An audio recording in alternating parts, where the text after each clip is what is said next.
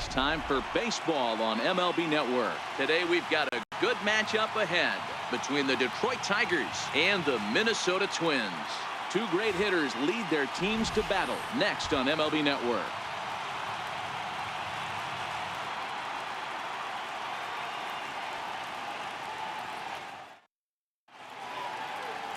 Jose Barrios gets the starting nod for the Twins. Dan Plesac, what do you got? Hey, Matt, thanks. Coming on Jose Barrios, and this guy has all the tools to be a great one. Great velocity with life, 94 to 97 miles an hour, power slider, and it's a big sweeper. His changeup is getting better. If this guy brings all three pitches one of these days, he has the potential to throw a no-hitter. Into the box now, Mikey Mata. He will lead this one off today. And it's 2-1 to the Tigers' leadoff hitter. Sunshine starting to break through a bit after a cloudy morning. 57 degrees here at game time. The 2-1 home. This is hit high in the air out toward left center. Buxton is in retreat as he pulls it in for the first out. With that, let's get you a look at the starting nine for the Tigers. Anybody catch your eye, Dan? You know, I'm looking forward to see what this guy can do in that 5-hole. He's an imposing figure with a bat in his hands. Always seems to turn in a good at-bat, and he can do a lot of damage when he barrels up the ball.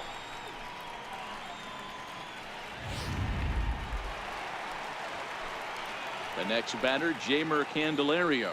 Lifetime against Jose Barrios. Not a big sample size, 0 for 1. Now the 2-1. There's a fastball that misses. Danger looms on deck here in the person of Miguel Cabrera.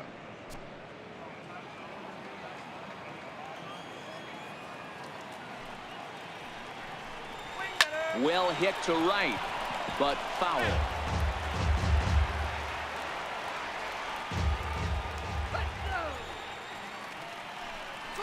Softly hit toward the hole. And he'll take it onto the bag himself. 2 gone now here in the first. Batting third, first baseman Miguel Cabrera. First baseman Miguel Cabrera stands in.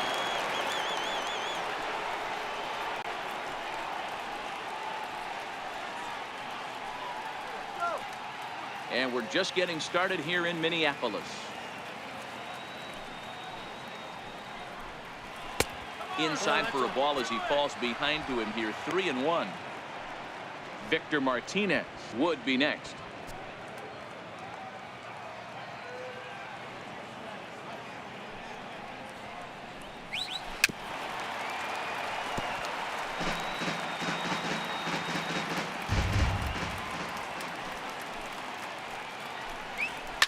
High in the air down the right field line.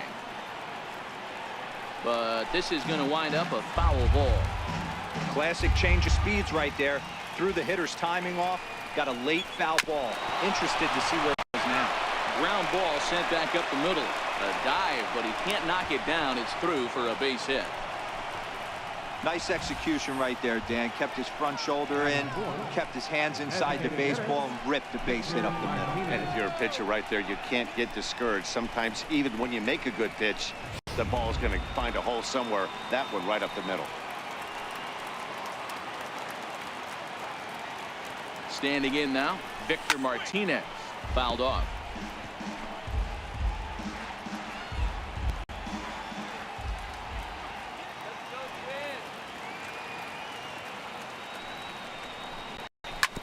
Grounded to the right. Oh, a diving effort as it's off his glove. And they will still manage to get him at first. A spectacular all-around play, and the inning is over. Tigers leave 1. Tigers nothing. Twins coming to bat. Exclusively on the show. Michael Fulmer gets the ball for the Tigers in this one. Dan, any thoughts? Hey, thanks, Matt. On the bump, Michael Fulmer. Boy, what really turned his career around, learning the straight changeup. Always had a big arm when he came up in the Mets farm system, but since he arrived in the big leagues, more than that big arm, the fastball 95 to 97 miles an hour, straight changeup, one of the best in baseball. Also has a curveball to go along with it. If he brings the changeup and the good one with him, he will be really tough to hit. This is flared out towards second. And there's one down now. A chance now from Target Field to take a look at the Twins lineup in this one. Who stands out to you, Danny? Well, no doubt. I'm here to watch the dynamic play of Byron Buxton. You can bet the opposition spent a decent amount of time crafting a game plan to stop this guy, because as he goes, so goes the team. You stop him, you've got a chance to win. You don't, you're probably going to lose. So here's Joe Mauer. Get a hit. Come on.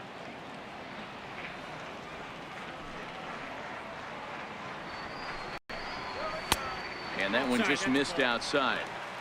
You know, there aren't many guys that could just spit on an 0-2 pitch like that. Maybe it fooled him. We won't ever know, but it worked out.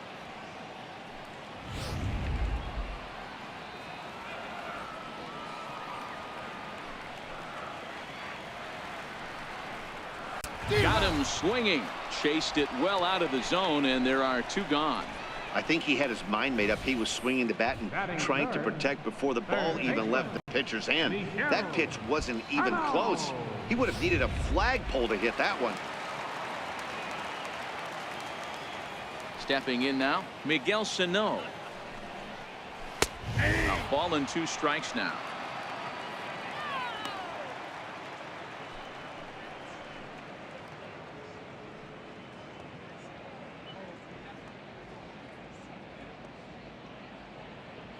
Bases are empty here with 2 men out.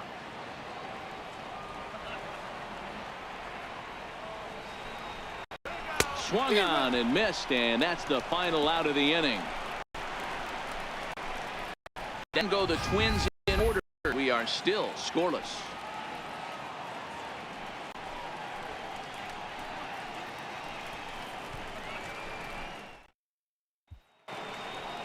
Nick Castellanos now. Lifetime against Jose Barrios. He's got a 3-for-7 line.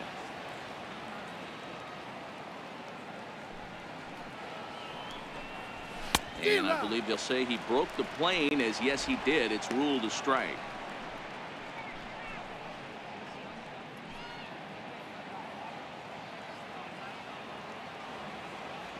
The 2-2. Drilled to the right side. Mauer's there, and he'll step on first for the out. 3 unassisted. Hey guys, let's take a look at the Twins on defense. And the guy who brought home gold last year resides at second base in this one today. The ability to pivot with anybody in the game, turn in double plays hand over fist, the ability to have range both right and left, and makes all the routine plays.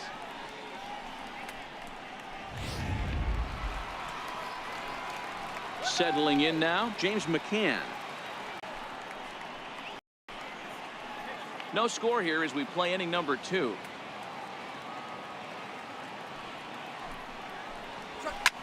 Hit out towards second. Dozier fields it cleanly, and that's the second out. Batting 7th, center fielder number 12, Leonis. Here's Leonis Martin. He'll work on keeping this top of the second alive.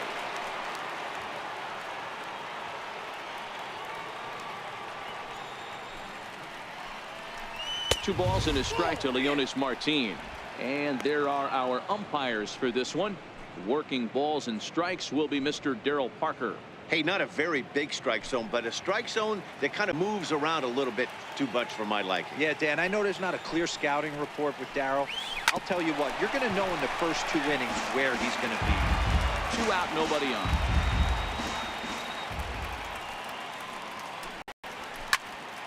Popped him up.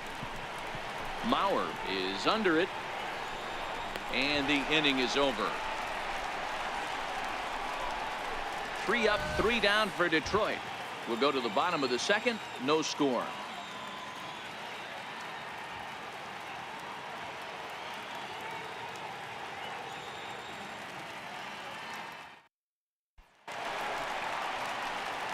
So coming to the plate, Eddie Rosario. Coming into this one against Michael Fulmer. He's gone 2 for 5. He's taken him deep once.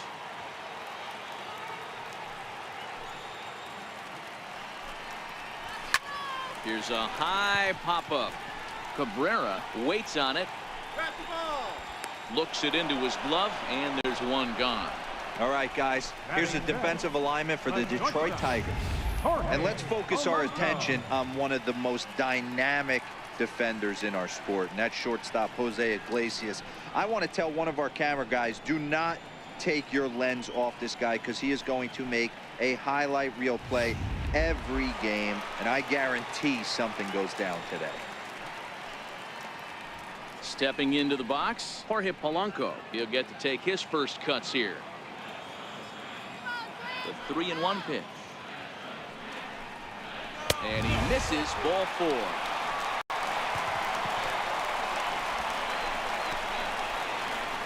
Batting fifth, center fielder, Byron. Here's Byron Buxton now. He's got a chance to end this one and send these fans home happy if he can get a ball deep enough into the gap.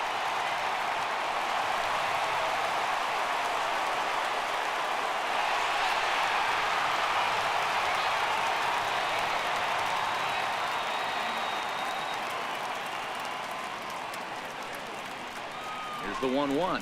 Pitch out. Nothing doing. Bottom of the second here with no score.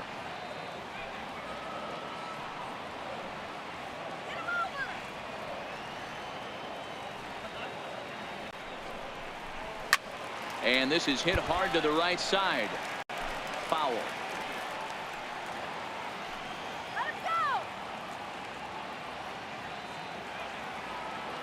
The 2-2 is a wave and a miss. He struck him out.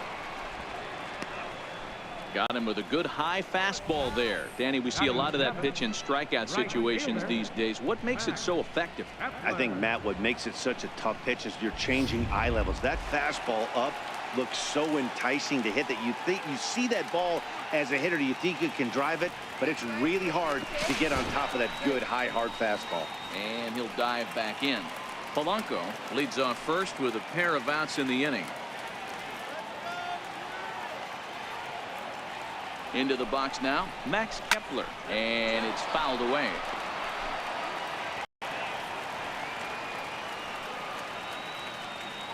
Come on, Twins. And fastball swung on and missed, and the side is retired. Twins wind up stranding one.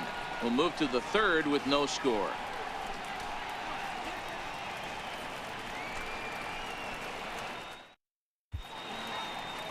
Downtown Minneapolis skyscrapers as we continue our coverage on MLB Network.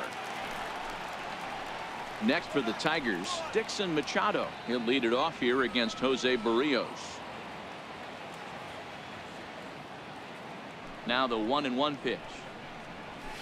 Fouled away.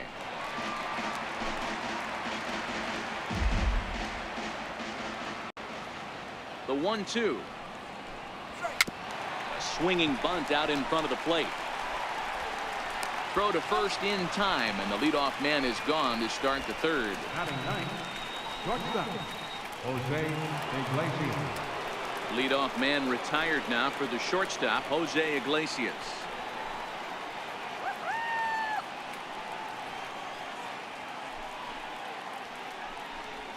Tigers shortstop with a ball and 2 strikes. You know, Matty, I'm not surprised by that pitch. Raise the eye level a little bit. Maybe we get something bouncing in the dirt right here.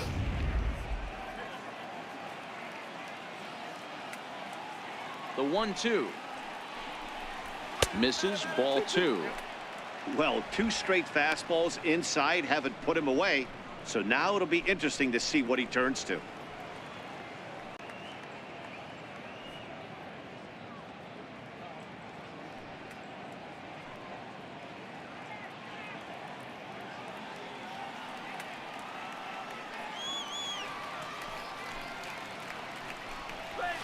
And he fouls this one off.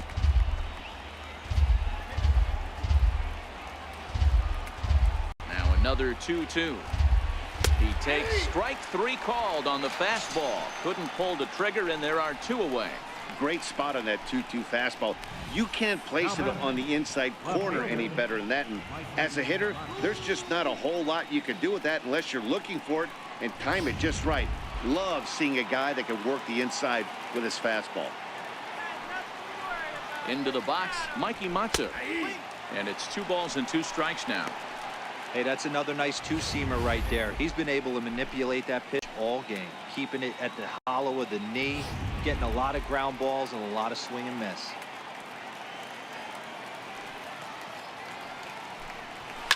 Fouled off.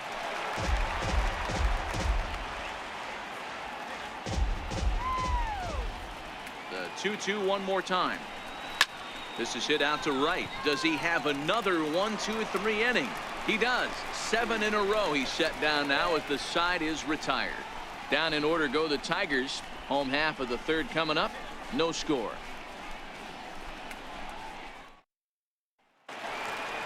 So stepping in, Robbie Grossman as we move on to the bottom of inning number 3.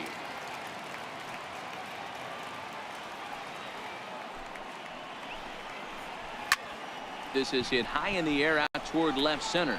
Matuk waits on it. 1 out. Stepping in, Jason Castro, as he'll get his first opportunity in this one. The 1-1 is taken for ball 2. Bottom of inning number 3, 0-0 our score.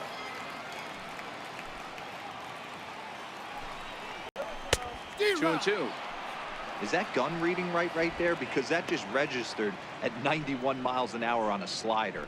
If he's working that pitch, that's most guys' fastballs. It's going to be a long game. Into the windup. Here comes the 2-2 pitch. And he takes ball 3, so it's a full count now. That's the kind of pitch that reminds me of many reasons why I wasn't a very good hitter. This thing was inside and coming in hot, and he just gave a stone-cold take. I'm bailing out of the way if I'm in the box, no doubt about it. And it's fouled away.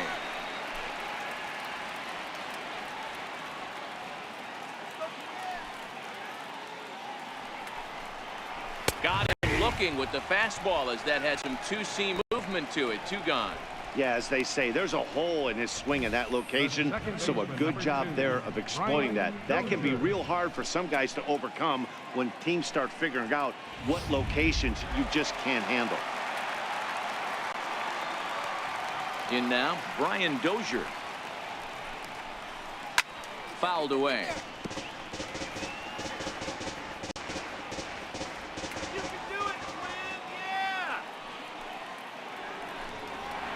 And a fastball in the dirt that's taken for a ball.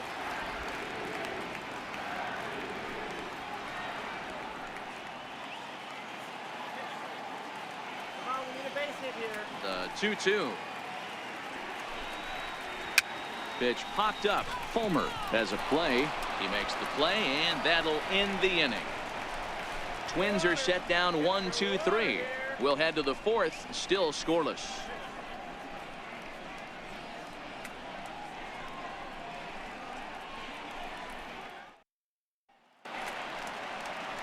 Striding in once again, Jeimer Candelario will start things off in the inning for Detroit. He'll be followed by Miguel Cabrera waiting on deck.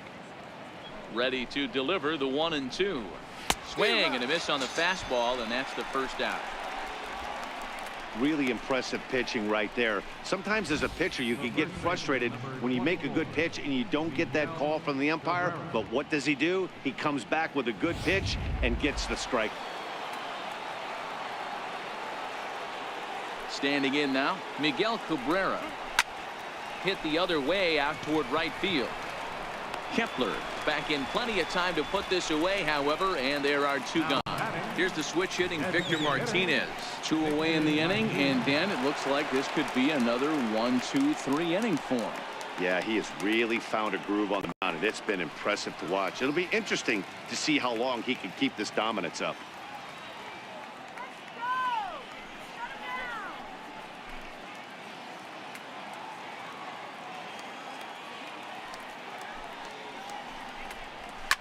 Skied into straightaway right. Kepler's there for it. No trouble with this one, and the inning is over. 3 up, 3 down for Detroit. On to the bottom of the fourth now, still with no score.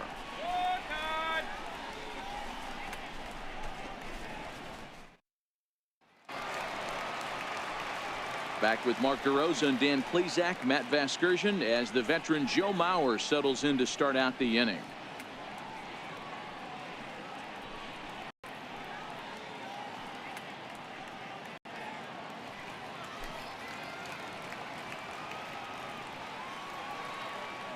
Into the windup. Here's the 2-1 pitch. Never tempted to swing at that ball down low. It's ball 3. Still all zeros in the run column here in the fourth inning. Dan, does this continue, or does somebody score here? Oh, you have to love. You know, Matt, we have so many of these games that are 12-10 and 9-8. It's nice to see a low-scoring pitcher's duel for once.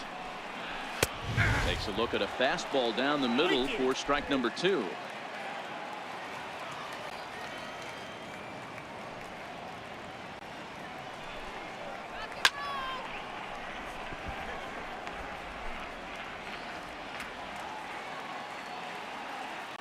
The next 3-2. And that misses for ball 4. The leadoff walk that starts the bottom of the fourth. They haven't been able to register a hit against this guy, but at least they have a base runner here. We'll see if that leads to something.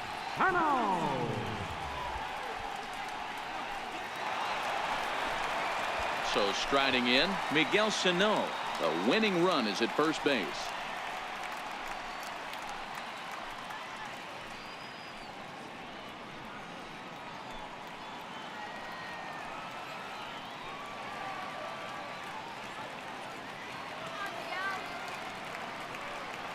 Now the 0-2 pitch. Swing and a little tapper, but that one rolls foul.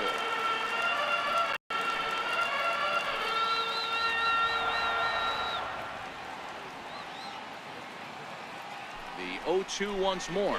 It's a wave and a miss. He struck him out. Man, I love watching a pitcher that just rears back and blows smoke by a guy at the letters. That's the ultimate challenge pitch, and for me personally, watching hitters swing and miss, man, that's a sight of beauty.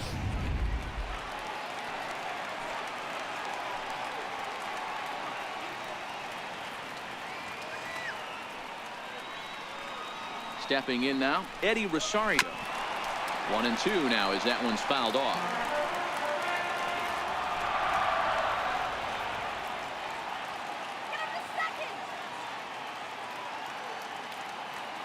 The 1-2.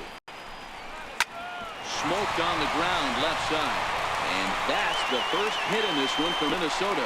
Throw comes in quickly, so the winning run advances to second now with only one away. Boy, so frustrating as a pitcher. You make a quality pitch on the inside half of the plate right there. Try to bust him in, D-Row, and he fights it off the other way. Yeah, you tip your hat to the pitcher right there. He executed his pitch, but nice job by the offensive player. Fighting. It doesn't matter what it looks like. A knock's a knock. Into the box, Jorge Polanco. And he gets this fastball over. Back to 3-1 now. 3-1 with 2 on, and this is where you got to be geared up for something to drive. I don't think you can just groove in one right here. You still have to try to make a competitive pitch. Just one hit apiece for both of these clubs.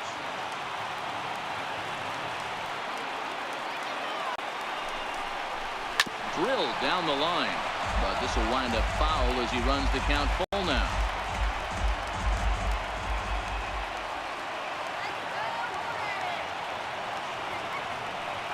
Working for the punch out and the offering. On the ground now for Iglesias. This could be 2. Throw gets him 2 down.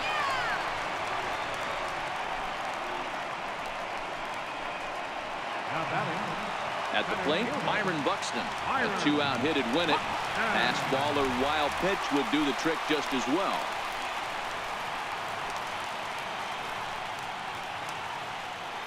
The 1-1. A ball and 2 strikes now.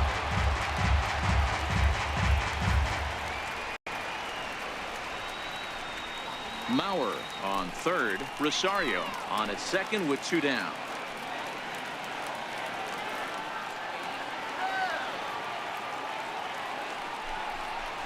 And he struck him out, his 7th of the ball game, and that ends the inning. Twins strand a pair through 4. Still tied, 0-0.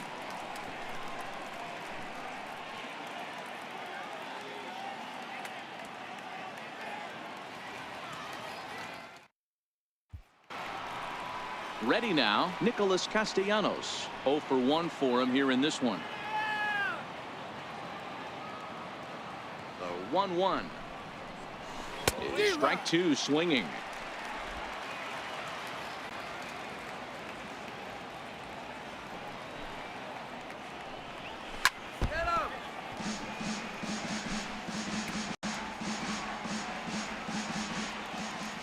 The 1-2. Right side. Oh, what a play by Mauer. Got him. And what a vital play there, preventing the leadoff man from getting aboard. Outstanding play over there at first. That ball was headed for the hole, but he pulled it in on a dive. Then great presence of mind to take it himself for the out.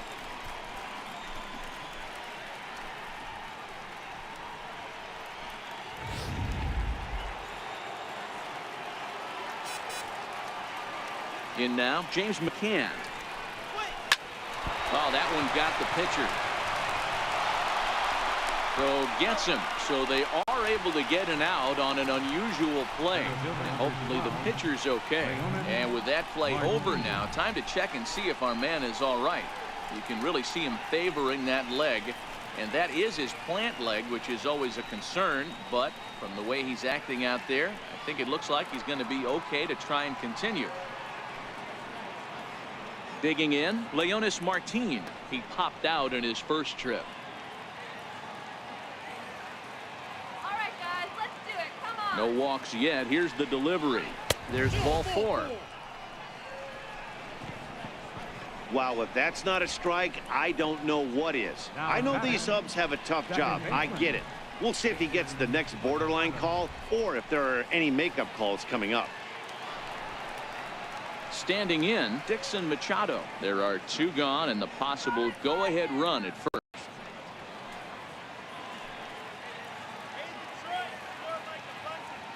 The 2-2 is swung on and missed. Strike 3. 1 left for Detroit. Halfway home, still no score.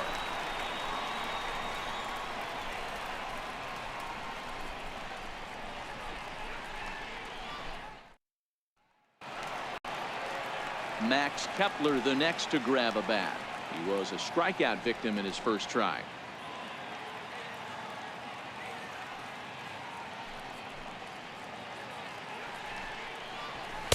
Outside, 2-1.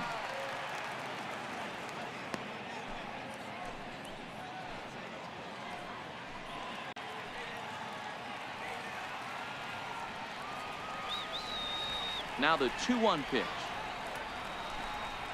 And he fouls this one off.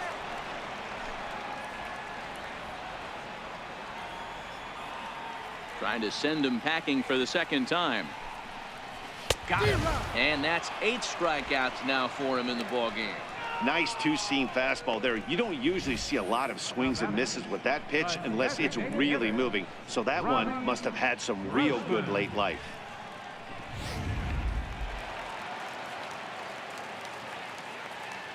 Standing in now, Robbie Grossman.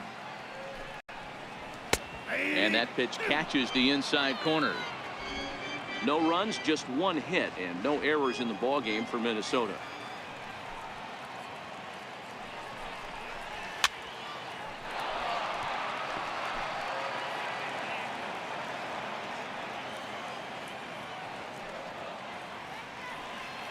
The next 1-2 pitch. And look out as that one ran in and got him. Well, he's really been good all game long until that one. He was definitely not trying to hit a guy when he's got 2 strikes on him. It just appeared that it got away from him.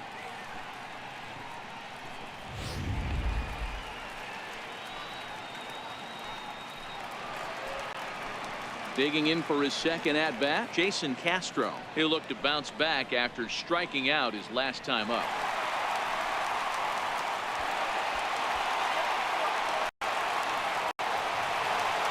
Grossman, base runner at first with 1 out.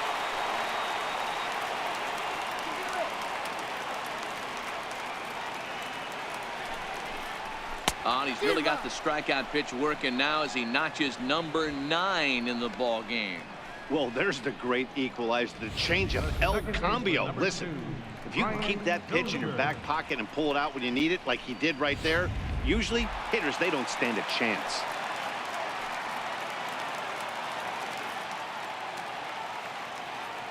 Into the box now, Brian Dozier. And he'll fall behind now to 1-2.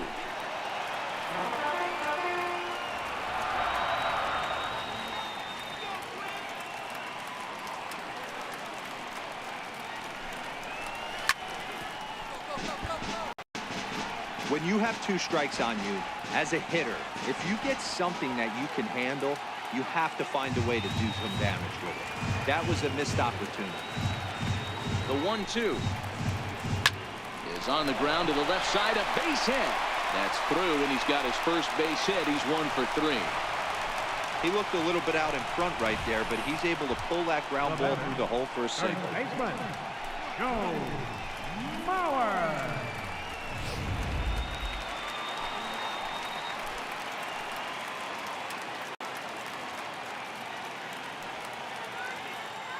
Into the box, Joe Mauer. Fastball, and looks like they're pinching him a bit here. It's 3-1. There isn't a hitter alive that doesn't love hitting a fastball count like 3-1. It's usually a pretty fruitful count in terms of getting a pitch to drive. Here's the 3-1. Takes a fastball on the inside corner.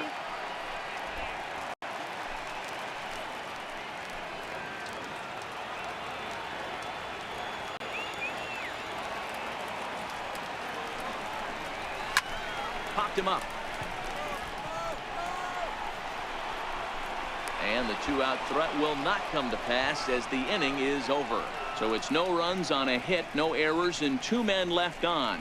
We're through 5 here at the ballpark, and we still have no score. Here's the shortstop now, Jose Iglesias. He's 0 for 1 thus far.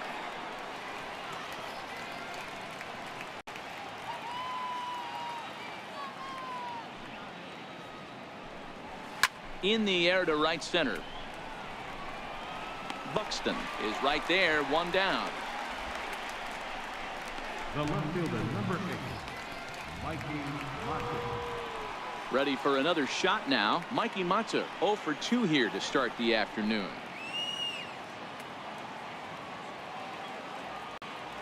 Now the payoff pitch home. Hit down the line at first. Mauer is there, and he'll step on first for the out. 3 unassisted. Now batting, third baseman, Jamer Candelario. The next batter, Jamer Candelario, 0 for 2 on his line thus far.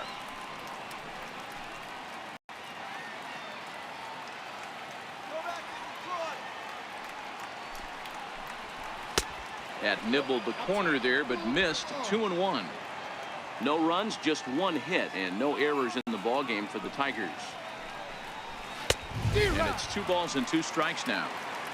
Hey, 1 strike away from 6 shutout innings against this lineup. We have a gem on our hands, and the bullpen will be well rested. There's a swing and a drive hit well out to right field, and that one is gone on a 2-strike count with 2 away in the inning. A solo shot here to straightaway right field as they've taken a 1-run lead.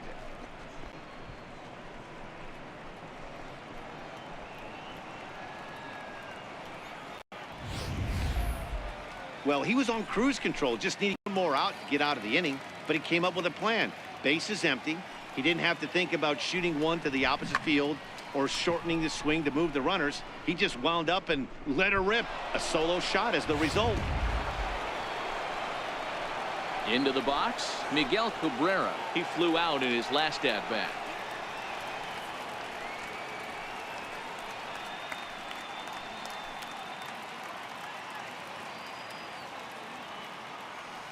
Now the 1-1 pitch. Popped up. Mauer is there for it, and the inning is over. But the Tigers hit the board first on the strength of this solo home run. Last chance coming up here for the Twins. It's now 1-0 Detroit. Here's Miguel Sano. He'll start things out in the 6th for a lineup that really hasn't found its groove in this one. Yeah, only 2 hits so far, Matt, and not very many hard hit balls either. We'll see if they can start making some adjustments.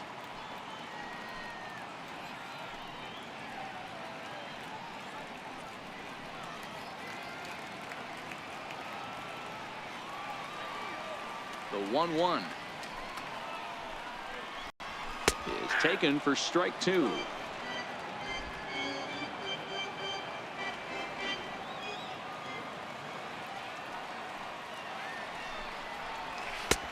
And here's one that barely misses off the inside corner. 2-2.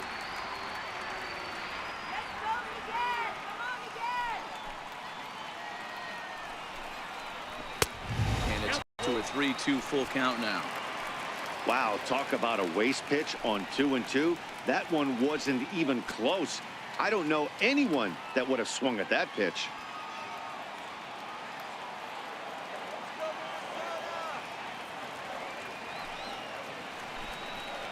And that one misses, so the leadoff man will head down to first on ball 4 to start the bottom of the 6th. Well, the reason power hitters generally draw more walks than other guys is exactly what we saw right there. Pitchers work around them and nibble the corners a lot more so they don't get burned. He made some good pitches, but he just couldn't get him to chase enough out of the zone. So here's the cleanup hitter, Eddie Rosario. He'll be looking for something he could drive into the gap and drive home that tying run from first. Here's the 1-1. Fouled off. That fastball must have a little late life on it because that was right in the wheelhouse and he still wasn't able to get good wood on it.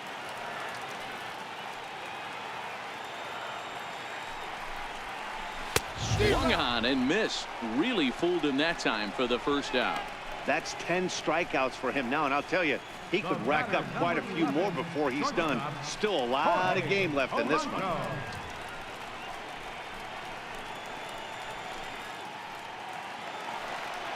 Now at the plate, Jorge Polanco comes into this at bat 0 for 1 in the ball game.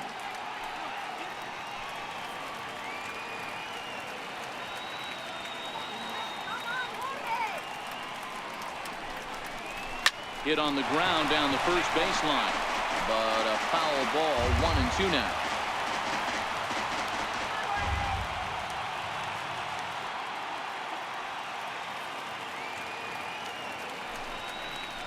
Up and in, and this one sends him to the ground. It's ball 2. A lot of times you see guys in the middle of the order get worked away, but not right here. They're keeping it inside on him. Is that an effort to keep him from getting extended, do you think? Yeah, I think that's the idea, Matt, but he might spin the win if he starts looking for it in there.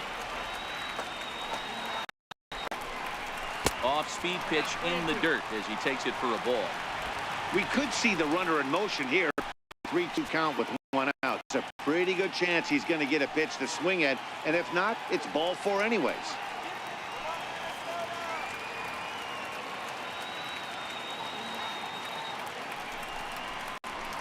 And it's fouled away.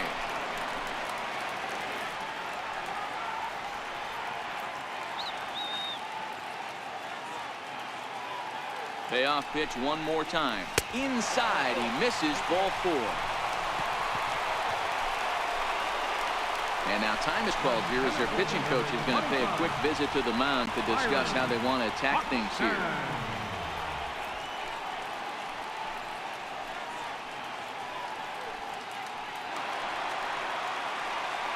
So stepping in, Byron Buxton, as he'll look to bring home that tying run from second with a base hit into the outfield.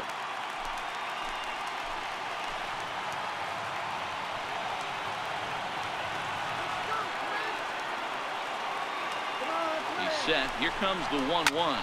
Sent back up the middle. And that is through into center field, a base hit. Now a long throw home. And it's there, but it's dropped at the plate.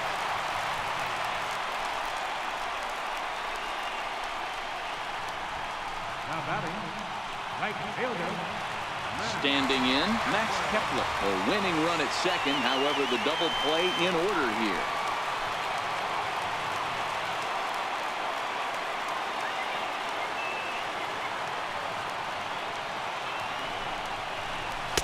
Fastball called strike. 1-2. Polanco at second. Buxton at first. One gone.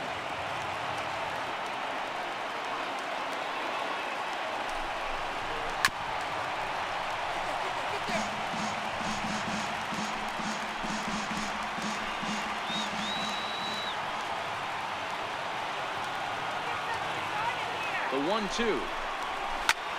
Line to the right side. But this is speared by the first baseman. The designated hitter, Robbie. And at the plate, Robbie Grossman. He bats with 2 outs and the winning run at second.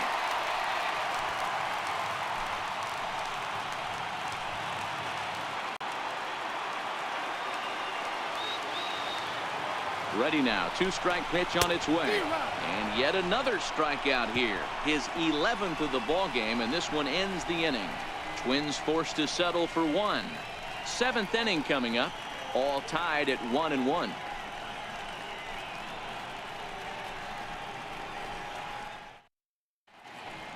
Welcome back to Target Field here in Minneapolis. All square at 1 as we get set to start the 7th. But before we do, let's take a look at the game summary to this point.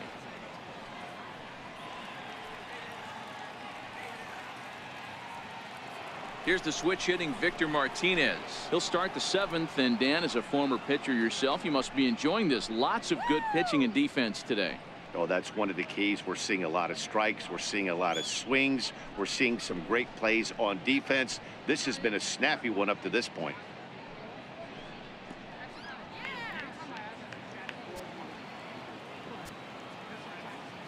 Now the 3-2 pitch. Still hanging with him. Another good swing to keep it going. Another payoff pitch. And he takes strike 3 called on the fastball. 1 gone. Well, pitching domination continues. Just a total of 2 runs on the board. So both of these starters should feel really good about their showings. If you love good pitching, this has been the game for you.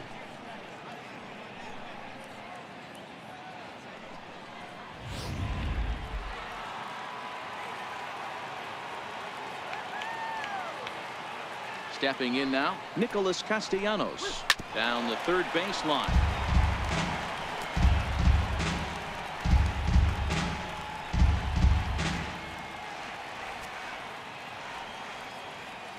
The next 0-2 is taken. That's ball 1.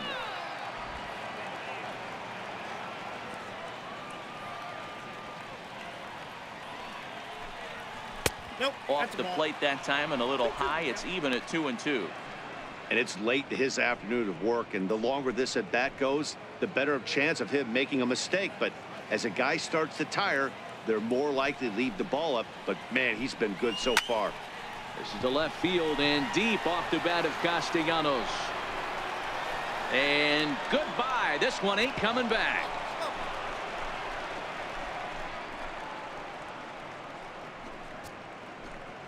A solo shot here to left, and it's now a 1-run ball game.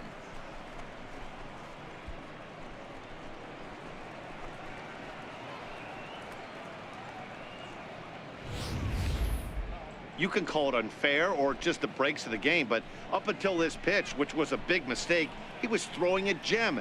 Now he looks up at the scoreboard and he's trailing.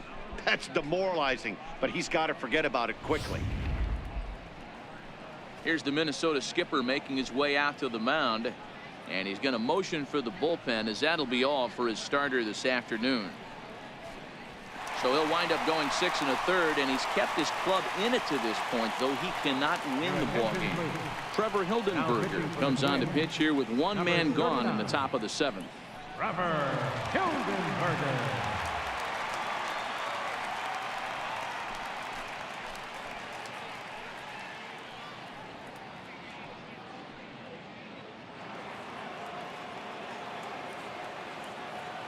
Standing in now, James McCann. Popped him up. Dozier is there. He's got it, and there are 2 down now. Center fielder number 12, Leonis Martin. Here's Leonis Martin.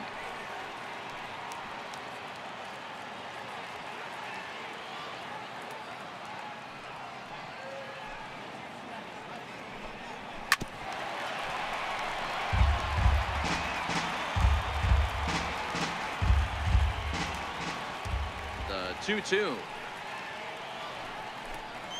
Swinging a hard hit ball down the line in right. That gets down, and the inning will continue.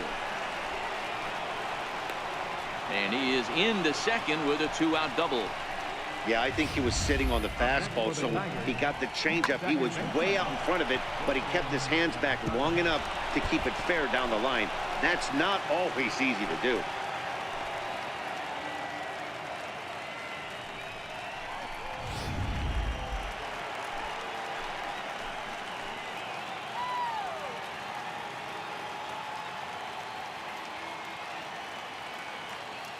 In now, Dixon Machado. Hit high and deep to left field. Back goes Rosario. On the warning track, he makes the catch. Tigers get one on this swing of the bat from Nick Castellanos. Last chance coming up here for the Twins, and Detroit's taking a 2-1 lead.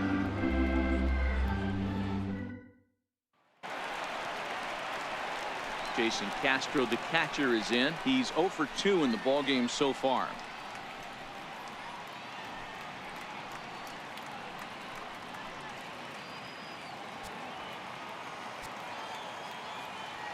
Now the 3-2 pitch. Very weakly on the ground. That rolls foul, and they'll do it again.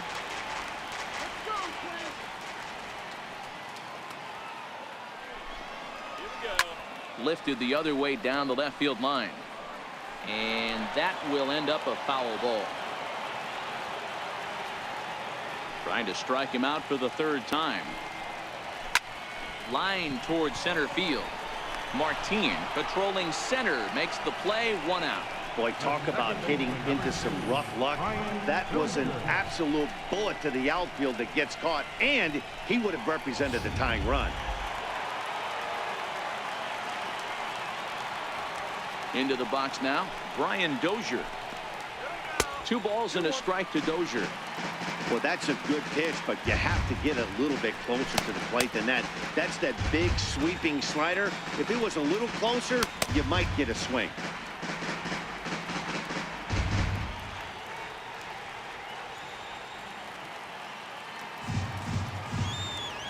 Two balls and a strike. Here it is. A little bouncer. That winds up foul for the second strike. Can't imagine he comes back with a third breaking ball. That hitter looked like he timed that one up pretty well and just missed it, fouling it away. Out in front of a fastball as this is ripped down the left field line. That's going to be a fair ball. You think there's any justice in the game? Watch those 2 at-bats. Both of them hit on the absolute screws. One's right at one guy, and then one's a single. Go figure.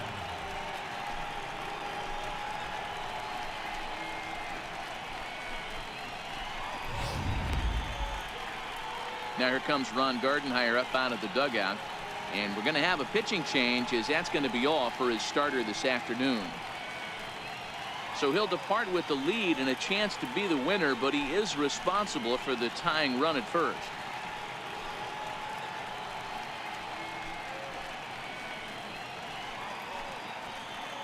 Your attention, please. So with a left-handed hitter waiting, they'll go to their own left-hander out of the bullpen. Wood.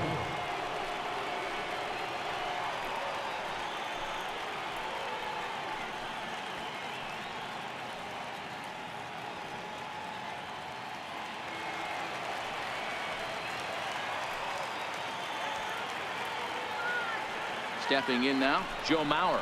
Hit down the third base line. Well, this is a foul ball as the count holds steady at 1-2.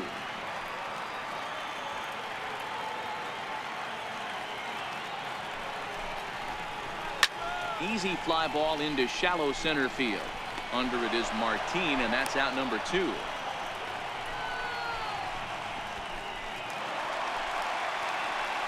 Here's Miguel Sano. Career head-to-heads with Travis Wood. He's 2 for 3. Dozier, the runner at first with 2 gone.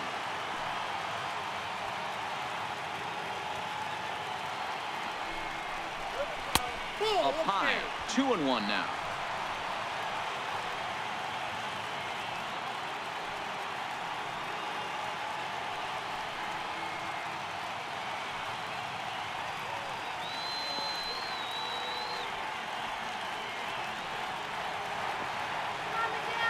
Wood sets. 2-1 on its way. Now a swing and a ground ball. This should do it.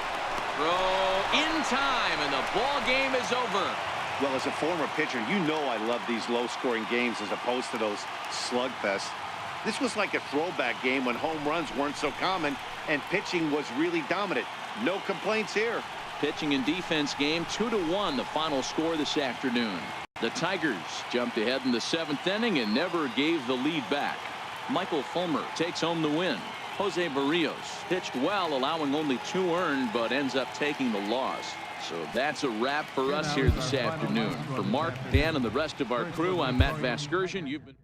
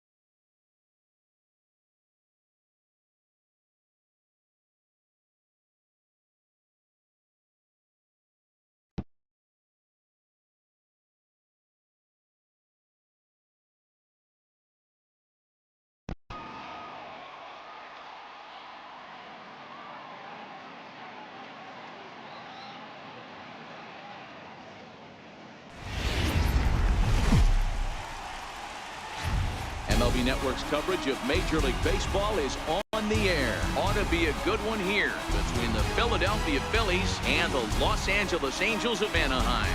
Going to be an interesting contrast in styles in this one as one of baseball's hardest throwers goes head-to-head with a top finesse arm. Next. Shohei Ohtani gets the starting nod for the Halos. Dan, any thoughts? Matt, the first thing we're going to find out is how well this guy pitches with little sleep. I can't imagine knowing that you're going to be the next day starting pitcher the night before. This is a young guy making his first start. Listen, you can only make your debut one time, so there has to be lots going on in this guy's mind. Hopefully he can settle down early and pitch well in his debut.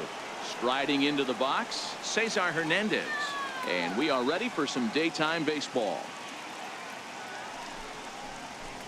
Oh, and he lets him off the hook there as this isn't even close for ball 4.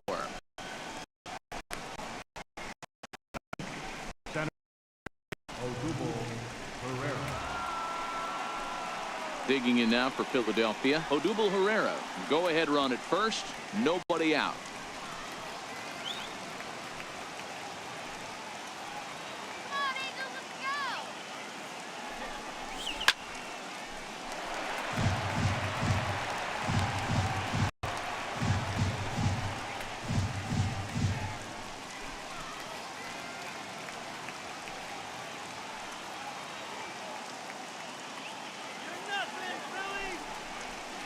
On the ground to third.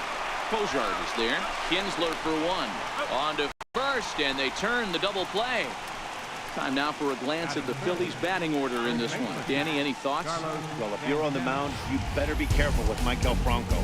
You can bet the opposition spent a decent amount of time crafting a game plan to stop this guy, because as he goes, so goes the team.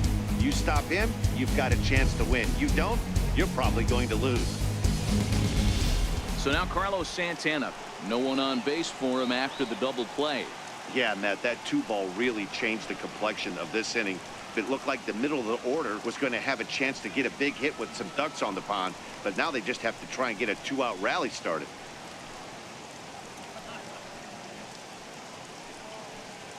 Top of the first, just underway here at Angel Stadium.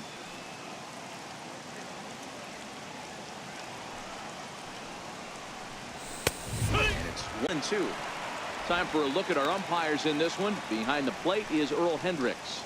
Hey, you know, D-Row, the book kind of on Earl Hendricks is he likes one side of the plate or the other. Could it be where he sets up behind the catcher? It could be, Dan, but as a hitter, that's all you look for. I'll give you a little bit off the outside edge if you're going to be consistent with it. And it's to 2-2 now with the bases empty and 2 gone here in the inning.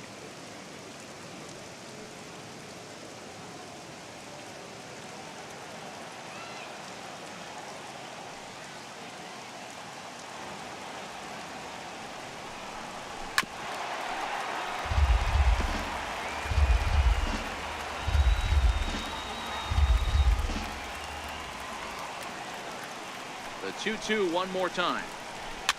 Fouled away.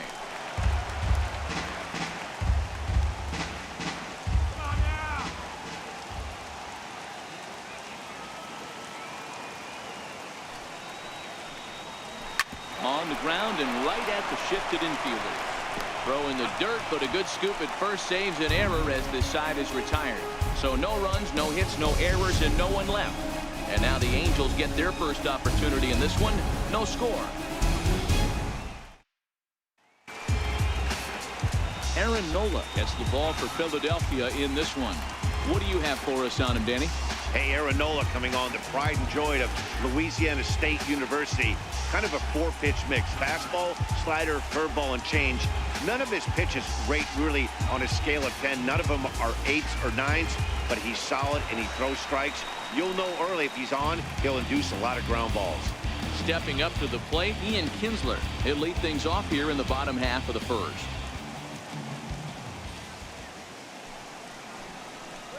Two balls and a strike to the Angels leadoff hitter.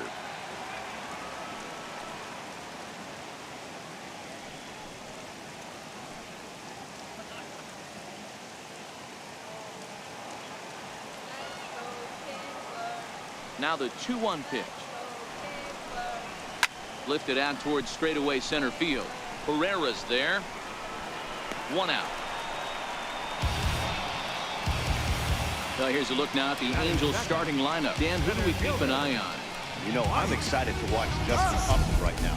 This guy is one of 3 American League Silver Sluggers in the outfield. You know how many outfielders there are in the league? A lot. And he walked away with one of the Silver Sluggers. This man can hit.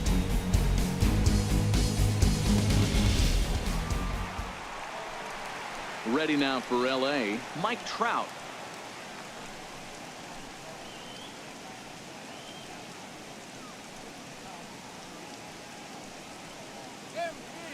One out, nobody on.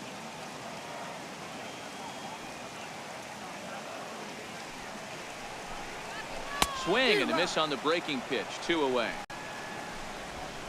Pretty textbook breaking ball for the punch out right there. Got it to bend a lot, and by the time it got there, it had fallen completely out of the zone. Not much you can do with that pitch.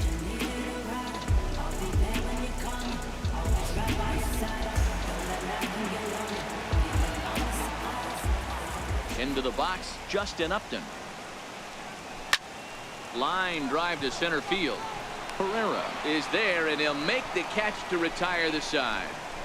Angels are gone in order. Still no score.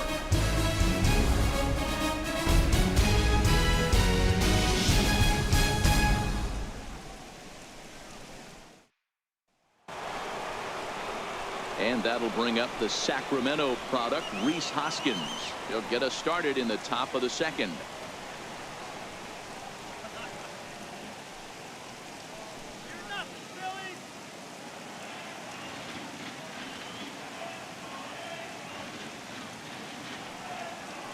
Even at 2 balls and 2 strikes. Here's the pitch.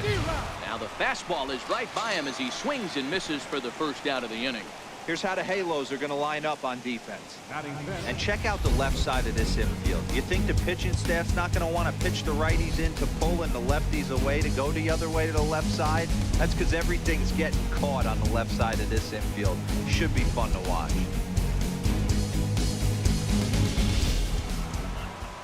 Now batting, Nick Williams. He'll get to take his first cuts here.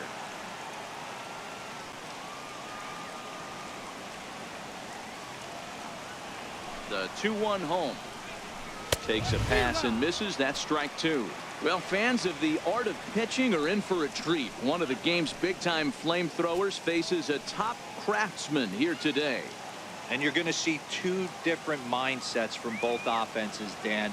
Facing the power guy, he's going to come at you. He's going to pitch to his strengths and not your weakness. And on the flip side, the finesse guy is going to try and keep everyone off balance. And I want to see what off-speed pitch he has working. You know, Dero, that's one of the beautiful things about the game of baseball. Good pitchers come in all different shapes and sizes, and they come with all different type of weapons. We're going to see one flamethrower and one guy that throws below the speed limit. And awfully close there on 3 and 2, but take your base, says Earl Hendricks. It's ball 4. number 7, Michael. Now to the plate, Michael Franco. There's one away. The runner at first represents the potential go-ahead score. Double play is in order, however.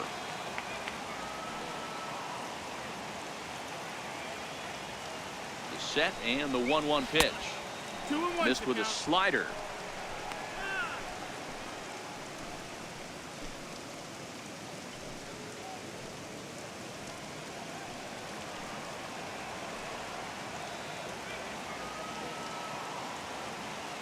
He's set, and the 2-1 pitch. Hit sharply on the ground to the left. And that finds its way through for a base hit. And with that, the go-ahead runs up to second now with only one away. A lot of traffic hitting the base pass first and second with one out. I know you're looking for a double play ball, Dan. No question about it. I think one of the things you like to do on a pitcher is try to jump on him early before he gets settled in. So far, so good. First and second looks like a big inning could be brewing. Ball taken there. 2-1 now. Hitters count now. Here's the 2-1. Check swing grounder to the right side. And he'll just step on first here to take the sure out. Batting 8, shortstop. And that'll bring in J.P. Crawford as he'll hit with the go-ahead run at third and 2 away.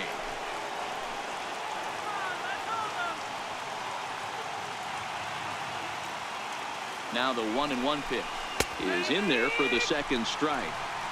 Definitely a big pitch coming up right here. He's going to be pumped if he can work his way out of this inning with the game still tied.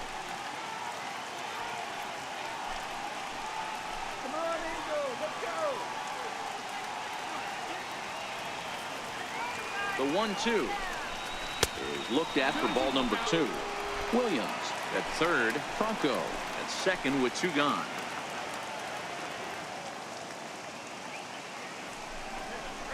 Struck him out, so they work out of the jam as he strands 2 men in scoring position.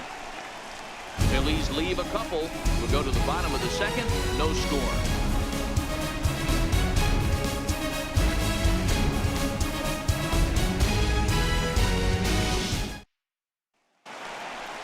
Here's Albert now. His past line against Aaron Nola. He's 2 for 3.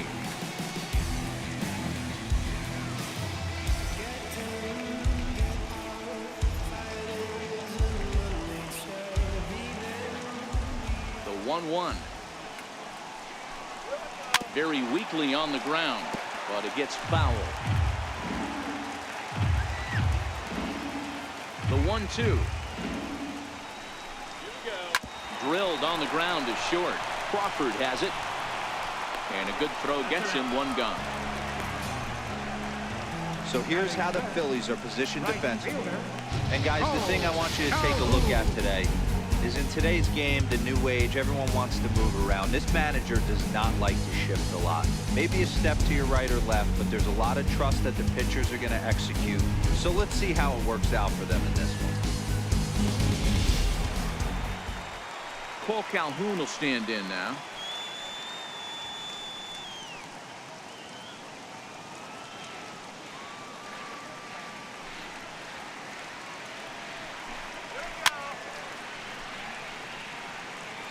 Bottom of the second here with no score.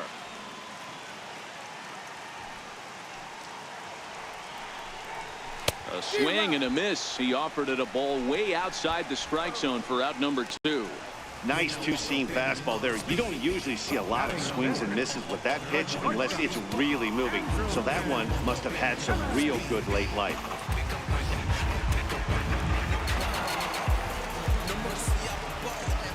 Standing in now, Andrelton Simmons. Fly ball out toward left center field. Herrera's there. And that's the third out. Angels go down 1-2-3. We'll move to the third with no score.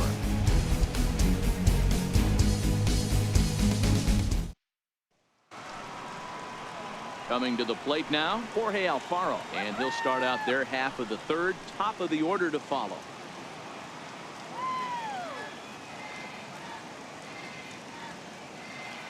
Set to deal on a ball and 2 strikes. Popped him up. Kinsler is calling for it. 1 away. Now batting, second baseman, Cesar Hernandez. Now at the plate, Cesar Hernandez. He drew a walk his first time up. Third inning, no score to this point.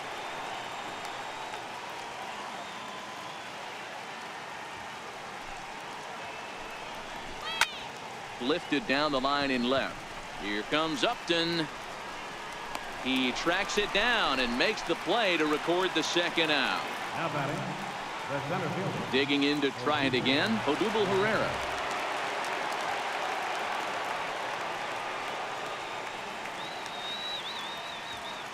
From the windup, the 1-1 pitch. Softly hit out to short. And this will be taken down no problem for the final out of the inning. Phillies down in order. Home half of the third coming up. No score.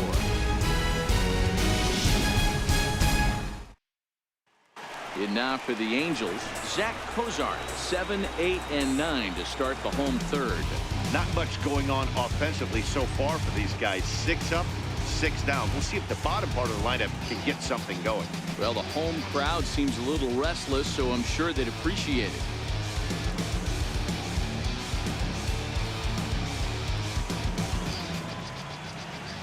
Now the 3-2 pitch. Back up the middle. Crawford gloves it. And the throw to first is in time. 1 gone. Batting 8th, third baseman, Luis Valbuena. Digging in, Luis Valbuena, as he'll get his first opportunity in this one. Here comes the 3-1 pitch. Shoots this one to first. And the Halos have their first hit of the game. No mistake what he was sitting on. Fastball, middle of the plate, kept his hands back, stayed through the baseball, and delivers the hard hit line drive.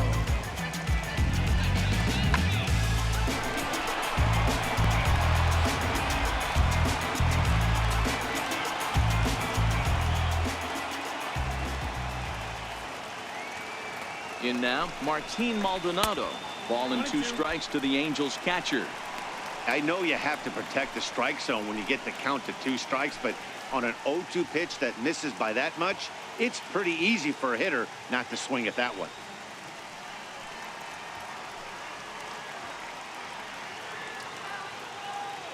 The 1-2 pitch.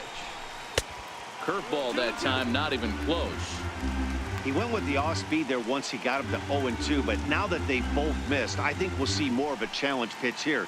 You don't have to give in, but you can't be too cute either.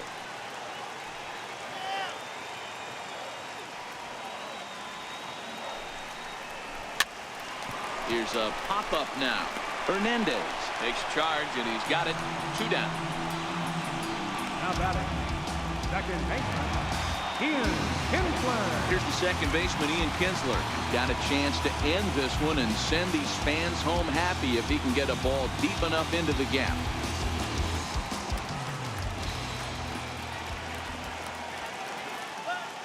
The 1-1. Smoke toward third. There is Franco. Throw on to second for the force, and the side is retired. We'll see Carlos Santana when we come back. On now to the top of inning number 4. And we are tied 0-0.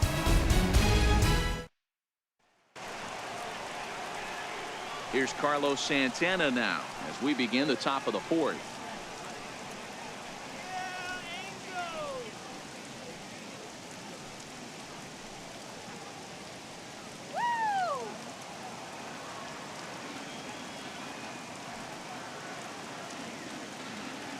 Now the 3-2 pitch. A little bouncer.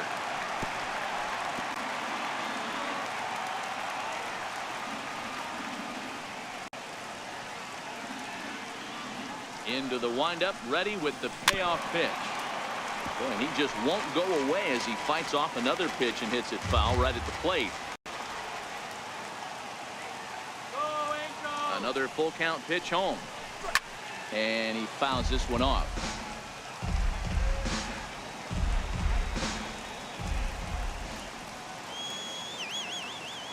The next 3-2. And he lays off there, ball 4. So the leadoff man is on here to begin stanza number 4. Well, they haven't been able to scratch a run across yet, so maybe this walk will jumpstart their offense a little bit. Striding forward now is the DH. Rhys Hoskins comes into this at bat 0 for 1 in the ball game.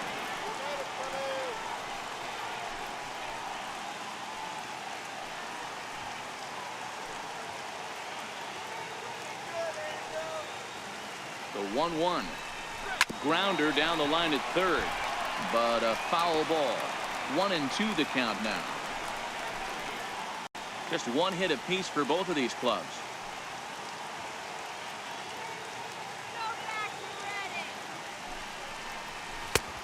Trying to pick up that outside corner, but this misses, and it's back to even at 2 balls and 2 strikes. Well, if you love pitching and defense, this has been a game for you. Are you happy with that, Dan? I think this continues for a while, Matt. Both of these pitchers are throwing very well, throwing strikes, having good command of their off-speed pitches. This is going to be one of those low-scoring affairs. He stays alive, still 2-2.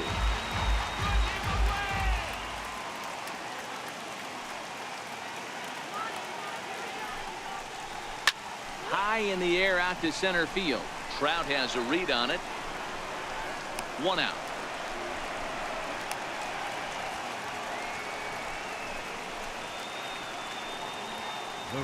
Up next will be Nick Williams. Reached base via the walk in his first plate appearance.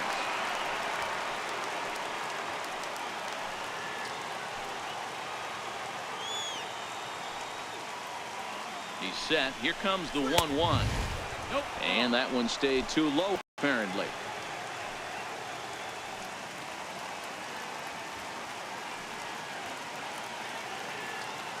Now the 2-1 pitch. It's taken, ball 3. I love the approach out on the mound. Everything's down in the zone as it should be, but now you find yourself in a 3-1 count. Do you elevate a little bit more and get back in this zone, or do you just pitch around them?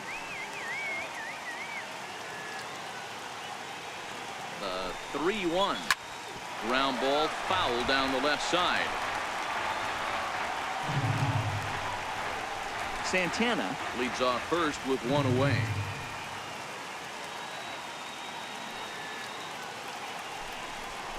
And a fastball swung on and missed as he just reared back there. 2 away. It's always nice to keep a guy that has good wheels off base, and that's just what they did right there. Big strikeout, keep that guy off the base path.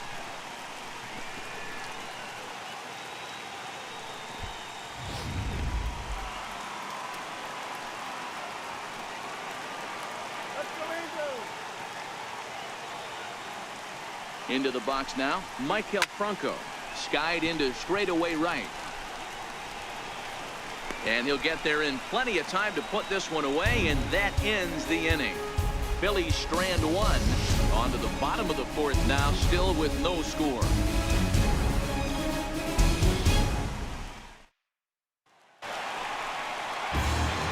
Mike Trout ready to settle in and kick off the inning. Matt Vasgersian joined by Mark DeRosa and Dan Plesac with you in the booth.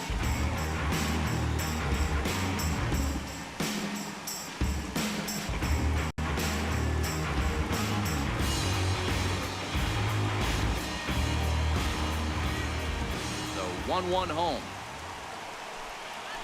is swung on and missed for strike number 2. 1-2 the count.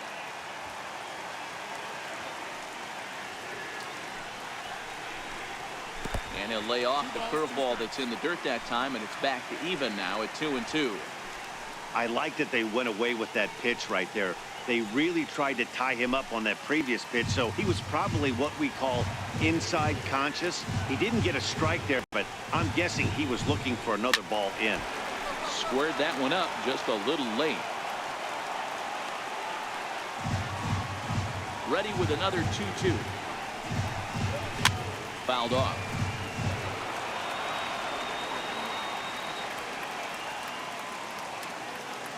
The 2-2 one more time. Doesn't get the zone. Count full now. Great AB so far. I'd really like to see this guy work a walk and get on base for this team. Maybe give them a shot of confidence that they got a shot to get back in this one. 3-2 pitch. Is a swing and a miss. That's strike 3. It's not that easy to get a good hitter looked at that, but that's what happens when you can bring that fastball and ride it in on the inner half of the plate right there. You can get some pretty ugly swings.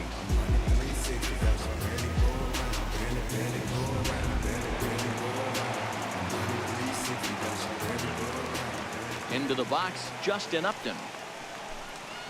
A ball and 2 strikes.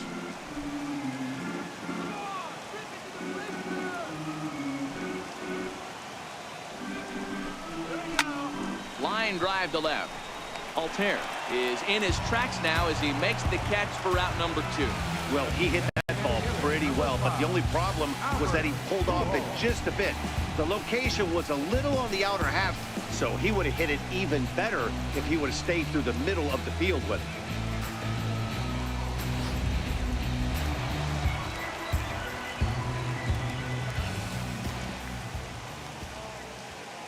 Standing in now, Albert Pujols. Popped him up. Hernandez is there to make the catch, and the side is retired. So they go down without a whimper here. We played 4 full, and we are tied 0-0. Now at the plate, Aaron Altair. He's 0 for 1 thus far.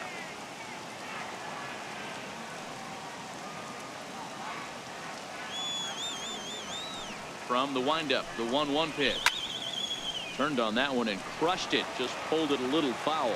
Well, now that we're midway through this one, it's safe to say that runs have been at a premium, and both starters, doing it in different ways, have turned in excellent performances. Dan, you could speak to this. Obviously, 2 different ways to skin a cat. One's a finesse guy working all 4 quadrants, keeping guys off balance. The other, a flamethrower coming right at you. Yeah, it's been a story of like 2 different styles of pitchers, but both getting the same thing, both throwing strikes early, keeping the ball down in the zone. As you touched on it, there's more than one way to get around through a lineup. You see one guy with power and one guy do it more skill and finesse. Cozart barehanded. Safe. Almost a remarkable play, but now the potential lead run is aboard at first. In now, Alfaro.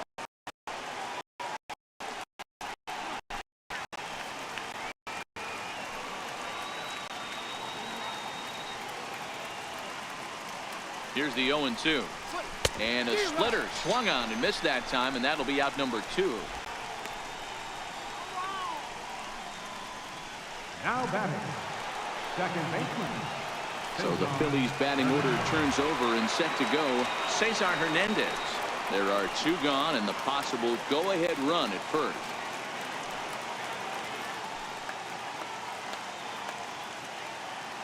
Runners going. Offered at and missed. Here's the throw. And he'll be tagged out at second base. Trying to get into scoring position, but instead the inning is over. Another look at the throw down that results in a 3rd out on the bases. More baseball on MLB Network right after this. Digging in now, Cole Calhoun looking to put the ball in play here. He went down on strikes in his first at bat. The 1-1 is is taken for strike 2. Yeah, the rain starting to intensify here. It's coming down a little heavier now. We'll see how much longer the umpires can wait. Yeah, Matt, right now this doesn't look too good. I wouldn't be surprised if we don't see the umpires come out and bring the ground crew out here. The infield around the mound and around the home plate area is really getting soaking wet. And I can't anticipate this going on very much longer. Bouncer up the middle. Throw on to first in time, 1 away. Wow, what a great show of range there. This ball looked like it might get through him the middle, but check out the sliding stop, and that's going to take him right into a good throwing position where he's able to get enough on the throw to get him out at first. In now, Andrelton Simmons. Towards second. And he'll whip this one over to first, and he gets his man for the second out. Now batting, third baseman. Into the box now, Zach Cozart. 0 for 1 for him here in this one. Bases are empty here with 2 men out.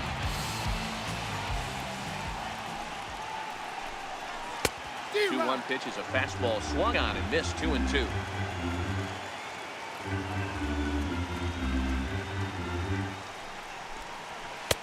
Fastball is outside. It's full now. 3-2.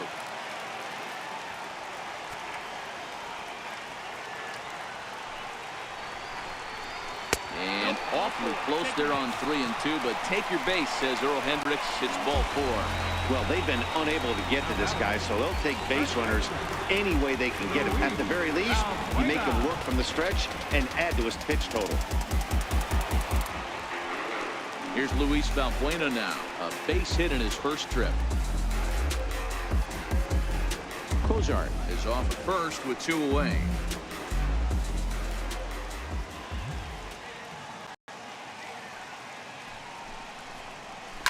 This is hit high in the air out toward left center. Altair is after it. He gets there to make the catch, and that ends the inning. Both teams battling the elements thus far, but we've got a tight game through 5. Don't touch that remote. More on MLB Network right after this.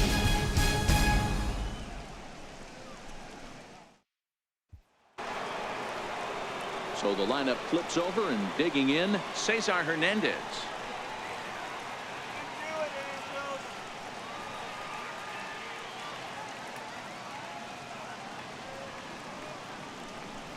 Two balls and a strike to Cesar Hernandez.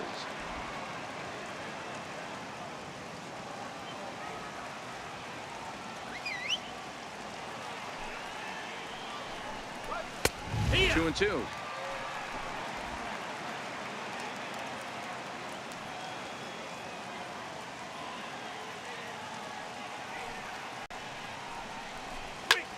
Lifted into the air out towards center field. Trout has a read on it. 1 out. Stepping in, Odubel Herrera. He's 0 for 2 thus far in this one. No runs, 2 hits, and no errors on the ledger for the Phillies to this point. Lifted the other way down the left field line. Upton on the move, and no one will track it down. Get him down. Here he comes again, 1-2. And this is swung out and missed, so it's 2 up, 2 down to start the 6th inning. He's racking up a fair amount of strikeouts now out there. That's 6 to this point. So he's got good stuff, and he's fooling a lot of these hitters.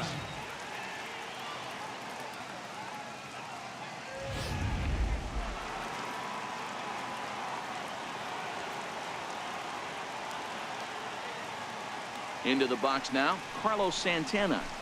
And it's fouled away.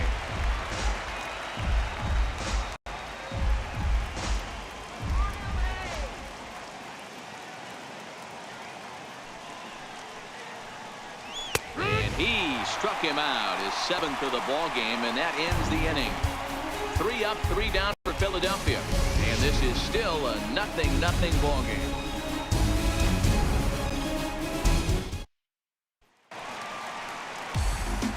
Coming to the plate now, Martin Maldonado. He popped out in his first trip.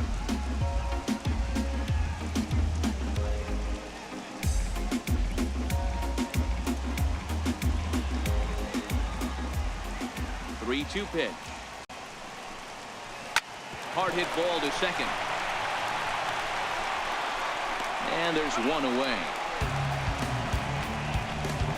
The batter, number 3, second baseman, Ian Kinsler. So the batting order turns over now and set to go Ian Kinsler. He's hitless in his 2 at-bats so far. Ready to deal. Here's the 1-1. Takes a curveball right on the corner. Hey, I couldn't tell from up here if the hitter was taken all the way or sitting fastball and just got knee buckled. Either way, that was a really good curveball right there. Move on to the next pitch, but have that in the back of your mind. That's a ball. Misses. Ball 2. 2-2's the count.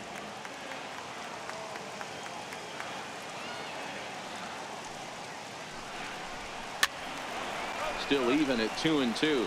Santana into foul territory. And this is going to get down. It's a foul ball. And try to hold back, but he won't be able to, as that's ruled a swing, and there are 2 away now. I think that's one of the toughest calls for an umpire to make. The check swing appeal, hitters rarely feel like they went, and I don't think he likes getting rung up there by the first base umpire. But looking at it, it's hard to say for sure that he didn't go around. Into the box, Mike Trout. Full count, 3 balls and 2 strikes to the Angels center fielder. This offense has just been flailing at the plate all game long, so it's no wonder why they've only been able to pick up 1 hit so far. I'm not seeing much of a game plan from these hitters. The 3-2 pitch. Hit hard towards second.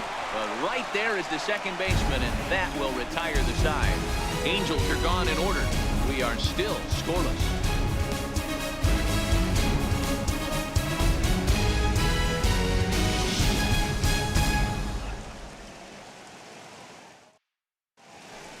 Back here at Angels Stadium of Anaheim. Neither team denting the run column quite yet as we look at the game summary through the first 6 innings of play.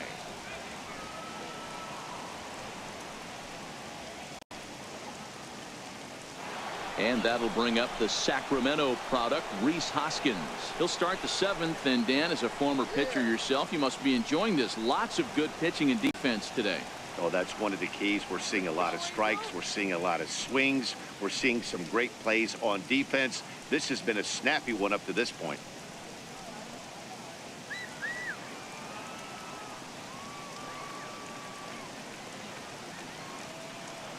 From the windup, the 1-1 pitch. And that one just missed outside. Well, it's 2-1 now, and we haven't seen a fastball from him in this at bat yet.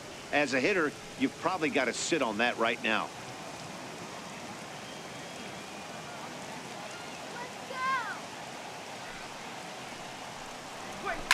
Rounded down the third baseline. And that's going to be a base hit. So there's the possible go-ahead run aboard to kick off the 7th. Dan, you have to love it when your defense picks you up right there, keeping him at first base.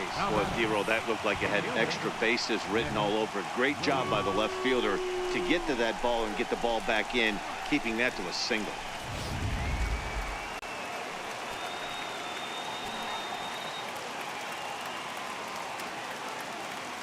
Standing in now, Nick Williams.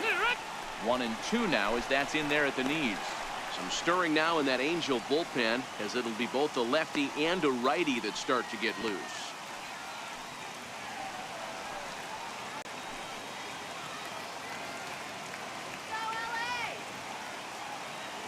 Ready on 1-2.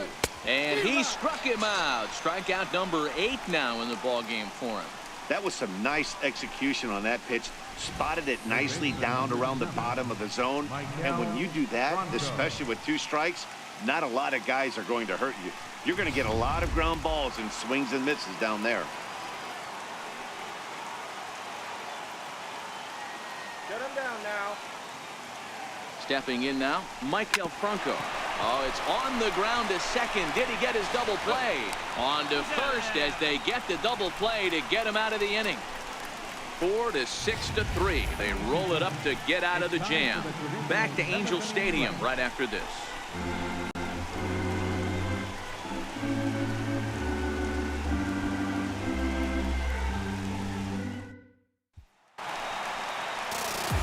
plate just enough him. He comes in 0 for 2 thus far.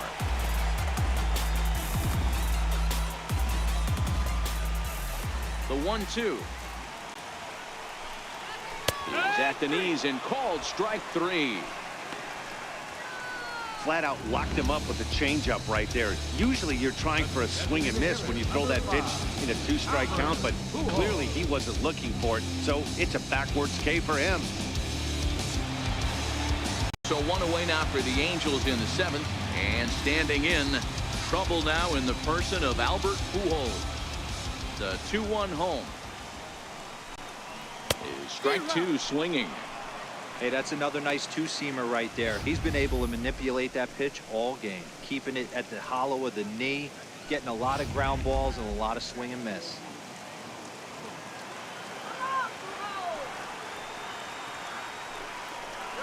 Oh, and he struck him out as well, so he's carving right through the heart of this lineup as there are 2 away now. That was a big strike out there, guys. The best pitchers have the ability to strike guys out when they really need to, and that second out was really important at this point of the game. Could be something we look back on later when the game's over. Into the box now, Cole Calhoun. 2-2 the count to Cole Calhoun. Boy, he looks strong out there on the mound this inning. He's got a chance to punch out the side in order, and against the middle of the order, too.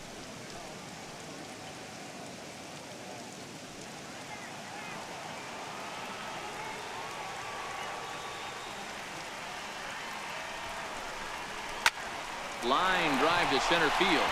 That gets down, and he's got himself a base hit. Bottom of the 7th inning will go at least 1 plate appearance deeper after the 2-out hit. Yeah, maybe a shot here now with 2 as they finally get another base runner on. He stranded 6 in a row prior to this point, so he's had his way with these guys for the past couple of innings. In now is Andrelton Simmons. 0 for 2 with a fly ball and a ground out on his line to this point.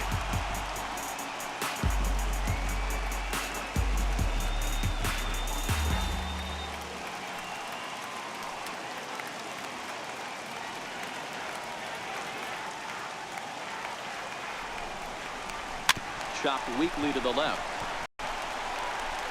On to first, and this will remain a tie ball game as the inning is over. Angels leave 1. Still no score.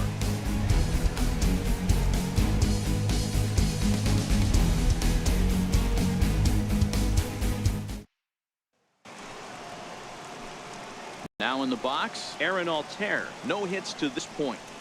Put him away!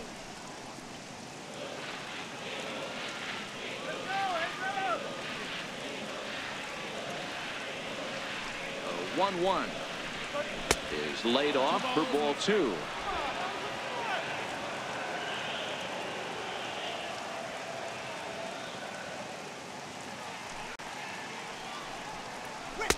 Over at the knees, and that's the 2nd strike. 2-2.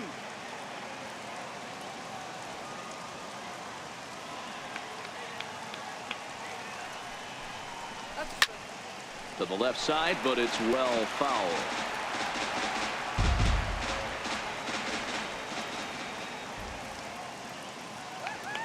The 2-2 one more time is laid off, and the count runs full. What we're seeing here is a really smart at bat. They got to be thinking the man on the mound is getting a little short on gas, so when you go up there and make him throw a bunch of pitches, you're more likely to get a good pitch to hit or at least force him out of the game. And he lays off ball 4. Now the potential go-ahead run is on base here. As we look at the numbers, we can see that he's north of 90 pitches right now, so it's not surprising to see him maybe losing a little bit of command. We'll see if he can battle through this and finish strong. Now here comes Angels manager Mike Scioscia on his way to the mound, and he's going to make a move, as that's going to be all for his starter this afternoon.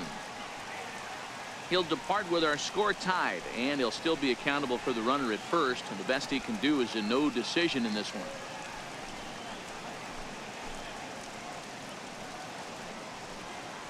Your attention, please. So they'll make a matchup move here and bring on a southpaw to face the left-handed hitter due up. Alvarez.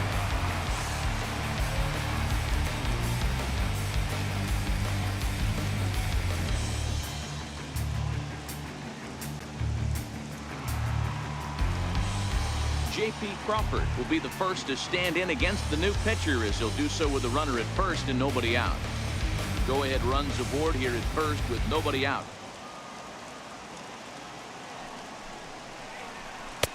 Not a bad pitch there with 2 strikes, but it misses 1-2.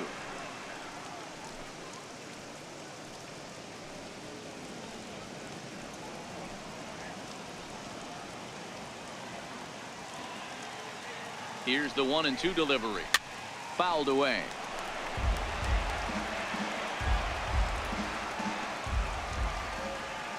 Here's another 1-2. Swing and a miss as he ran the fastball right by him for the first out. Boy, that's the best pitch in baseball right there with 2 strikes. That elevated fastball.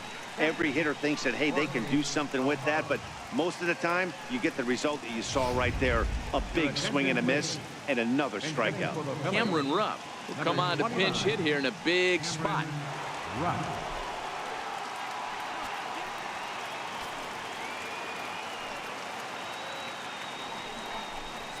Changes up on him, but that's in the dirt for a ball.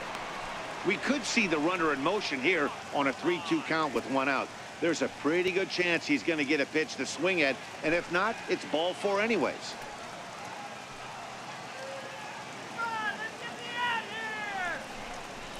Softly hit down to third, likely no shot at 2.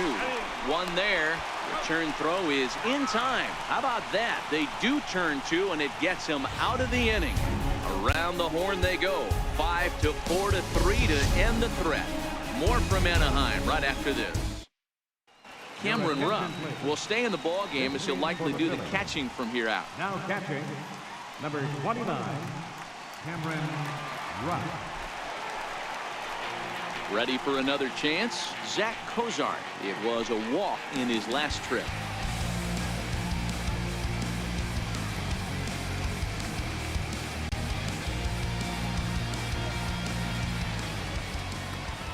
From the windup, the 1-1 pitch.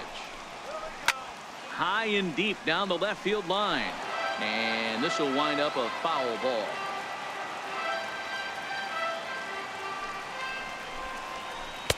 The 1-2 is a breaking ball. They can't find the zone, and it's even at 2. Well, that's what you want from your curveball on 1 and 2. You start it in the zone and let it break out of the zone where it can't be punished. Didn't get him to go after it, but the execution was nice. The 2-2. Skied in the air to straightaway left. Altair giving chase, and he hauls it in for the first out of the inning. Now batting. Here's Luis Valbuena now. He's 1 for 2 in the ball game. Valbuena.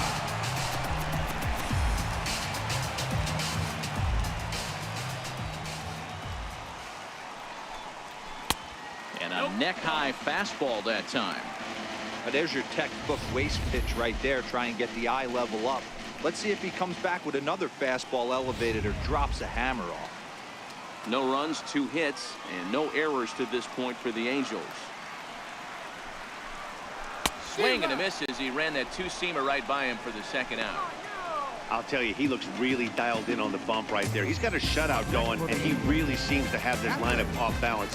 Even when he challenges them up in the zone, they don't have an answer for it. Striding in, Martin Maldonado, 0 for 2 on the afternoon so far. Into the windup, here comes the 2-2 pitch. And he fouls this one off.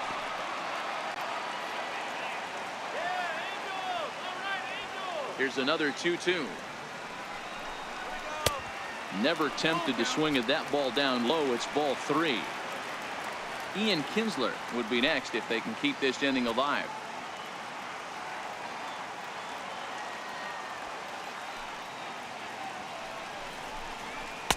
And he struck him out, his 8th punch out of the ball game, and that one ends the inning. Angels go down 1-2-3, and this is still a 0-0 ball game.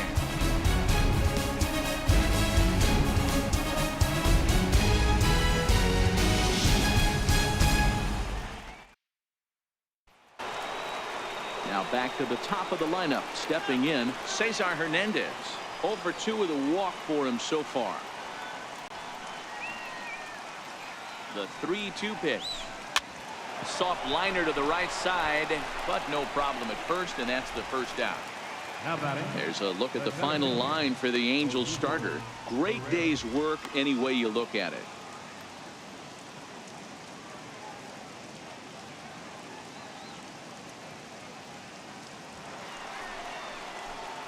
So digging in now, Odubel Herrera. He struck out swinging in his last trip to the plate.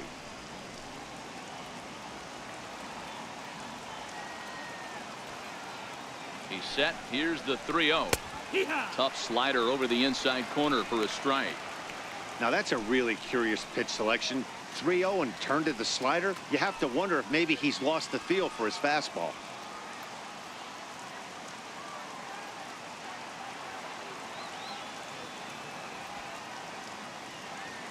He's set. Here's the 3-1. A swing and a miss just out in front of that fastball.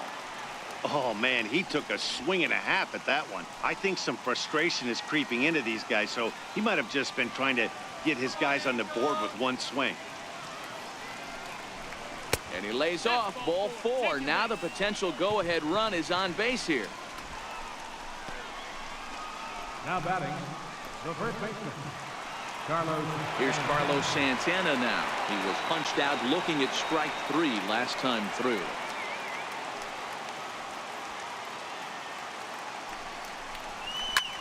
Swung on and lifted in the air to left center. In there, a base hit. He'll get it into second, and there's out number 2.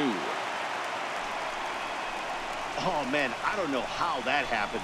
Looked to be a base hit to the outfield, but then all of a sudden the throw comes in and they get the force on the plate. To be honest, that just can't happen.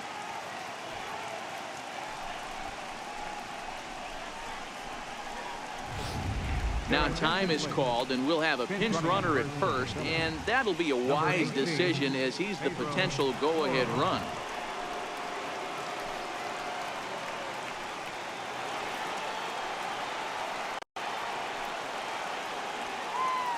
Into the box, Rhys Hoskins. In the dirt, and now let's see. And it's not in time as he's in well ahead of the throw. And a very big mistake as that'll move the possible go-ahead run into scoring position.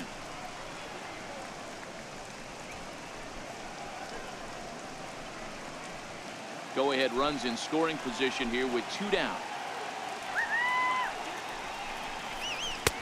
And they come inside with the fastball, but it misses here, and it's back to 2-2. A lot of times you see guys in the middle of the order get worked away, but not right here. They're keeping it inside on him. Is that an effort to keep him from getting extended, do you think? Yeah, I think that's the idea. And we'll have to leave it there as this is strike 3, and that will retire the side. So no runs, no base hits, no errors, and a runner left. The Halos with a chance to walk it off as we go to the last of the night.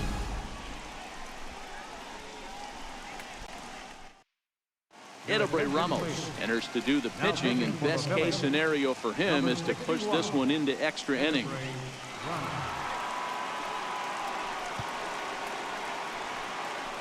Adam Rosales is going to come on as a defensive replacement now as he takes over at first base. Back to the top of the Angels lineup now, and stepping in, Ian Kinsler. He's hitless in 3 at-bats to this point.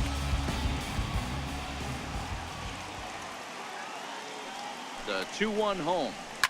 This is popped up. Hernandez waits on it. 1 away. So his day fully over now as you get a look at the pitching line for the Phillies starter. And he'll be very happy with how the day went.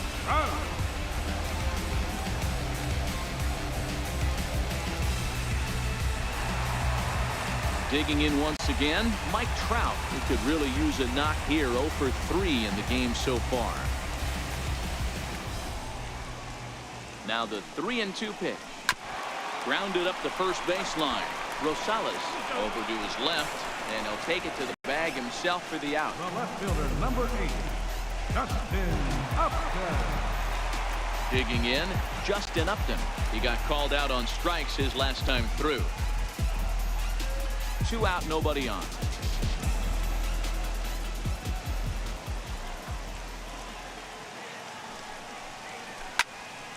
Count still full, 3-2.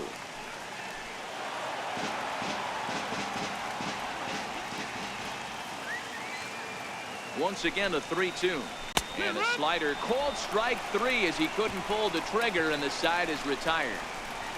Angels are gone in order. We are still scoreless.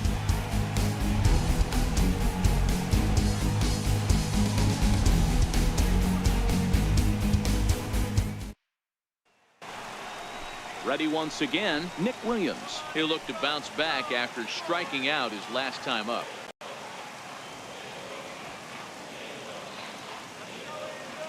The 1-2. And this will ricochet off of him on the mound. Oh, and he can't pick it up cleanly. I know he didn't smoke that one from the offensive standpoint, but you know what? A knock's a knock, especially to lead off an inning. Game tied, and it's getting late.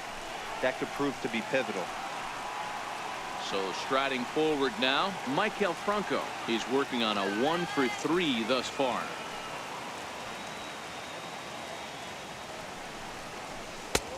Strike 2 at a pitch that catches the outside corner.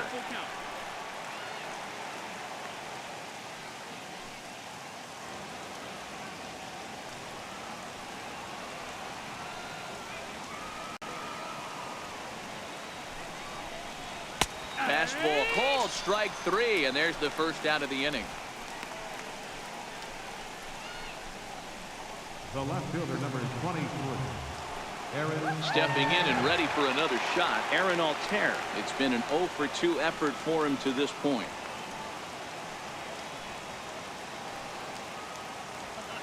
Now the 3-2 pitch.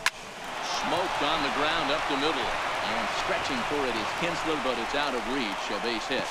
And he is in there at third as the possible go-ahead score.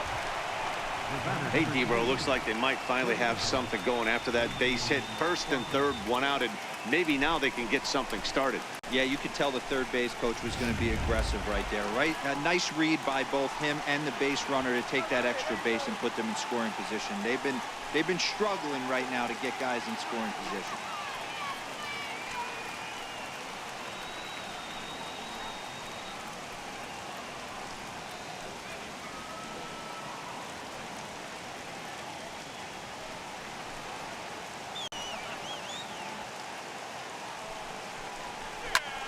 Drives it out to deep right center field. Back goes Calhoun on the warning track. He makes the catch. And they're going to take a 1-0 lead as the run comes across to score. Hey, putting together good at-bats late in the games can really help out. And how about this sac fly right here? Good at-bat that leads to his team getting the lead here in the late innings. Stepping into the box, Cameron Rupp. Altair leads off first with a pair of outs in the inning. Full count to Rupp, 3-2. Full count with 2 outs now, so if he could put the ball in the gap somewhere, he could have a good shot of driving in a run because the runner at first will be in motion.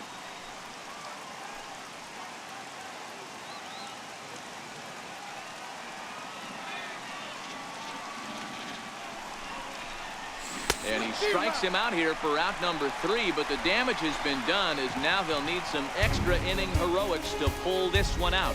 Phillies get a couple of hits here, and it leads to 1 on the scoreboard. So now we'll see if these guys can get even in the bottom of inning number 10. Philadelphia is on top, 1-0. Hector Neris takes the ball, looking to make sure this game goes no further. Save situation here in inning number 10.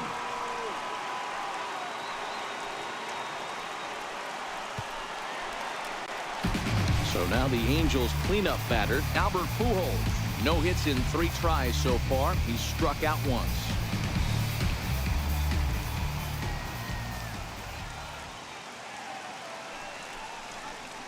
Two balls and a strike to the Angels first baseman.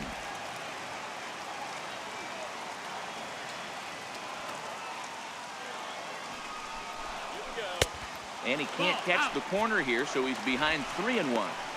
Great situation right here. Leading off the inning, you got to find a way to get on base any way possible. But I don't like to take the aggression away from hitters. If it's in your zone, I want you swinging. Leaves a slider right over the middle. Might have been taking all the way right there. That pitch couldn't have split the strike zone any better, and you can bet he wants that one back at the plate.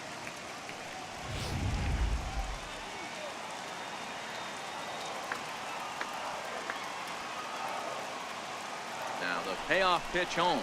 And the winning run will reach. It's a leadoff walk to start the home half here in extra innings. Well, there's only one question to play with, so he's set after he won leadoff man here. Go-ahead run comes to the plate, and there are no outs. This could be a very interesting inning. Time called here, as with the potential tying run aboard, they'll make the move to get a little more speed out there.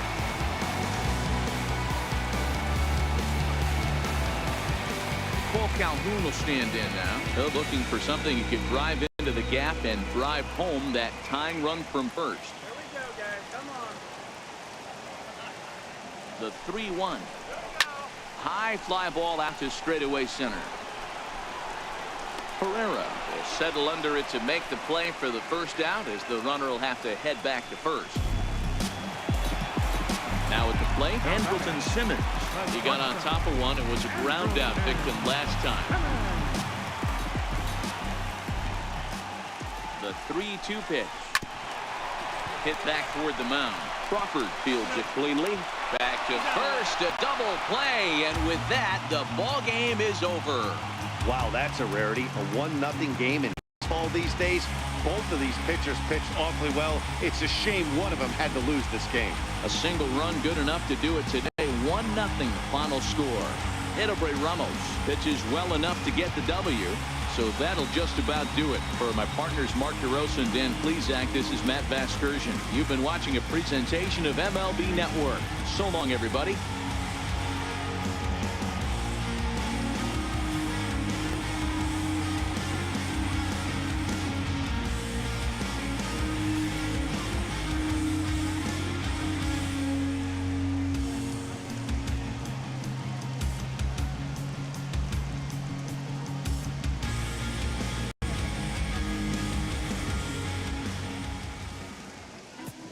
Our final line score this afternoon. First for the victorious Philadelphia Phillies. 1 run, 5 hits, no errors. They left 8 men on base.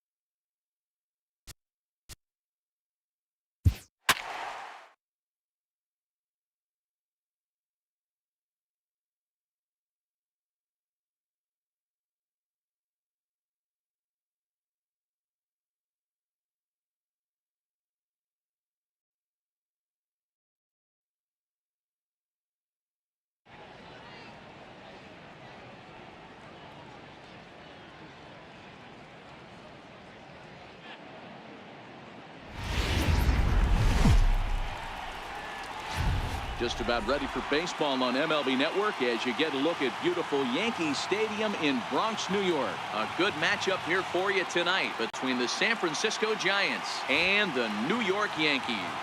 Looking forward to this matchup, and it's next on MLB Network.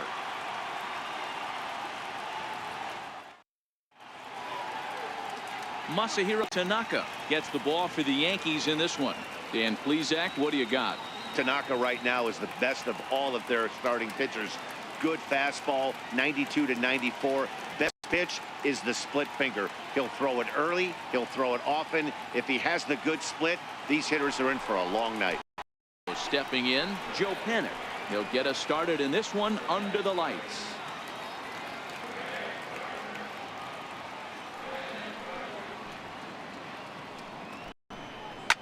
Lifted the other way down the left field line, and a foul ball.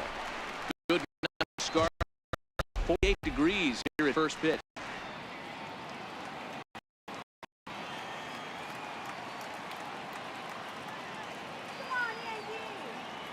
The 1-2 is a fastball that misses. Are you crazy, Blue?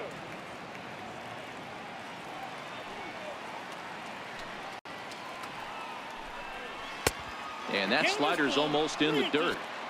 Pretty good pitch and a great take there. There's not a lot you can do with that slider breaking down and in unless you can catch it way out front and hook it down the line. You see a lot of swinging misses on those. Very weakly on the ground. That veers foul, so they'll do it again on 3-2.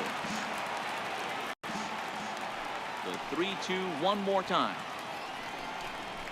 And he lays off ball 4. That's exactly what you want your leadoff man to do. Work the count and get on base. And that's just an incredible job at the plate by the leadoff man there. Not only did he make the pitch and throw a ton of pitchers and bust his tail, but he also won the battle and earned a free pass. Next to bat for the Giants, Andrew McCutchen. Go ahead run at first. Nobody out.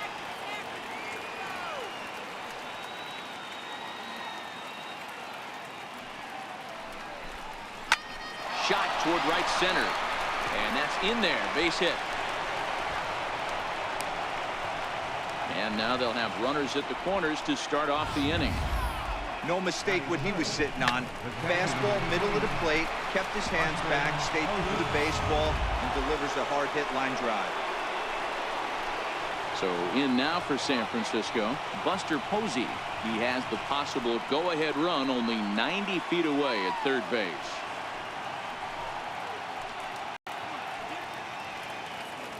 Runners are at first and third with none out.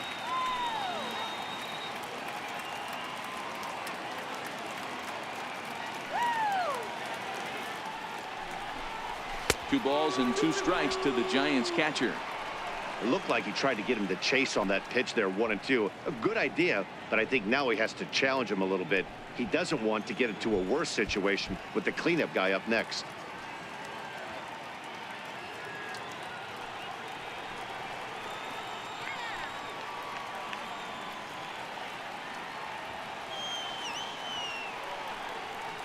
Hoping to send him packing. Pitch on its way. And he tries to get him to reach for it, but it stays outside. 3-2. Definitely in a tough situation facing the 3-hitter. You can work around him and maybe walk him to load the bases, but that just sets up the cleanup guy with the bases loaded. Come on, let's hold him.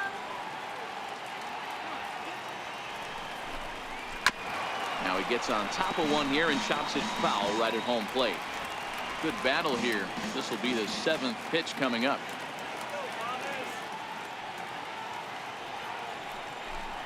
Now a slider here, but this will miss off the plate away, and it's ball 4. At this rate, he's going to set some kind of a record for walks issued in a game, or he'll get an early hook. We'll see if he can settle down here and start to find the strike zone, or if he continues to struggle.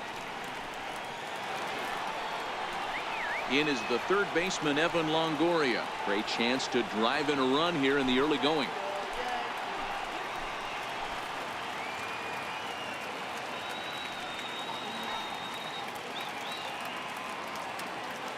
Here's the 1-1 delivery. Chopped weakly to the left.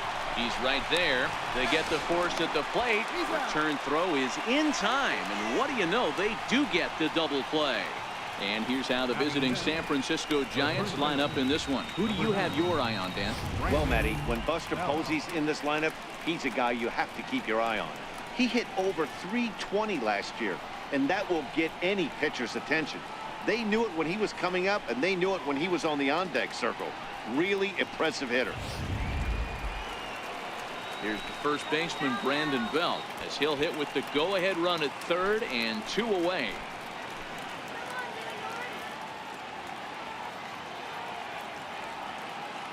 Now the 1-1 pitch is taken for ball 2. And there is our officiating crew in this one, calling balls and strikes, Mr. Freddie Ferguson. You know, this is one of the guys behind the dish, Freddie Ferguson, Dan, that the rookies are going to have a tough time with. If you've played in the league for a little bit, you understand that he's got his own zone. You touched on it, D-Roy. I think he rewards the veteran players, not only pitchers, but position players. He makes the younger players, he makes them earn their keep.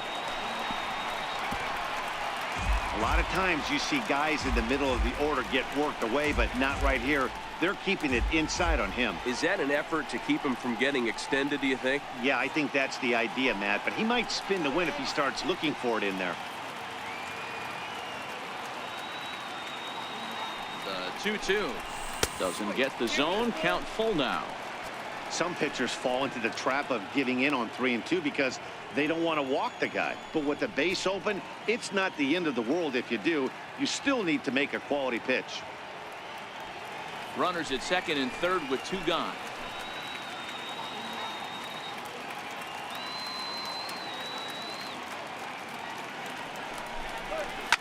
Now a ball hit sharply toward third. That gets down, and the inning will continue. And the second run will score as that makes it a 2-0 ball game.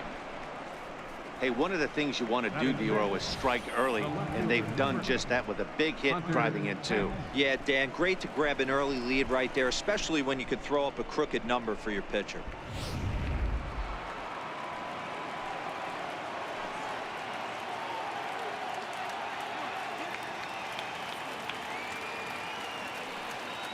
In now, Hunter Pence. And a slider swung on and missed, and the side is retired.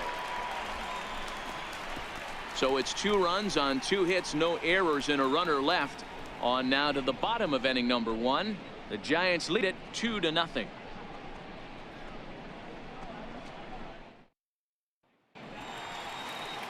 Madison Bumgarner, a lefty from North Carolina, against the starting assignment. What do we need to know here, Danny? Quite frankly, one of the toughest and baddest dudes in the game of baseball. We all remember coming in Game 7 of the World Series against the Kansas City Royals. Every team thinks that they have an ace. Well, guess what? This guy is a true, legitimate ace. Low to mid-90s fastball, good curveball. It does have the straight changeup, and just in case you didn't know this, the guy can swing the bat a little bit too. One of the best pitchers in the game. Sent on the ground out to second. And he will whip this one over to first in time for the out. With that, it's time to check out the starting lineup for the hometown Yankees. Mark, what's your take on him against one of the best starters in the game? Well, Matt, this lineup finds themselves down 2 runs. Nothing crazy. Everyone relax. Stay within the game plan. Find a way to execute and get 1 run on the board and get back in this.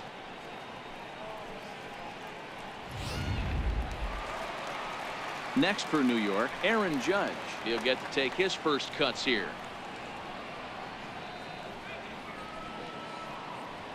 All right, let's go.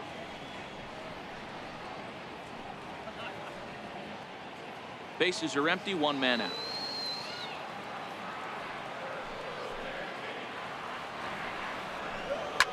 High in the air out to center field. Jackson is under it. He's got it, and there are 2 down now. Batting third.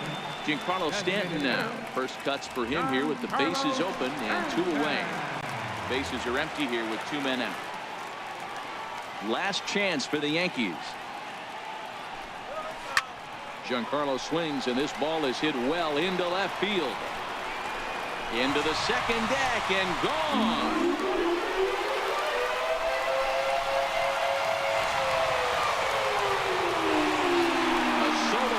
here to left. As they cut the lead in half, it's 2-1 now.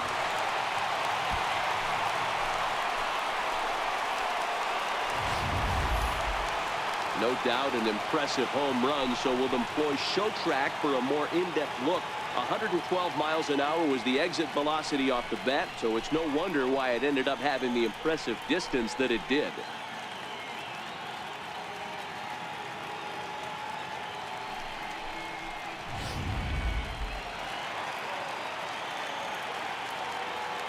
Stepping in now, Greg Bird. Popped him up. Longoria over to his right, makes the catch, and that's the ball game. Anytime you can win a game, let alone on the road, you have to feel really good about yourself. It's not easy going into that other team's ballpark and coming out with a win, but they did just that. Close one tonight, 2-1 the final score. San Francisco scored in every single inning on the way to victory. Madison Bumgarner gets the W on the mound. Masahiro Tanaka was unable to work out of the second inning as he saddled with the loss. So that just about does it for Mark DeRosa and the lefty Dan Plesac and the rest of our crew. I'm Matt Vasgersian. Thanks for watching MLB Network.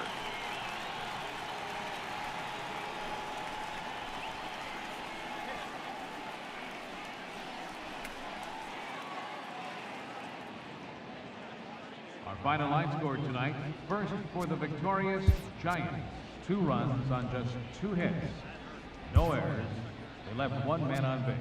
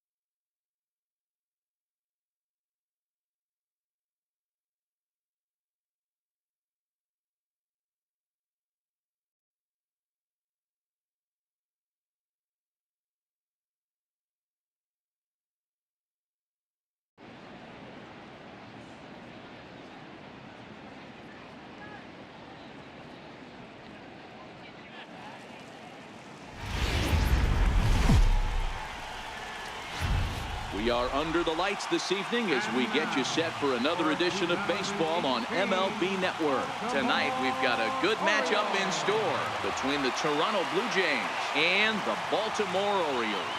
Live baseball here on MLB Network, and it comes your way next.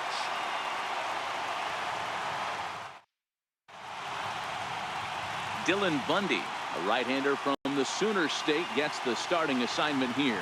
And Plesac, what's the word on him? Hey, we're going to get a chance to look at a guy that he was a little up down throughout points of his career. He just over. When he's good, he can be really good, and when he's bad, well, let's just say he can be pretty bad at times. But it'll be interesting to see which one we see. He's a little bit of Jekyll and Hyde. Hopefully, he's going to be a little bit more Jekyll than Hyde in this one here today. And he'll try to get him fishing there, but he won't offer in the dirt, and it's back to even at 2-2. Well, you don't need us to tell you, it's really starting to come down out there. I can't imagine the umpires will let this go too much longer if it doesn't ease up. Well, you could say that again, Matt. It's raining cats and dogs out there. Make sure you don't step in a poodle. I think it's time to get the grounds crew out. Now a moment as we take a look at the Jays starting 9 for this one. What's this club going to need to focus on this evening, Mark? I got that this lineup, Matty, in Oriole Park likes to swing the bats. This place plays small. This place has a low wall. You can drive it out pretty much line to line, and there's a lot of room to be a hero in this yard. Here's the third baseman, Josh Donaldson.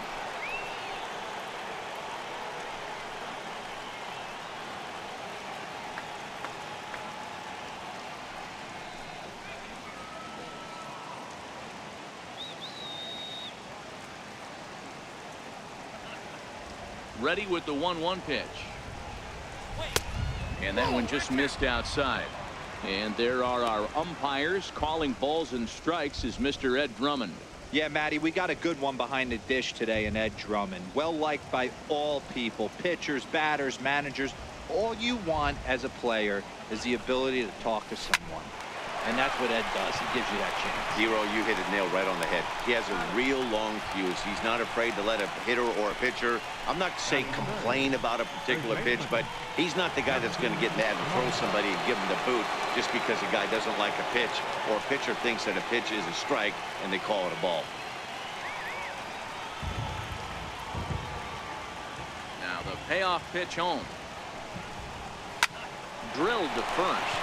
Fielded cleanly by Davis, and he'll step on the bag himself, and the inning is over. So a fairly painless top of the first. J0 O's coming to bat. You're watching MLB Network. Marcus Stroman gets the ball for the Blue Jays in this one. What's your take on him, Dan? Marcus Stroman, not a real big guy. First-round draft pick out of Duke University. Good power sinker, 92 to 94 miles an hour. His slider is good. Will throw an occasional curveball and changeup. His best trait, ultimate competitor. Now to the plate, Tim Beckham. He'll lead things off here in the bottom half of the first. A 3-0 is looked at for the first strike. Head-to-head history with Marcus Stroman. He's 0 for 8.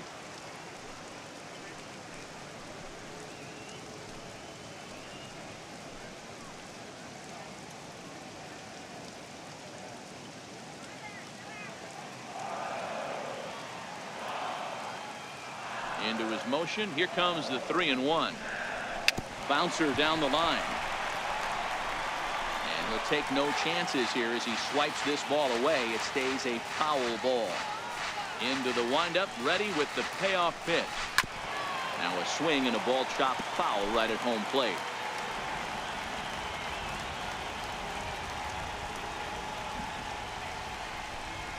Swing and a miss, and they'll come all the way back from 3-0 to punch him out. One away.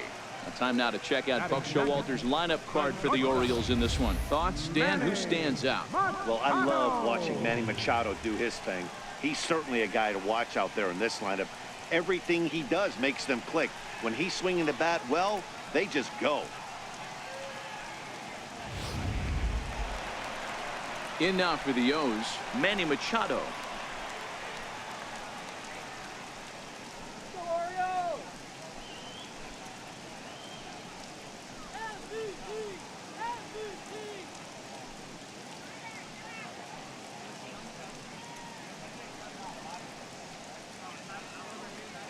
One out, nobody on.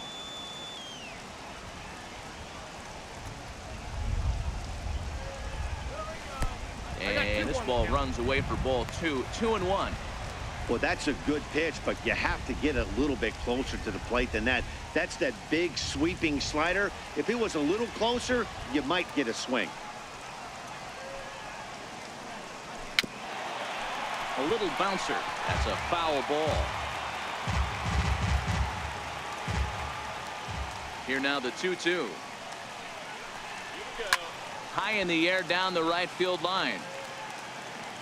But this is going to wind up a foul ball.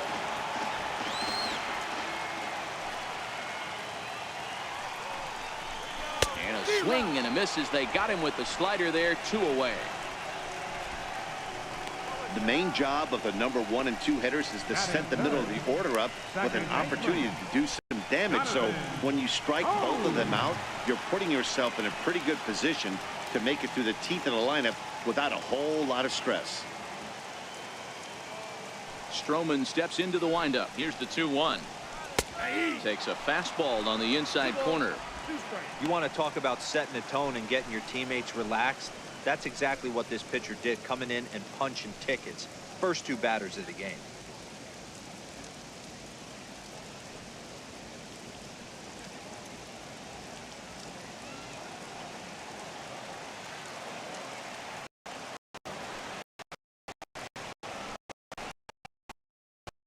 Just fouled away. 2 out, nobody on.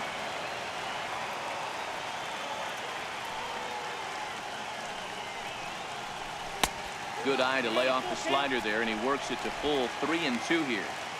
Boy, not what you want coming out of the gate as a pitcher, right? You don't want to have to show all of your pitches this early on in the game, but that's a quality at bat. And what does it make you do as a pitcher? You have to use a lot of pitches, and the more pitches a hitter sees, the better chance they have to make good contact.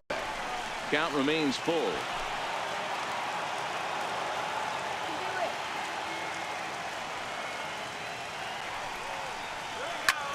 Hits this one hard the other way. He lays out for it, but he can't pull it in. Hey, there's a nice knock by the 3-hole hitter. I know there's 2 outs, but they always say with your man coming up, the number 4-hole monster, as soon as he steps in the batter's box, there's a runner in scoring position.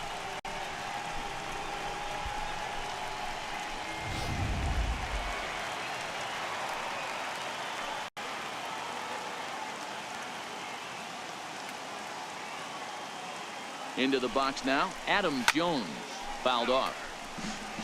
Skill, the runner at first with 2 gone.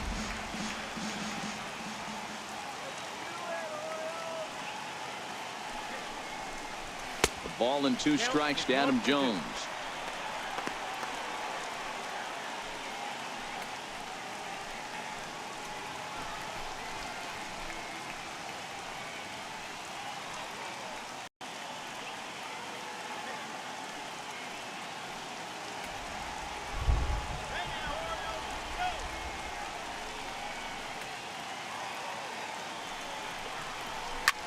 Well hit to right, but that's a foul ball.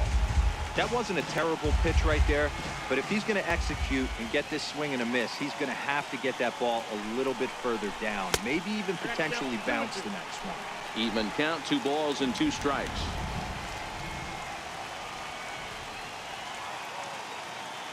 He's set. Here's the 2-2. Squared that one up just a little late.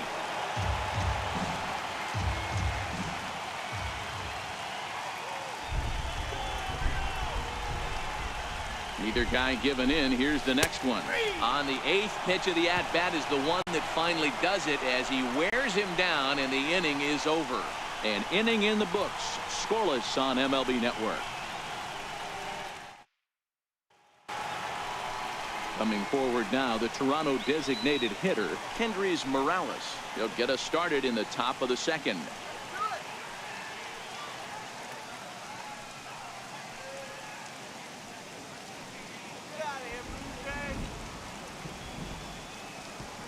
From the windup, the 1-1 pitch. Missed with a slider. Well, when you're behind an account like this pitcher is, it's a good time to work in something off speed if you're confident in it. Most hitters are looking for fastball.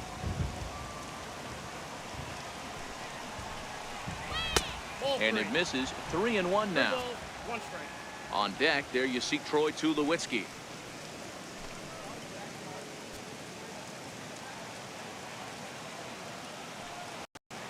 The 3-1 pitch is in there for a full count now. 3-2.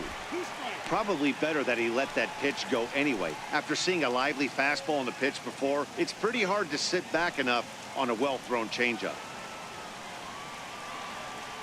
Now the payoff pitch home. And that misses for ball 4. So it's a leadoff walk here to start the 2nd.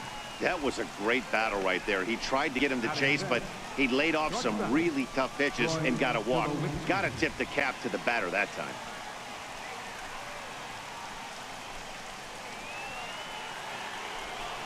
Here's Troy Tulowitzki now. Go ahead run at first. Nobody out.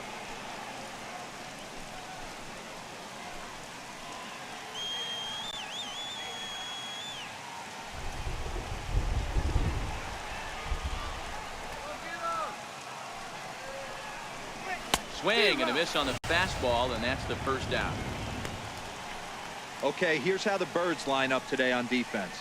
And let's spot shadow first baseman Chris Crush Davis. Doesn't get enough love for how soft this guy's hands are. Constantly picking middle infielders left and right. We get it. He's got power. But look for him to make a nice play on defense as well.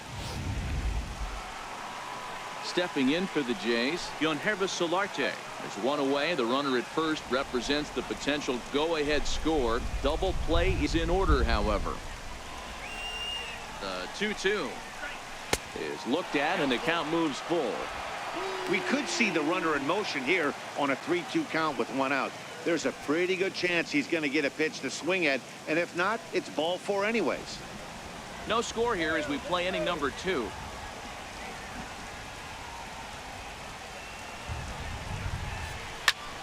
Popped him up. Beckham shading to his right. He's got it, and there are 2 down now. Batting seventh. Stepping up now, Rendell Grichuk. There are 2 gone, and the possible go-ahead run at first.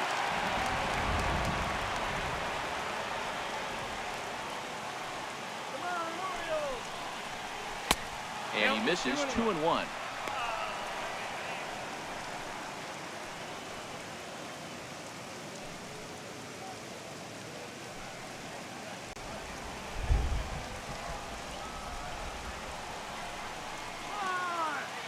Set, and the 2-1 pitch.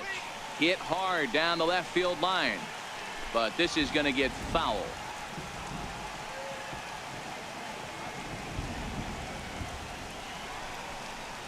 A full count, 3-2 to Rendell Grichuk. All right, 3-2 count with 2 outs. The runner on first will be moving, so we'll see what happens. There are a lot of possible outcomes with this kind of play. A runner on first with 2 away.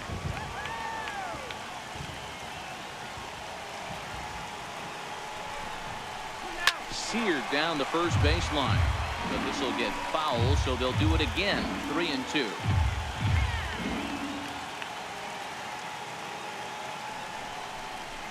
And a fastball misses there. Ball 4. We knew coming into this game that this guy has a tendency to give up a lot of free passes, and history repeats itself as he's already given up 2 walks here. I'll tell you, effectively wild is a pretty tough thing to be. Into the box now, Russell Martin. 2's all over the place. 2 on, 2 out, and of course here in inning number 2.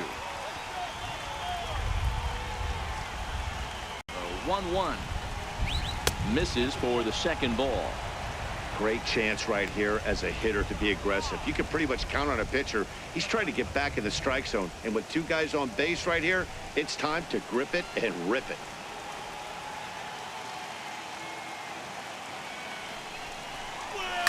All even now, 2-2.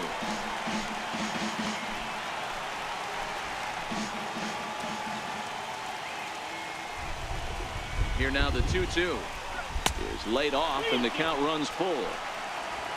Kevin Pillar would be next. Morales on second. Grichuk on at first with 2 down.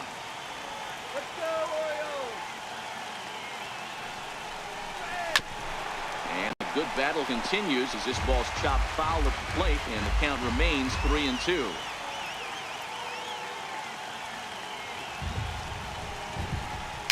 And it's fouled away.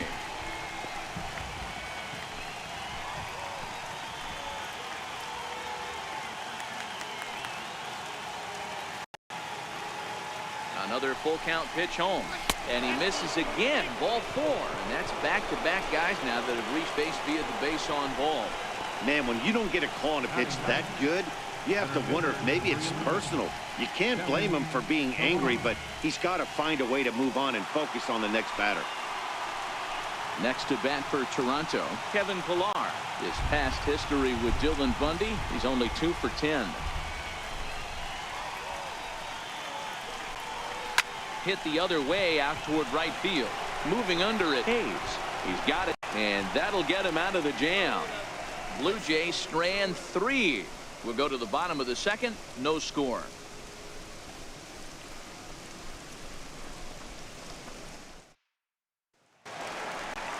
And here's the big right-handed power threat, Trey Mancini, as they'll have 5, 6, and 7 here to start the home half of the second.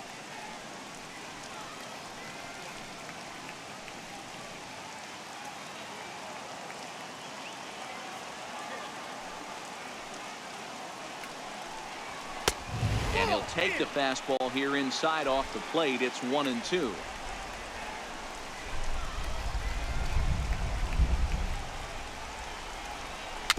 A swinging bunt out in front of the plate. Throw to first is in time for the first down. All right, guys, here's the defensive alignment for the Toronto Blue Jays today. And, guys, I want to focus on the guy on the mound because he brings gold to the party, and I can't say enough how crisp and how effective a defense plays when the pitcher can field his position. There's nothing better than a pitcher who can help himself in the field. Ready now for Baltimore, Mark Trumbo, as he'll get his first opportunity in this one.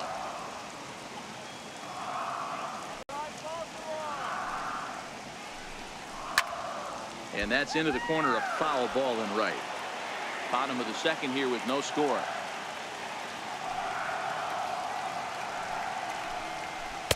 To 2 balls and 2 strikes now.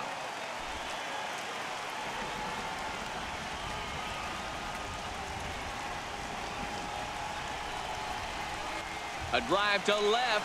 Get out of here. Get out of here. Gone. They win it. Santa Maria.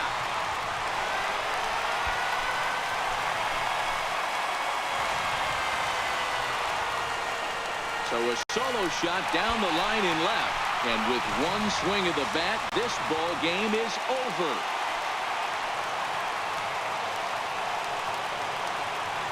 Hey, this game looked like it was going to be one of those wild ones right from the beginning. But when you can win this thing in walk-off fashion, what a way to win a ball game. A walk-off win?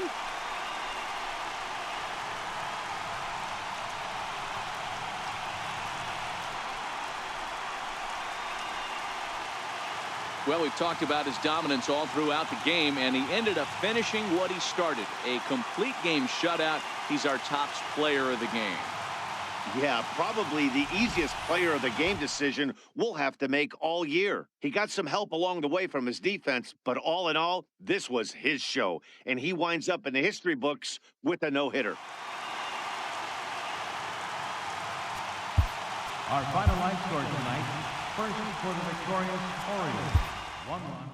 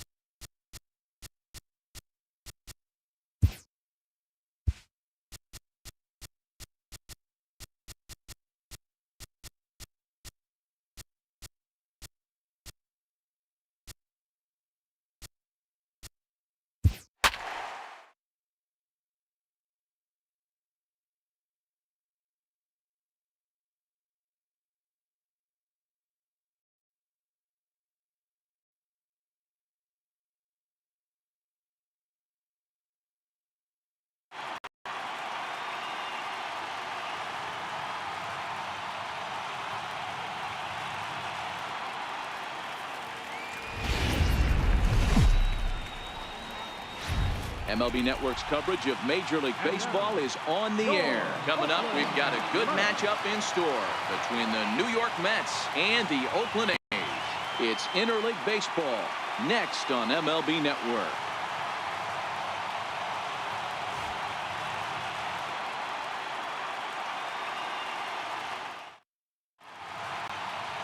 Sean Manaea is ready to go as he'll be on the mound for the A's. What do you have for us on him, Danny? Hey, on the mound now is Sean Manaea, the pride and joy of Indiana State University. Low three-quarter arm angle. He reminds me a lot of former Met pitcher Sid Fernandez. Mid to upper 90s fastball, a true slurve. He also has a straight changeup and a funky arm angle. He's really tough on lefties.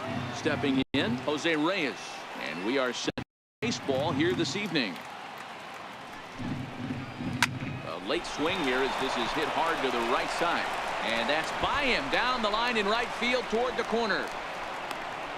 And the Mets have something going with nobody out. It's a leadoff double. Now that is the way you want to start a game on the road. He comes out swinging and stands at second as the first base runner of the night. Now we'll see if his teammates can pick him up and if they can punch first. So coming to the plate as Drupal Cabrera, and he could very well get the intentional pass here, as that would set up a potential double play ball that might keep the game tied. Reyes stands at second with no outs.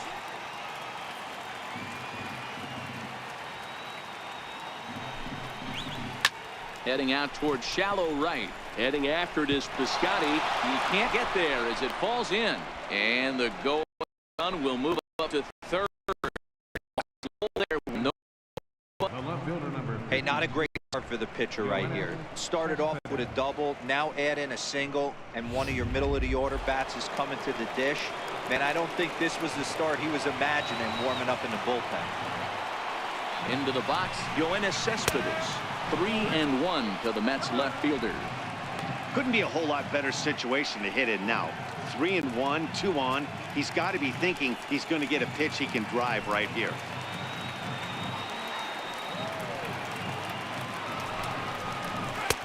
And he drops a change in on him there, and that'll run it full 3-2. And there are the umpires working this one. Calling balls and strikes is Mr. Patrick Johnson. You know, D-Roll, Patty Johnson, decent strike zone, but isn't always super consistent. I think that's one of the things that irritates players and pitchers. Yeah, you're going to see a few glares, not only from the offensive guys, but maybe the guy on the mound as well. He needs to be a little bit more consistent. And that's outside. He lost him ball 4. I'll tell you, he's looked unsteady out there since the first pitch he threw. A couple of hits and a free pass, so he's really searching for an answer to get back on track. We'll see if he can settle down here. Here's Jay Bruce now. His career numbers against Minaya. He's 1 for 3. Bases loaded here. Nobody out.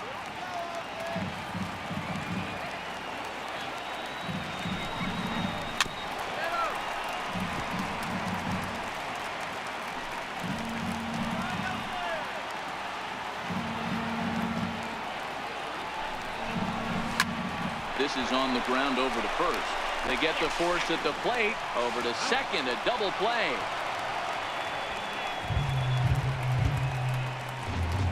Batting fifth, third baseman, Todd Frazier. So digging in now, Todd Frazier, as he'll hit with the go-ahead run at third and 2 away.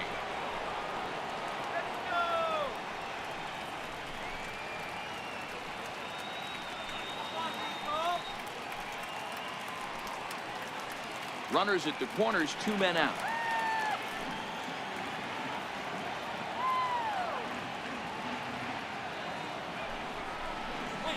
Hard hit ball to short.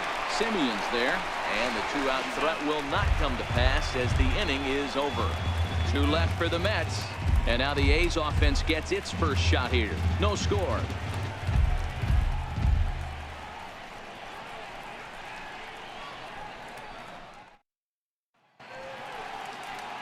Jacob deGrom, a right-hander from Florida, gets the ball as the starter here. Dan, any thoughts? Jacob deGrom is just a solid pitcher. He's not overpowering in any sense with any of his 3 pitches. Good sinking fastball, 93 to 96, great slider, and a really good changeup. What makes him so good? He'll throw all 3 of his pitches at any time. Standing in, Marcus Semien. He'll lead things off here in the bottom half of the first.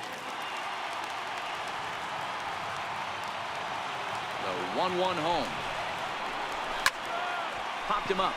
Gonzalez on the move. Looks it into his glove, and there's 1 gone. With that, let's look at the starting lineup for the hometown A's. Dero, what you got on this lineup tonight? Well, Matt, the key for me to success for this lineup is they got to be willing to come through in big spots. They got to stick to the game plan. Somebody's going to have to get a knock with 2 outs and find a way to not leave base runners stranded. Next up for the A's, Matt Joyce. Oh, Matt.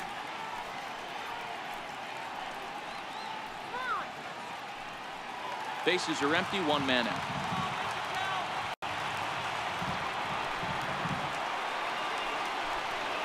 And the slider gets him swinging, 2 gone. Another strikeout for him on the mound, and boy, is it fun to watch him go about his business. No doubt, Matty. He's one of my favorites, mostly because of his stuff. You know, he can absolutely dominate on any given day because of what he offers up there. It's just nasty. There aren't many hitters that like to see this guy on the mound. Standing in now, Jed Lowry. Hit to third. Frazier's up with it. Throw on to the first baseman. Gonzalez will take care of him, and the inning is over. 1, 2, 3 go the A's. Still no score.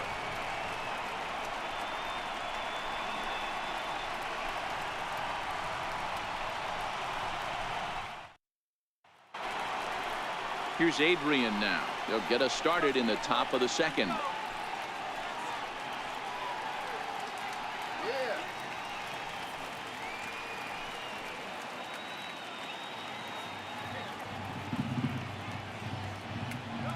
Here it is on 3-1.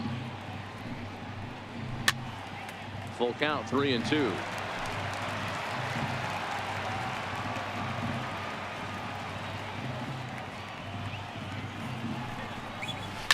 Ground ball, foul down the left side.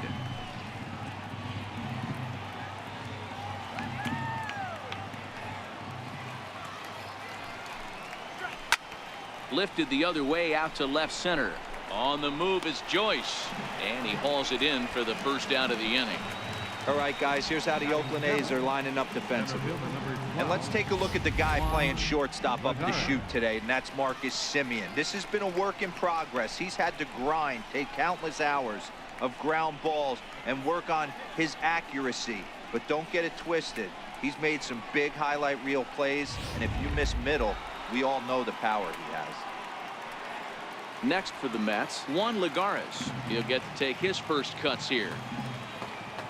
The 1-1 is looked at off the plate for a ball. Minaya is at least partially known for a good changeup, and it's not just any change of speed pitch. It dances all over the place. The 2-1 home. Chopped weakly to the left. Semien is there, and there are 2 away now. Batting 8, catcher, Travis Darno. Here's the catcher, Travis Darno. He'll work on keeping this top of the second alive.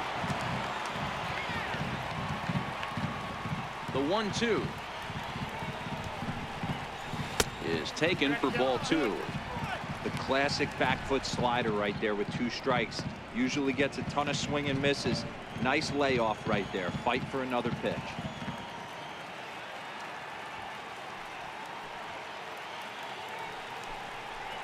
And that one got a piece of him. And I'm sure that one stings a little bit. The best revenge he can get for his pain is to find a way to come around to score. We'll see if his guys can move him around the bases. Next up from New York, Ahmed Rosario. There are 2 gone and the possible go-ahead run at first.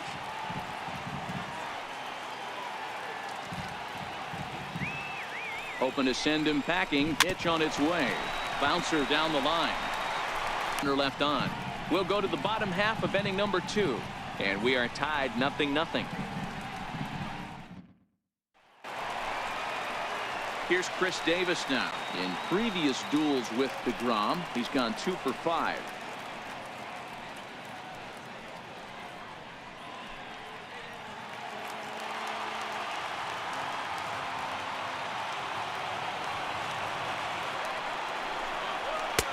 Two and 1. DeGrom, a native Floridian. He was a 9th-round pick back in the 2010 first-year player draft. What an absolute deal. I mean, this guy has gotten a lot of people some big raises in the organization. To be drafted as low as he was and turned himself into one of the biggest superstars in our sport. I am very impressed with what this guy's been able to accomplish. 2-2. Fouled away.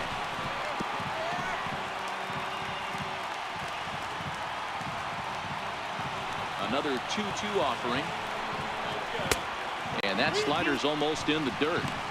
So he threw the slider darting away to him 2 times in a row. Now I don't think he'll go for it again. I'm looking for something hard inside on this pitch.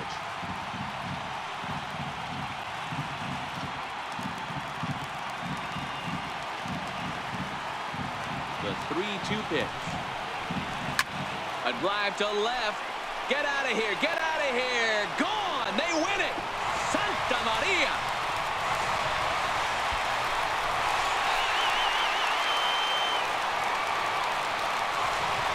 A solo shot here to left. And none bigger than that one as this ball game is over.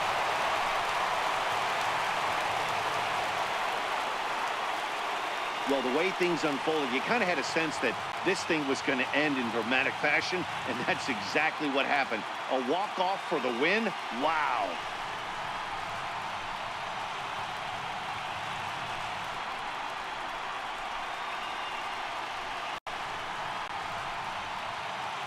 Well, we watched a really solid starting pitching performance, kept the opposition at bay, and as a result, he's our top player of the game. Yeah, there's absolutely no debate as far as I'm concerned. He dominated this game, and he really never allowed the opposition to gain any kind of momentum. This was fun to watch. And that one run held up tonight, 1-0 the final. The Athletics get the win despite only mustering one hit. Sean Manaea is credited with the win. Jacob deGrom lasted only an inning in the losing effort. So that'll put a wrap on things here this evening. For my partners Mark DeRosa and Dan Plesac, this is Matt Vasgersian. This has been a presentation of MLB Network. Good night, everybody. One run, undressed, one hit, no errors. They left no runners on base.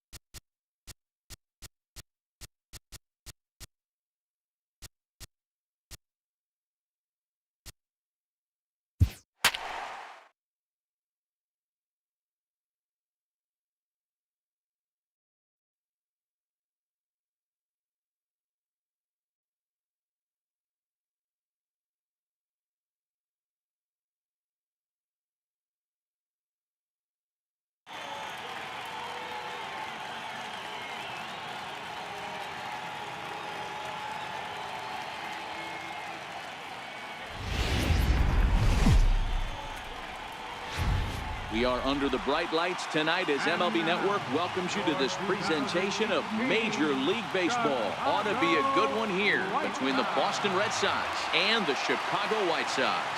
Major League Baseball on MLB Network is next.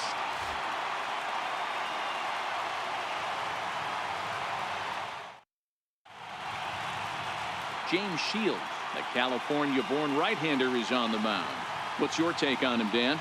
Hey, thanks, Matt. Big game James Shields on the mound. Three-pitch guy. Fastball, curveball, changeup. One of the keys for James Shields, he needs that curveball. If he has the curveball, it gets the hitters off of the fastball.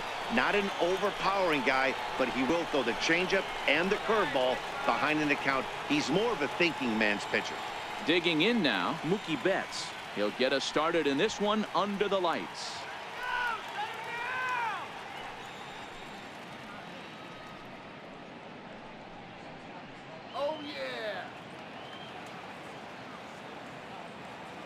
Now the 1-1 pitch.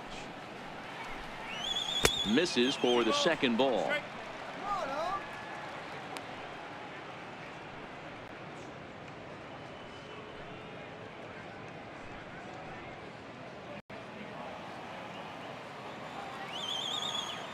The 2-1. Hit hard down the line. And that's the second. And he's out trying to stretch it into a double, so a costly mistake here leading off the inning. And now here's how the visiting Red Sox line up in this one. Thoughts, Dan? Who stands out? Well, you have to be really impressed with what J.D. Martinez does for this offense. This guy hit over 300 last year, and man, it was impressive. Just hitting over 300 is really something special to look at. He's a consistent hitter. I love watching his approach. He doesn't make a lot of mistakes. He'll be there again this year if he continues to stay within himself.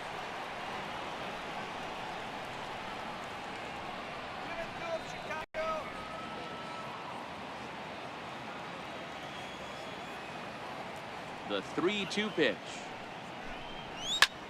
Line towards center field. Tilson is there. 2 gone. Batting third, first baseman, Mitch Moreland.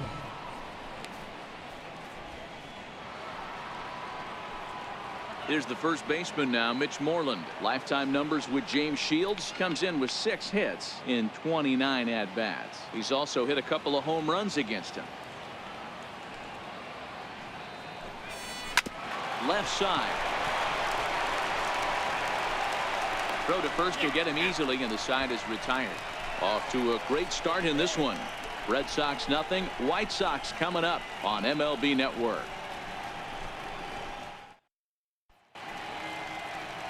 Chris Sale, a left-handed Floridian, will get the starting assignment. Dan Plesac, what's the word on him? Thanks, Matt. Chris Sale, you're talking about one of the premier pitchers in the game of baseball. Big fastball, 95 to 98 miles an hour. Wipe out slider. Great comparison. He's the closest thing we've seen to Randy Johnson. A nightmare against lefties. 3-pitch guy, fastball, slider, and a changeup that's getting better all the time. He is a definition of a true ace. Here we go. Popped him up. Coming in is Benintendi. But he won't get to it, and this should put him in scoring position to start the inning. Not in time, and he's in there with a double. Batting second baseman, Yohan Moncada. So striding forward now, Yohan Moncada, as he'll look to get the ball into the outfield and bring home what would be the winning run from second base.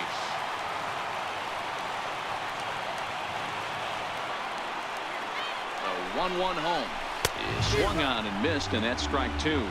So let's take a peek at our umpiring crew in this one. Behind the plate is Clyde Washington. You know, D-Row, he is a pitcher's best friend, Clyde Washington. Down in the strike zone, he'll definitely call that ball right at the knees. If he's consistent with it, Dan, which Clyde always is, I'm okay with it. Working for the punch out and the offering. Hit hard on the ground to second. And that's the first out. Time now to check the starting lineup card for the Chi Sox in this one. Who stands out to you, Danny? Well, Matt, the guy to watch has to be Jose Abreu. This guy hit over 300 last year, and man, it was impressive. Just hitting over 300 is really something special to look at. He's a consistent hitter. I love watching his approach. He doesn't make a lot of mistakes. He'll be there again this year if he continues to stay within himself. So coming to the plate, Jose Abreu. Although there are a couple of bases open, and we'll see if they think about working around him.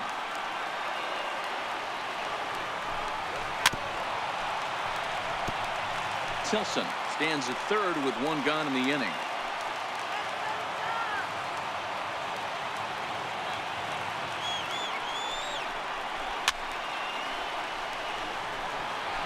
That fastball must have a little late life on it, because that was right in the wheelhouse, and he still wasn't able to get good wood on it. Sale sets. Here's the 3-2.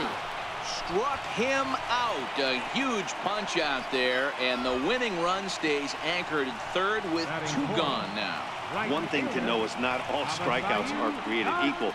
Right there, he goes down on strikes, but he really made that guy on the mound work for it. And when you're doing that in the first inning, it can have an effect on how deep he's going to be able to go into this start. There's a big difference between that and going down on 3 or 4 pitches. Ready to deal. Here's the 1-1.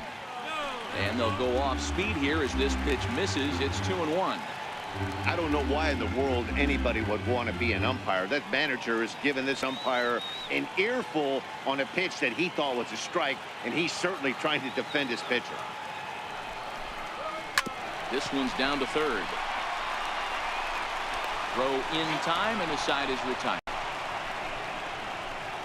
White Sox leave 1, and this is still a 0-0 ball game.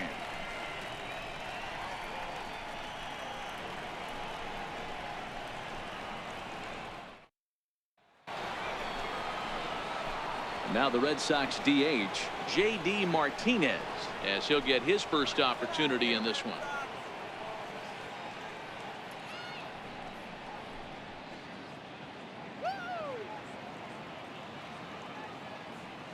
1-1.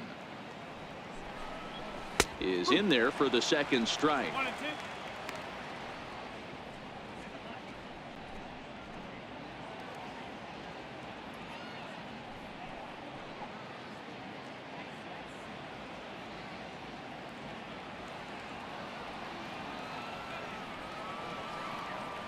The 1-2. Still 1-2.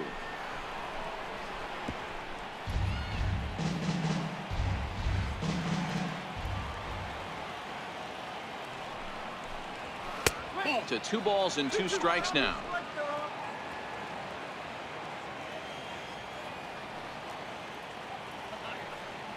A little late with the swing, but he stays alive. Still 2-2.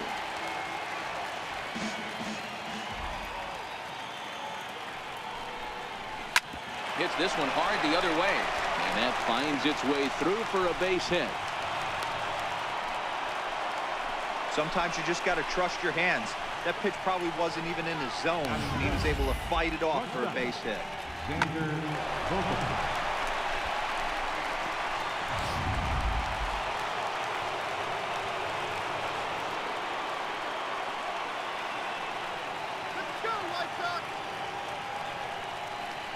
Stepping in now, Xander Bogaerts.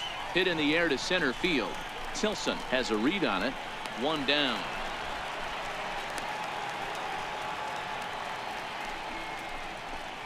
Okay, guys, here's how the Southsiders are lining up on D today.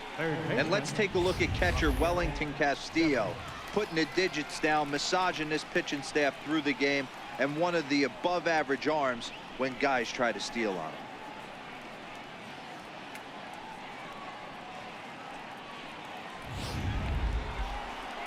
Striding in for Boston, Rafael Devers. There's one away. The runner at first represents the potential go-ahead score. Double play is in order, however.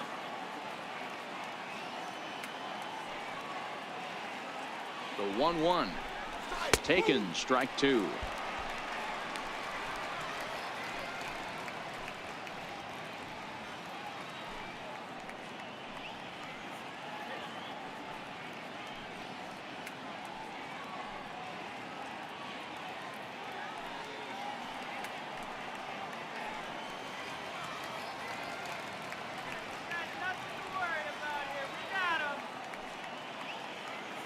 The 1-2. And he fouls this one off. Castillo might try to make a play on it, and this is going to wind up a foul ball.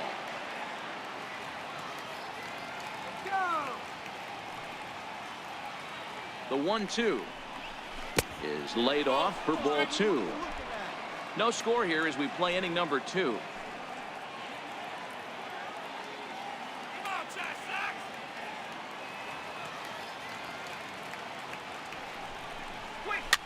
Fouled off.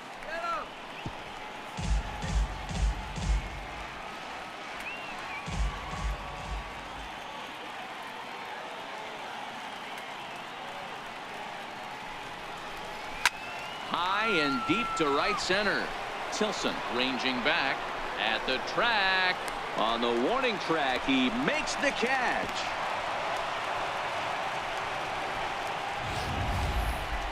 Had a long way to go to make that running catch, and here it is again with the show track numbers. Took a great angle at it, showed nice closing speed, and ended up running close to 110 feet to finally bring it in.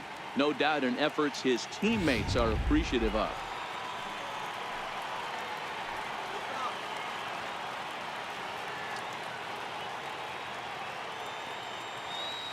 Into the box now, Eduardo Nunez. Lofted in the air out toward right center. Garcia has a read on it. He makes the play, and that'll end the inning. Red Sox leave 1. We'll go to the bottom of the second. No score.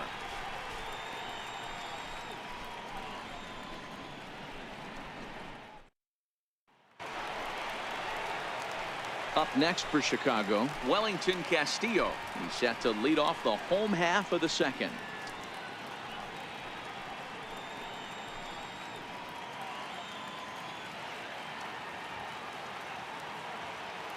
Ready to deal. Here's the 2-1. Ground ball right side. To his left, Nunez. And the throw to first is in time, one gone. All right, let's take a quick look at how the Red Sox set up on D today. And we get to watch one of the best right fielders in the game today. He brought home gold last year. We know a right fielder profiles as a huge offensive producer, but this guy covers a ton of ground all the way to the foul line with a strong throwing arm. So to the plate is the White Sox DH, Matt Davidson. He'll get to take his first cuts here.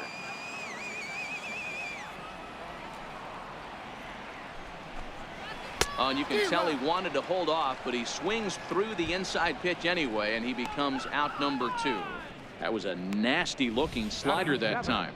Yeah, that was really well executed, Matt. A classic strikeout pitch. You think it's fastball middle in, then it starts bearing in on your back leg, and unless you hit it out front, there's nothing much you can do with that.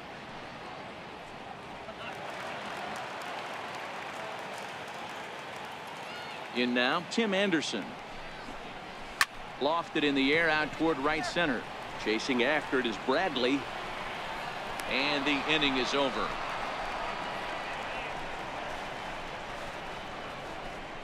Some of our nation's young minds and future leaders here in attendance. Yikes. 2 complete, scoreless here on MLB Network.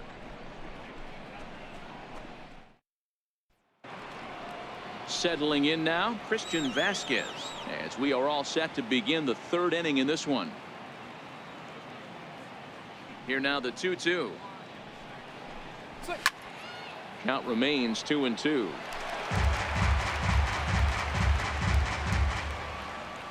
The 2-2 one more time. Is taken, ball 3.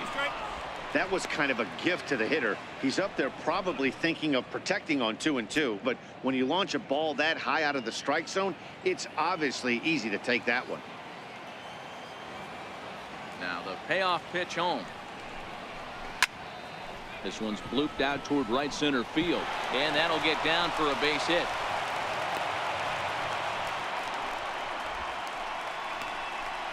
Batting ninth, center fielder, Jackie Bradley Jr. Next up for the Red Sox, Jackie Bradley Jr. Go ahead run at first, nobody out.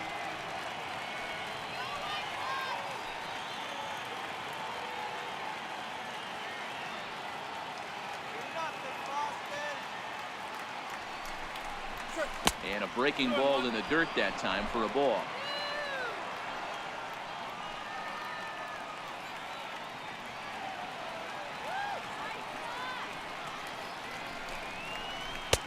The 2-1 pitch is a cut fastball taken for strike 2. Vasquez gets his lead at first, nobody out.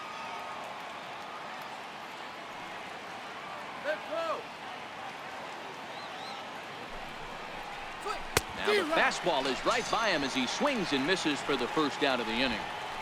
Well, that's just a quality pitch right there. The location was excellent because if it's put in play, there's a good chance it's on the ground for a double play. And hey, a strikeout always works too.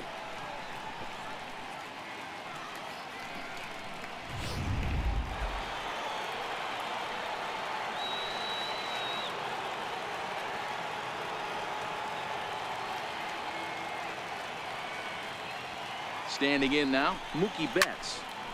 2 balls and 2 strikes now.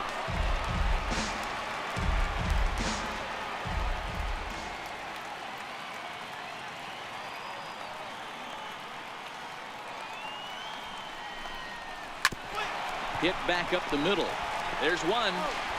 Relay to first in time, and just like that, this side is retired. Nothing doing for Boston. Home half of the 3rd coming up. No score.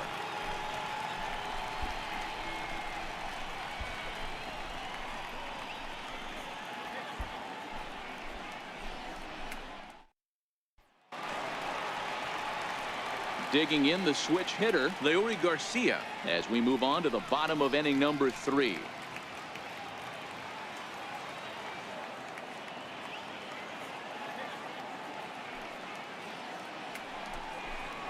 A swing and a miss on a ball way out of the zone, and there's one away.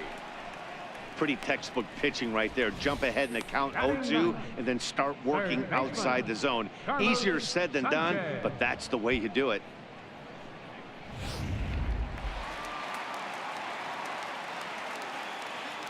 Stepping in now, Yomer Sanchez. Stays alive, still 0-2. Bottom of inning number 3, 0-0 our score. Line to the right side, and that's into the outfield for a 1-out base hit. Number 9 batter comes through that time, as it'll now be up to the top of the order with 1 away. Love the ability to push that ball the other way right there. Nice knock to the opposite field. That's a switch hitter's delight, the ability to use all parts. Ready now for the White Sox, Charlie Tilson. He's got a chance to end this one and send these fans home happy if he can get a ball deep enough into the gap. Runners on first with 1 down.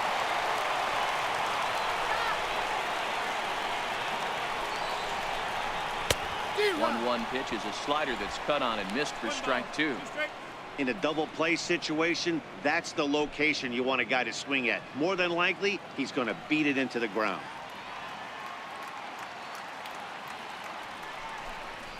That's it. And that misses 2-2.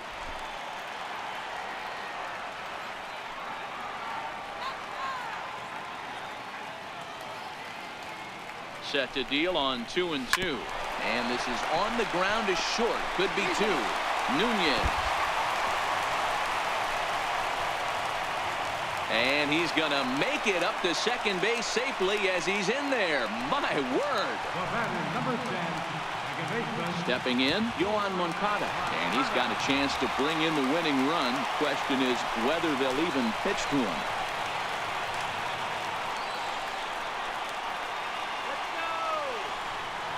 Set. Here's the 3-1. Swing and a miss out in front of a changeup. Hey, there was great arm action on that 3-1 changeup right here. He's got this guy thinking. That's the beauty right now. We go to a full count. Do you sit changeup or do you stay with the heater?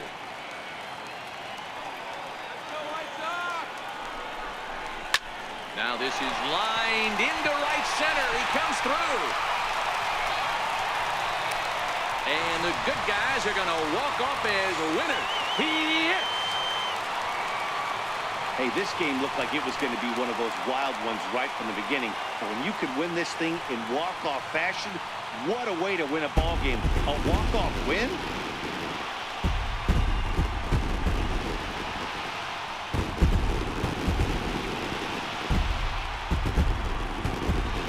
And fellas, the outing turned in by the man you see there certainly can't go unrecognized. James Shields. Can't ask for much more. He's our top player of the game. When you basically take a game into your own hands and give your opposition absolutely no chance, you deserve all the credit in the world. His guys had to score for him, but he essentially was a one-man show out there.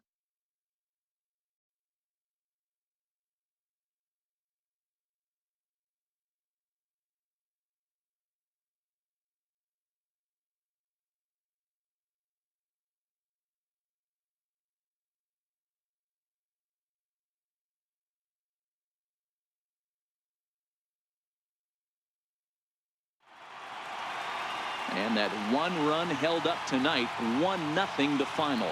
The Chicago White Sox led this game from the 3rd inning on and never wavered. James Shields takes home the win. Chris Sale couldn't work out of the 3rd inning, taking the loss.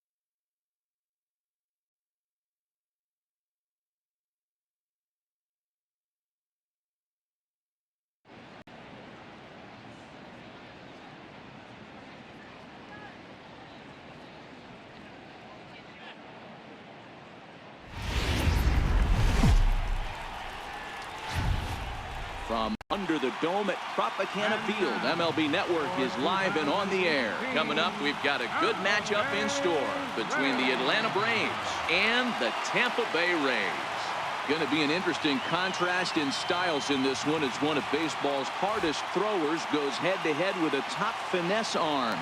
Next. Chris Archer is ready to go as he'll be on the hill for Tampa Bay. What do we need to know here, Danny? Chris Archer, one of the premier pitchers in baseball. When he's good, he's nearly unhittable. Great fastball with movement.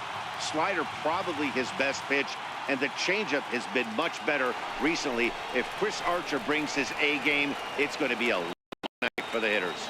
Here's Ender Inciarte, and we are set for baseball here this evening. The 1-1. This ball down below knee.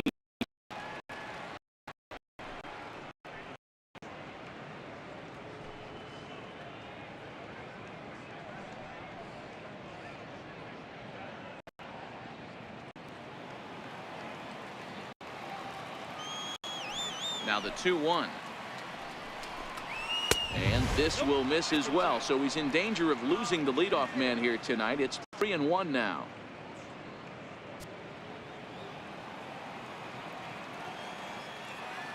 The 3-1. Count full, 3 balls and 2 strikes.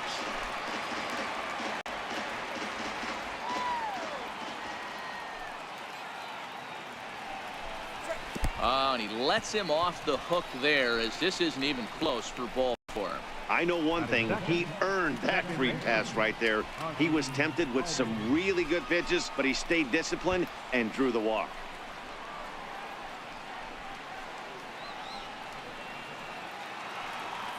And that'll bring in the former top prospect, Ozzie Albies. Go-ahead run at first, nobody out.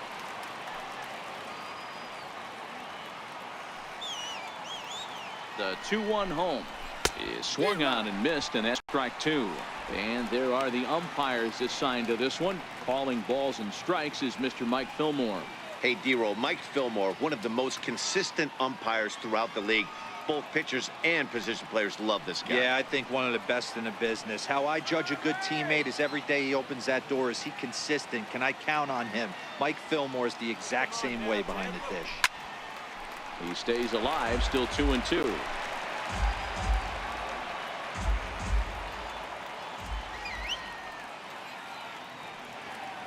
The 2-2 one more time.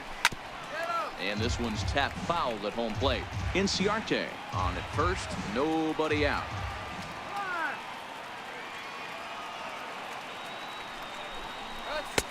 Ball 3. 3-2 now. These are the kind of ABs, regardless of the outcome. You go back to the dugout as the offensive player, and your teammates are loving on you for making that pitcher work and battling it out. Hoping to send him packing. Pitch on its way. Had to sit back on the changeup, and he did a good job to get the bat on that one.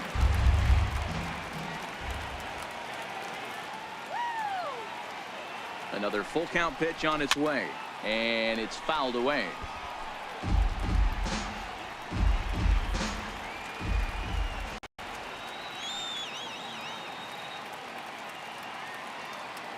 The 3-2 one more time. Hot shot down the line. And this is past him at third. Down the line. It's a fair ball. Inciarte rounds third and is digging for the plate. The tag, and they cut down the potential go-ahead run at the plate. Batting third, first baseman number 5. Here's the first baseman, Freddie Freeman, and he could very well get the intentional pass here, as that would set up a potential double play ball that might keep the game tied.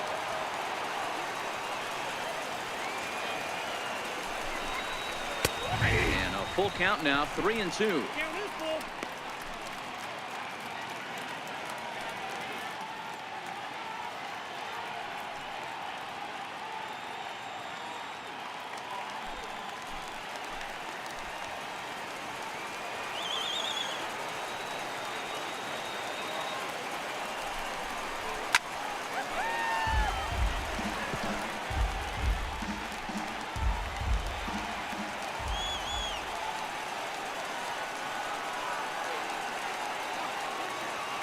set. Here's the 3-2. Hard hit ball to second. Miller is there in time to first, and there are 2 away. And now a moment to show you the lineup for Atlanta in this one. What do we need to know about these guys for this evening's matchup on the road, D-Row? A huge key I see for this lineup is they're going to have to make this defense work. They're not afraid to kick a baseball around. If they can put the ball in play and make this defense beat themselves, they don't even have to worry about running into a 3-run home. Here now is the catcher, Tyler Flowers, and he bats in a big spot here. Go ahead run at third, 2 men out.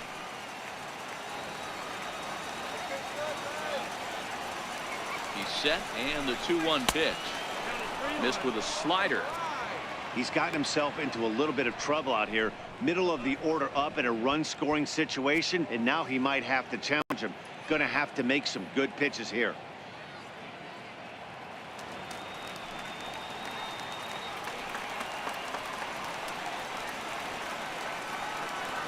The 3-1 pitch. Takes a strike for a full count now, 3-2.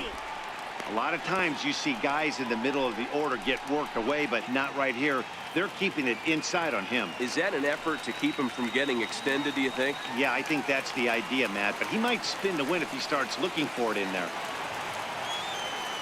Ready with the payoff pitch. He lays off, and that's outside, ball 4. They're at the corners now here with 2 away. Some guys take a little time to find the zone, but with the second walk of the first inning, it might be a little more than just settling in here. Not sure how long of a leash they'll give him, but they're not going to let him walk the world out there. So digging in now, Nick Markakis, as he'll hit with the go-ahead run at third and 2 away.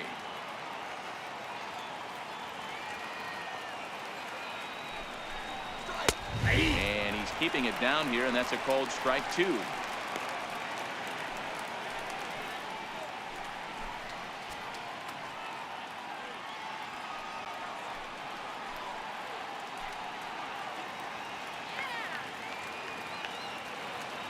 The 1-2 misses above the zone for a ball.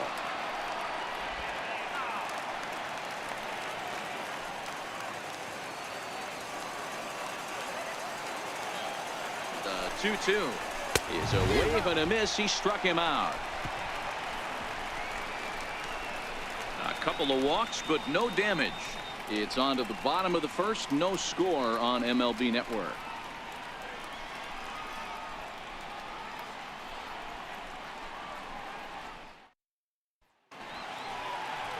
Julio Teheran, the Colombian native, gets the call to start this one.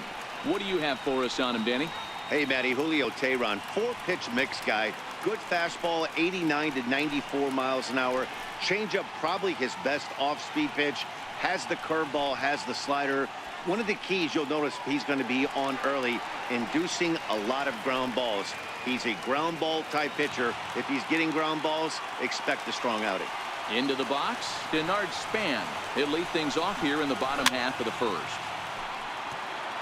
Teheran has tossed more than 1,000 innings at the big league level and hangs an ERA just a little over 3.5.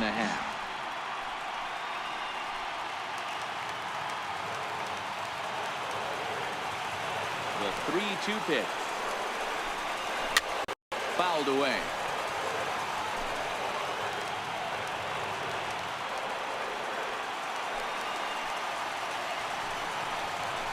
Hit out towards second. Albies picks it up. And there's one gone to start the night. Now a moment here in St. Pete for a glance at the Rays starting lineup. Who do you have your eye on, Dan? Yeah, I'm pretty excited to watch Kevin Kiermaier. I was talking about him earlier with some people, and I kept telling him he's got some really good speed. If you watch him in this game, he's the type of guy, he's not going to shock you with his speed, but he can make an impact with his legs. We'll see if he gets that chance. So next to the plate for Tampa Bay, Matt Duffy.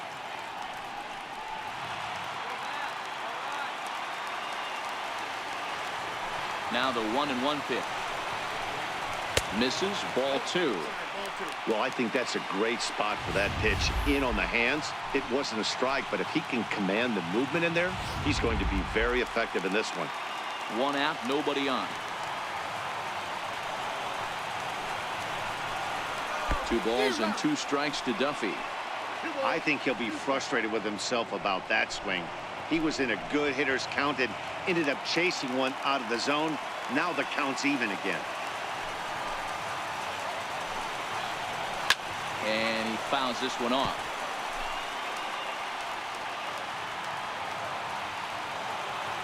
The 2-2 one more time. Is laid off of for ball number 3.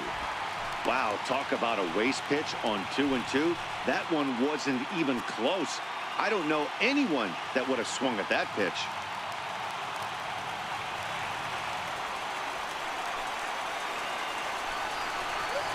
And he missed with that one. It's ball 4. A 1-out walk here in the home first. Batting third, center fielder, Kevin. Standing in, Kevin Kiermaier has got a chance to end this one and send these fans home happy if he can get a ball deep enough into the gap. Now the 2-1 is a changeup that's looked at for a ball. He's having a really hard time finding his rhythm and finding the strike zone. It's going to allow this offense to keyhole him in big situations. He's got to figure it out pretty quick.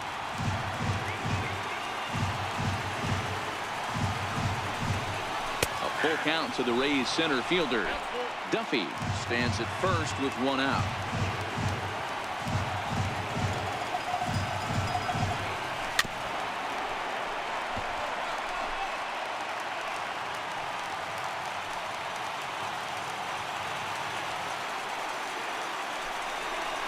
And he misses again here. It's ball 4. And that's back-to-back walks here with 1 away. Well, this guy's been prone to giving up walks in bunches, and that's already 2 walks here in the early going. We'll see if this continues to be an issue for him as this start continues. Here's Carlos Gomez. Career numbers against Julio Teheran. He's totaled 4 hits in 16 tries. He also has 1 home run. He's set. Here comes the 1-1. A wave and a miss, a tick behind a good fastball. Teheran has become known as a starting pitcher that frequently works deep into games. The kind of guy you want on the staff when your team needs some rest because he tends to eat up innings all by himself. Matt, every team is looking for a guy like this. In a day and age where we're going to the bullpens more early and more often, you need at least 1 or 2 guys into the rotation that have the chance to get you into the 7th or 8th inning, and he's definitely one of those guys. The 2-2. In the dirt here. The runners will hold tight, but it's a full count now. 3-2. The 3-2 pitch. Skied down the left field line. Santana moves over. He hauls it in without any trouble, and there are 2 away.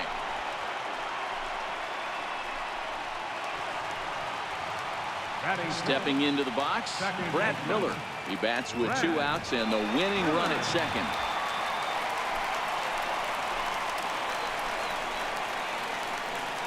Looking to wiggle out of this. Here it is. Popped him up. Flowers is there. He makes the catch, and the winning run is left stranded. Rays strand a pair. We are still scoreless.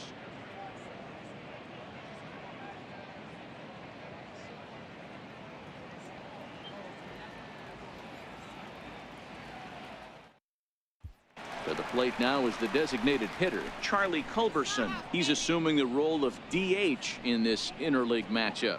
Yeah, Matt, that's one of the funny things about National League teams playing in AL ballparks.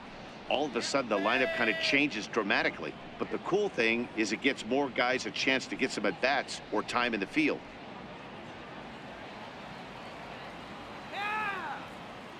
Even at a ball and a strike, here's the pitch. Line drive caught by Hechavarria. Unfortunate that time. That ball was scorched, but it becomes the first out here in the second. Okay, here's how the Rays set up on defense today. And let's take a look at outfielder Malik Smith. Speed is his game, period, the end. He is up at the plate. He is trying to put that defense and infield on their toes. And from a defensive standpoint, nobody goes to their right or left as quick as this guy. The next to bat for Atlanta, Johan Camargo, as he'll get his first opportunity in this one. Now the 1-1 pitch. Taking strike two. Well, fans of the art of pitching are in for a treat. One of the game's big-time flamethrowers faces a top craftsman here today. And you're going to see two different mindsets from both offenses, Dan. Facing the power guy, he's going to come at you. He's going to pitch to his strengths and not your weakness. And on the flip side, the finesse guy is going to try and keep everyone off balance. And I want to see what off-speed pitch he has working. You know, Dero, that's one of the beautiful things about the game of baseball. Good pitchers come in all different shapes and sizes, and they come with all different type of weapons. We're going to see one flamethrower and one guy that throws below the speed limit. And he'll take it to the bag himself for the out. Batting eighth, the left fielder, number 23, Danny Santana. So striding in, Danny Santana. He'll work on keeping this top of the second alive. No score here as we play inning number 2. Too close for comfort, and he did a good job just to make contact. Now the 3-2 pitch. Hit hard on the ground towards second. Miller's got it. Throw to first in plenty of time, and the side is retired. Down in order go the Braves. We'll go to the bottom of the second. No score.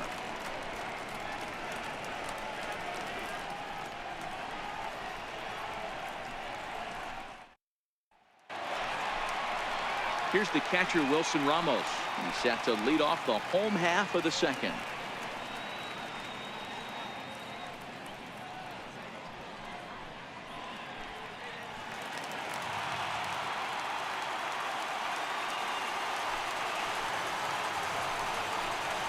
A 1-2 count to the Rays catcher. Well, he kind of struggled through that first inning, but ended up getting out of it. Now here in the second, you know he'd love to get this leadoff guy and get off on the right foot and maybe settle into this game a bit. The 1-2.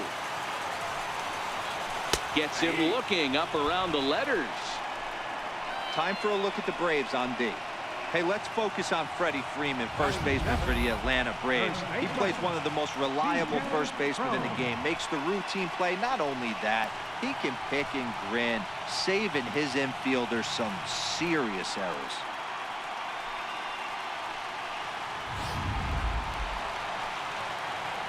Up next for the Rays, C.J. Cron. He'll get to take his first cuts here.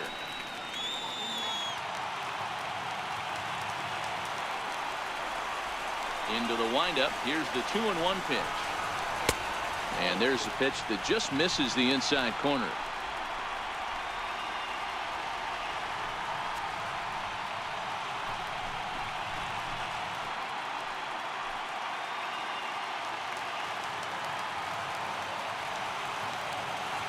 The 3-1.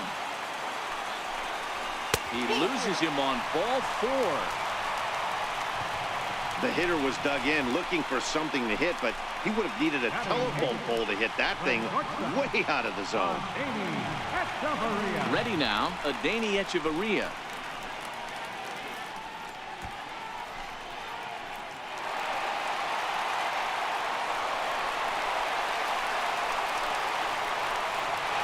Home. Runner at first was down in the inning.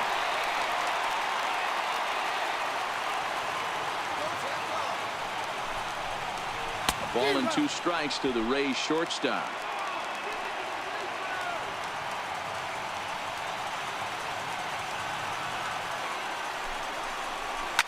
This is line to left. Santana is there to put it away, and the runner will be forced to retreat back to first. Batting ninth, left fielder, Alex. At the plate, Malik Smith. He takes his first cuts in this one with a man at first and 2 away.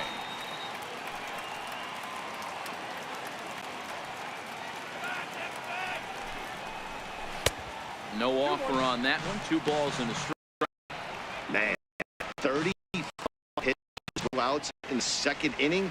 Ideally, you'd like to have 30 or less after 2 innings, so he's got some catching up to do.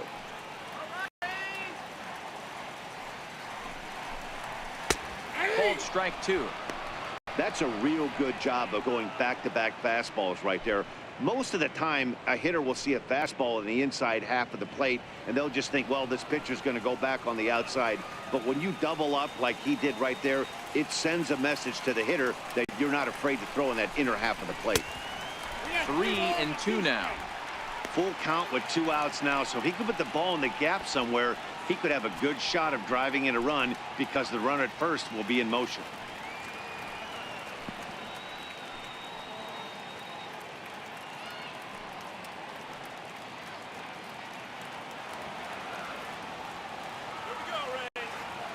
The 3-2 pitch. And he takes ball 4. So a good job out of the 9-hole in getting on base as we go back to the top of the order. He did not want to let the hitter off the hook with 2 outs, and now he's got a runner in scoring position to deal with.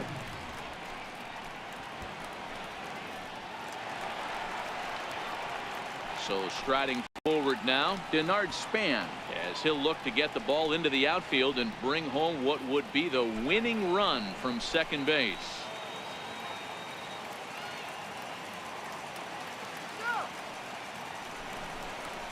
2-1 to the Rays leadoff batter.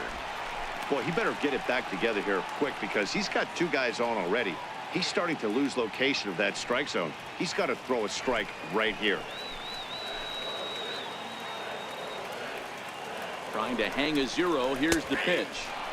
And it's 2 balls and 2 strikes now. 2 men are on with 2 men out.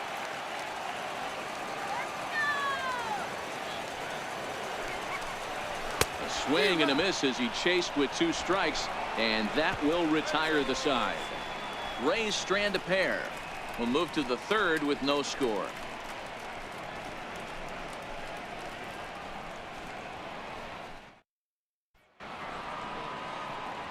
Matt Vasgersian, Mark DeRosa, Dan Plesac, the former #1 overall pick, Dansby Swanson, the first to bat here in the inning.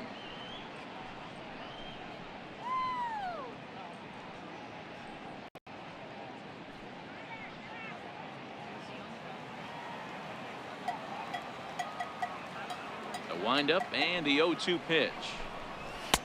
And that one just missed outside.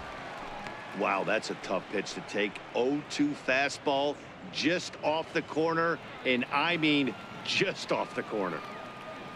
The 1-2. Count still at 1-2.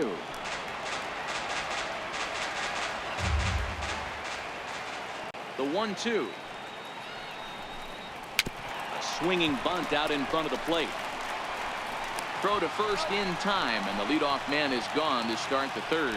Center fielder, number 11, Ender Inciarte.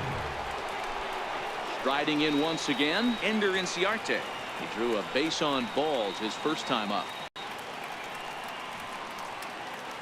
Now the 1-1 pitch is looked at for ball number 2. 3rd inning, no score to this point.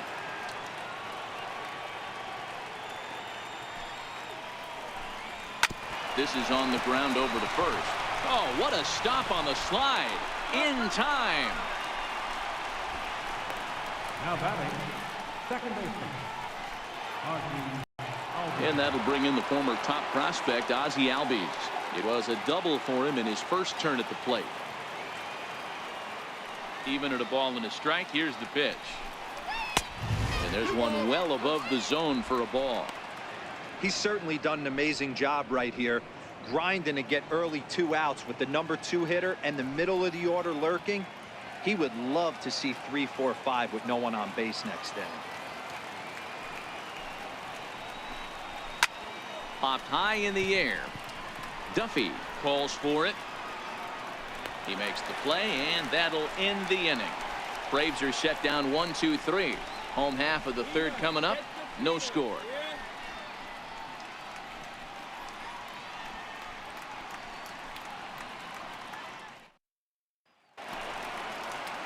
Digging in, Matt Duffy reached base via the walk in his first plate appearance.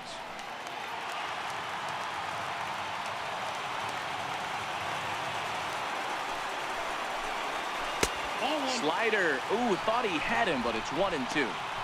Broke out the sweeping slider right there and just missed off the edge. If he would have caught the corner right there, I think he's got a backwards K.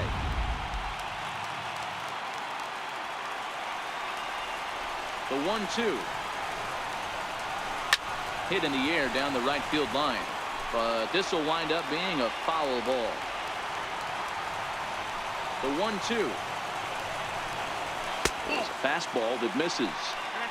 This kind of hitter right here, we call this guy a grinder. What are grinders? They just kind of foul off some good pitches. They lay off the pitches just off the plate. This is every pitcher's nightmare, a guy that's up there with a plan and not just up there swinging at anything that you throw towards home plate. Santana comes in a few steps as he hauls it in for the first out.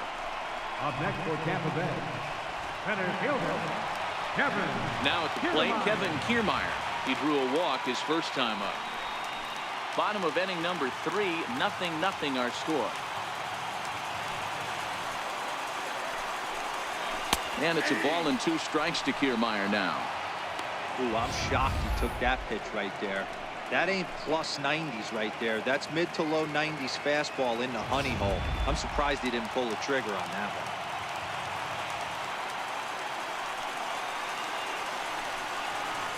Swing and a miss as he ran that 2-seamer right by him for the second out. Boy, that's really disappointing for a guy that has wheels, right?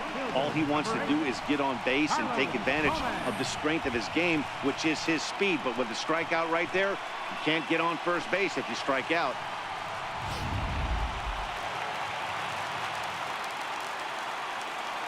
Into the box, Carlos Gomez. High in the air and drifting out to shallow center. Inciarte coasts under it, and that retires the side. Rays go in order, 1, 2, 3. We'll head to the 4th, still scoreless.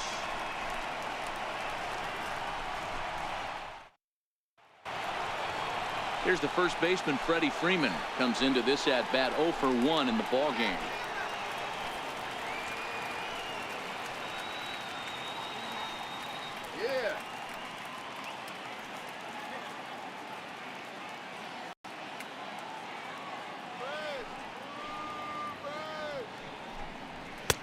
A ball and 2 strikes now. Still all zeros in the run column here in the 4th inning. Dan, does this continue or does somebody score here? Oh, you have to love it. You know, Matt, we have so many of these games that are 12-10 and 9-8. It's nice to see a low-scoring pitcher's duel for once. 1-2 is an off-speed pitch. No dice. It's 2-2.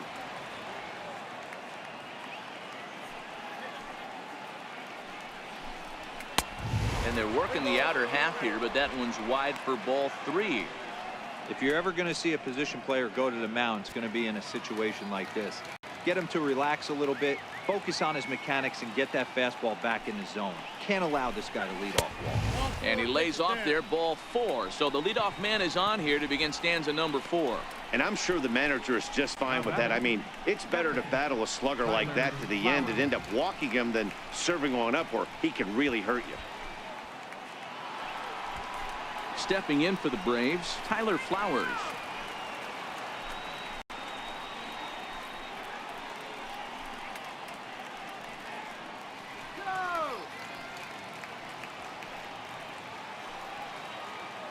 Let's go, shut him down. A ball and 2 strikes, the count to Tyler Flowers.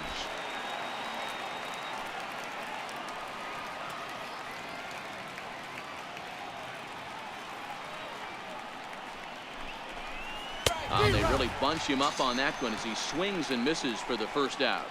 That's a pretty good pitch right there. That fastball on the inner half of the plate. You can see that he just isn't able to get those arms extended, and pretty ugly swing right there.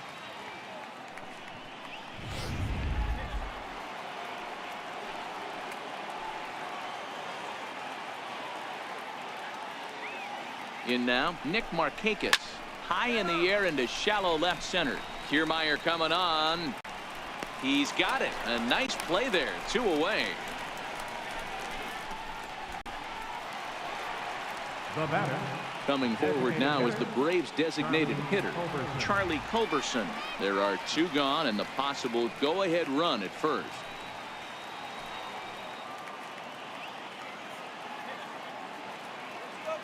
The 2-1.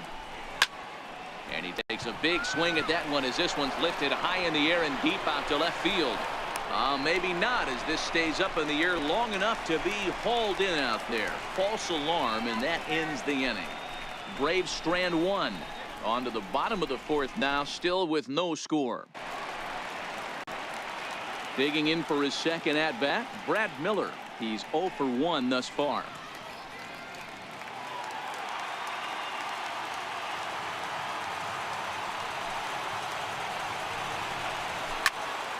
Here's a high pop-up. Albies is under it. He's got it one away. Now batting, catcher, Wilson. At the plate, Wilson Ramos. First time up, he went down looking.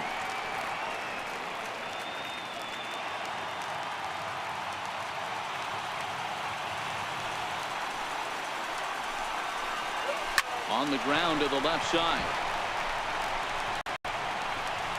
On to Freeman at first, and there are 2 away now. First baseman number 44.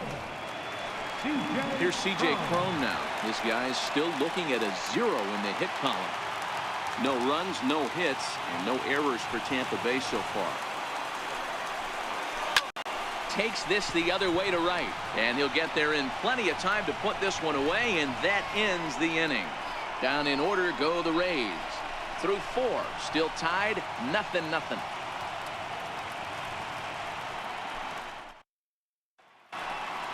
And the next in is Johan Camargo.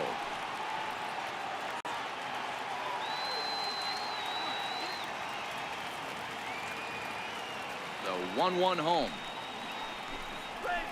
He's in there for strike number 2. Well, now that we're midway through this one, it's safe to say that runs have been at a premium, and both starters, doing it in different ways, have turned in excellent performances. Dan, you could speak to this. Obviously, 2 different ways to skin a cat. One's a finesse guy working all 4 quadrants, keeping guys off balance. The other a flamethrower coming right at you. Yeah, it's been a story of like 2 different styles of pitchers, but both getting the same thing, both throwing strikes early, keeping the ball down in the zone. As you touched on it, there's more than one way to get around through a lineup, and we've seen one guy with power and one guy do it more skill and finesse. Half swing here, but it won't matter. It's strike 3 called anyway, and that's out number 1. You know, I'm not quite sure how that strikeout will be scored, looking or swinging. He tried to check his swing, but I'm pretty sure the home plate umpire was ringing him up regardless. Standing in now, Danny Santana. There's ball 4. Ball 4. Well, he battled to get it to a 3-2 count, but that pitch wasn't even close. Now he's got a man on with 1 out, so he's got to focus on trying to get the ground ball. And next will be Dansby Swanson digging in. There's 1 away. The runner at first represents the potential go-ahead score. Double play is in order, however. The 2-1 home. Strike 2 swinging.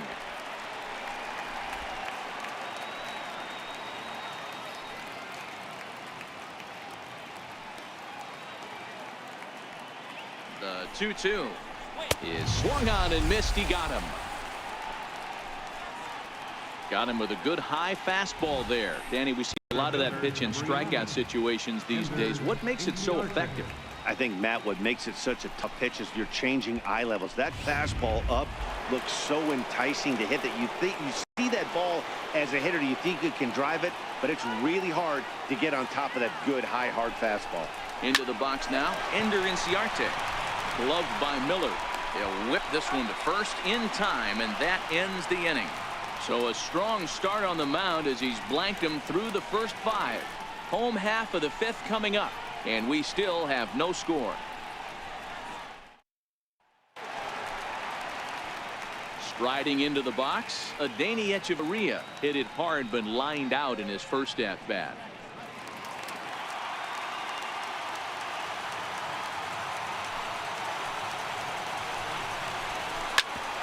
Hit out towards second. And the Rays are in the hit column. Hey, this team has been shut down offensively up until this point, Dan. But right here, team's first hit of the game in the 5th inning. Let's see if it sparks some offensively. You know, this will be interesting, D-Row, to see if they can crack this guy's code. A lot of times, once you get that first hit, several begin to fall after that one. So it'll be interesting to see if this guy can put the screws on this one and tighten things up and not allow any more base hits.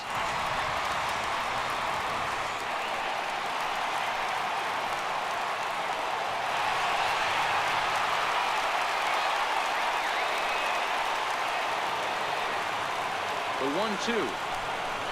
Chopped weakly to the left. Low roller, and he barehands it. It's late. He's safe. That was a big-time stab. There was just too much speed getting down the line.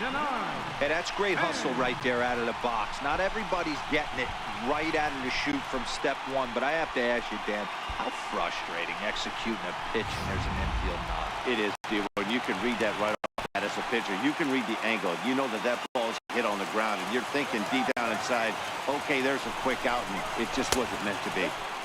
And there's ball 2 now.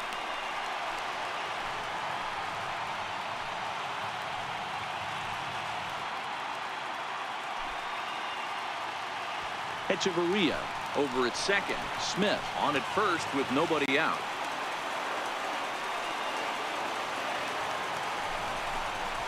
Bounced softly in front of the plate. And he indeed takes only the out at first as the runners move to second and third with 1 away now. Third baseman, number 5, Matt. So coming to the plate, Matt Duffy, and he could very well get the intentional pass here, as that would set up a potential double play ball that might keep the game tied. The 2-1 home. Takes a pitch for strike number 2.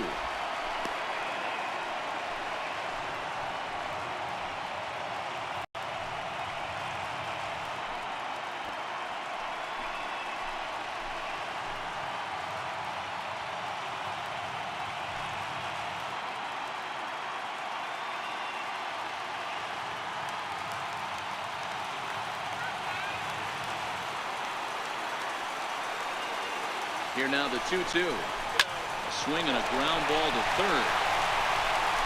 Rays win. Rays win. Rays win. And they do it in walk-off style.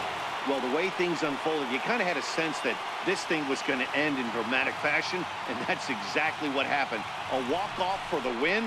Wow.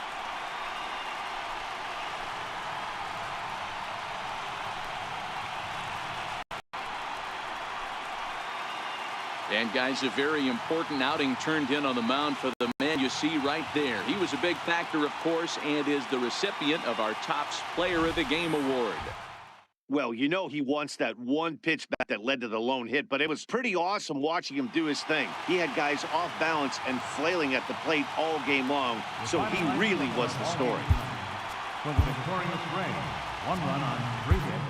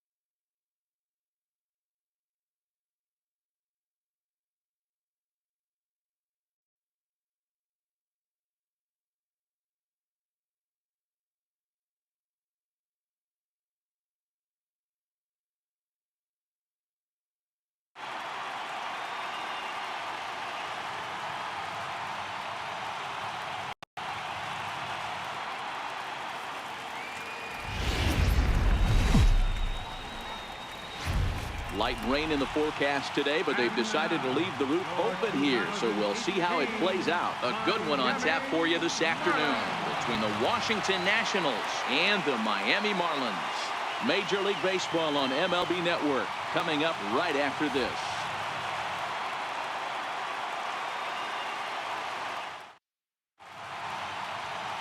Dan Straley gets the ball for Miami in this one. Dan, any thoughts? Dan Straley's bounced around for a little while, but he's a 4-pitch guy. Fastball, curveball, slider, changeup. Not an overpowering pitcher. Needs all 4 of his pitches. If he has that good changeup, he could be really tough. Settling in now, Adam Eaton. He will lead this one off today. And it's a ball and 2 strikes to Adam Eaton now. Fouled off.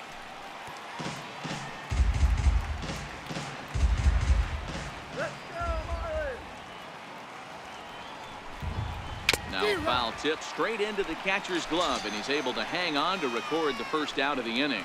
A moment now to take a look at the visiting Washington Nationals. Dero, daytime road game for him. What you got? Well, Matty, if I could tell this lineup one thing, it would be let's get on this guy early.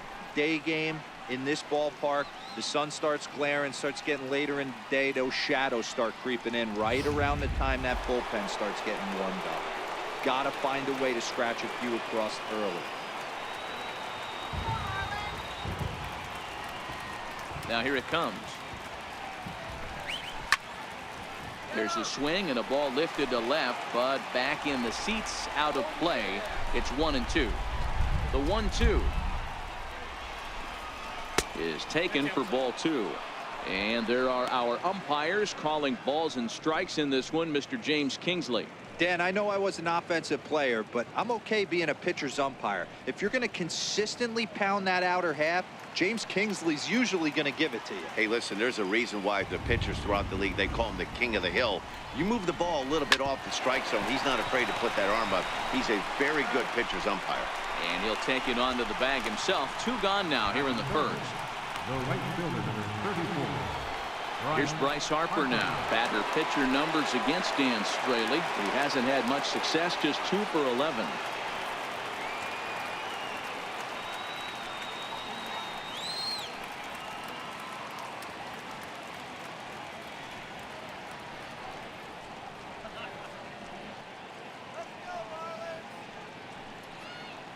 Just starting things out here in South Florida.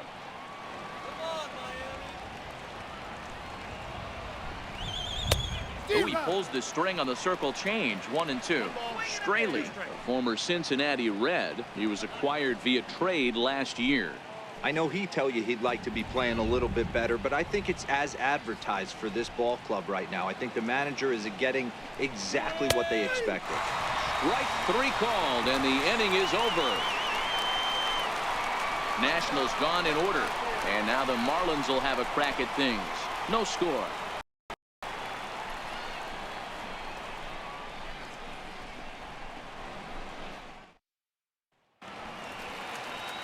Max Scherzer, a Missouri-born right-hander, gets the job of starting pitcher here. Dan Plesac, what do you got?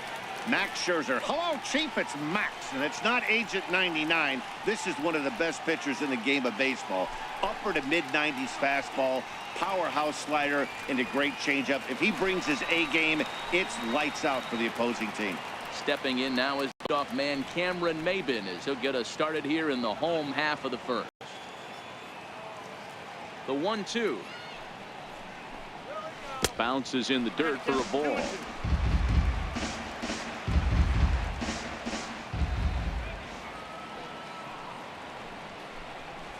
Ripped on the ground to first. Zimmerman has it. He'll take it to the bag himself, and the leadoff man is gone here to start the home first. We have a moment here in Miami to take a look at the Marlins starting lineup. Who's the one to watch, Dan? Well, I really like what Justin Bour does for this team. He's an imposing figure with a bat in his hands. Always seems to turn in a good at-bat, and he can do a lot of damage when he barrels up the ball.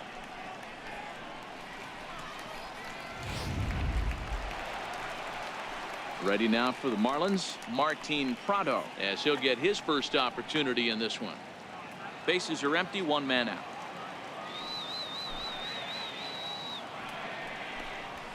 Hit down the third baseline. Fielded by Rendon.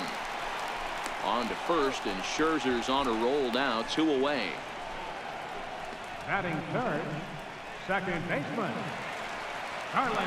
Standing in, Starlin Castro, looking to get on base and keep this first inning alive.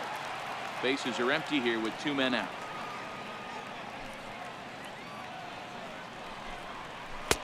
Slider can't find the zone here, and he's behind now 3-1.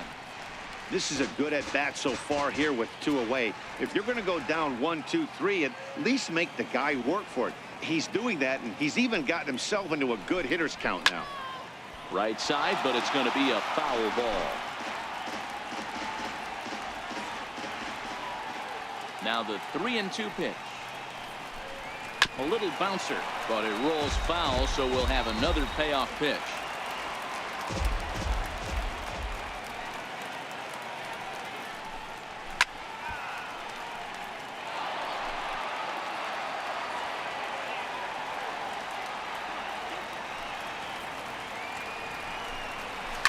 Swing and a liner. That gets down, and the inning continues. Around first, digging for 2. And he'll make it to second base now with 2 gone. He was able to recognize that pitch early. His eyes lit up on that one. Able to pull it down the line for a nice base hit. Justin Ball.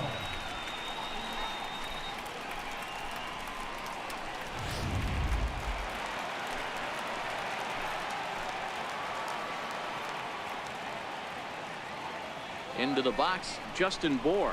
2 balls and a strike to Bour.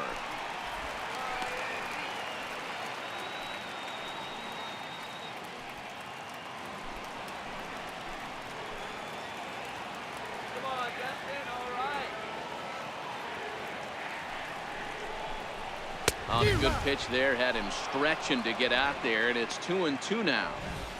Hey, newsflash, guess where the next pitch is going after that ugly swing? I guarantee you he tries to get him to reach again.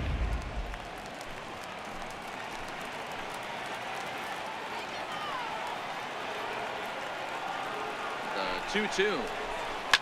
And it's fouled away. Castro stands at second with 2 gone.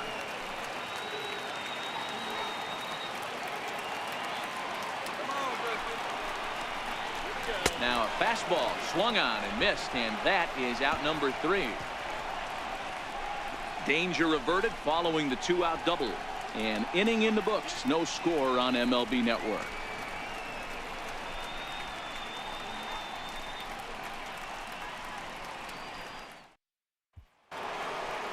In now is Anthony Rendon. He'll get us started in the top of the second.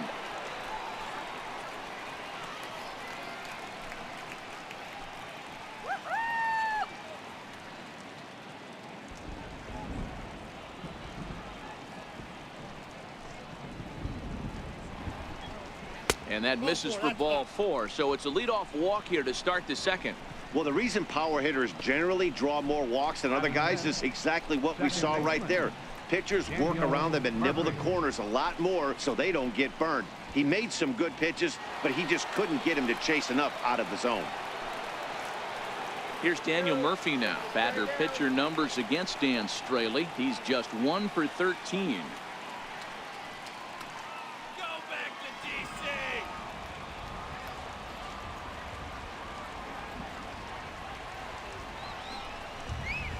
Swing and a hot shot towards the hole, and that finds some outfield grass. It's a base hit.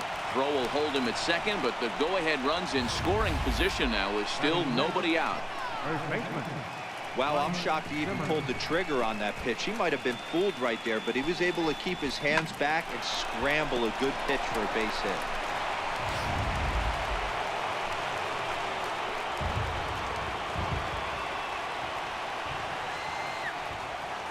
Stepping in now, Ryan Zimmerman. And that one just missed outside. Well, I know what he wants to do is load the bases right here, so the pressure is on right now to get back in the strike zone.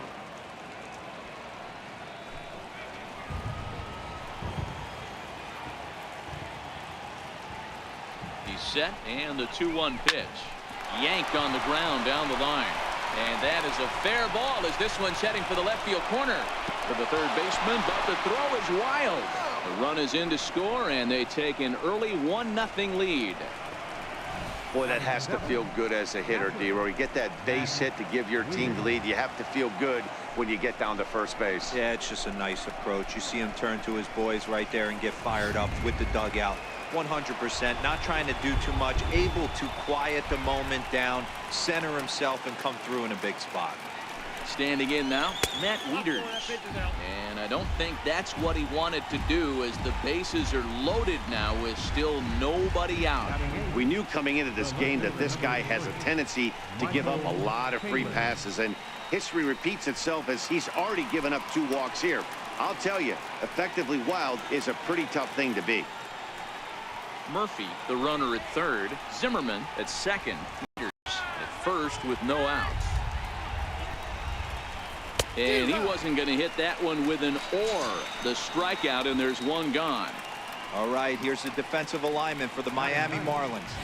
Hey, let's focus on Cameron Maybin in the outfield.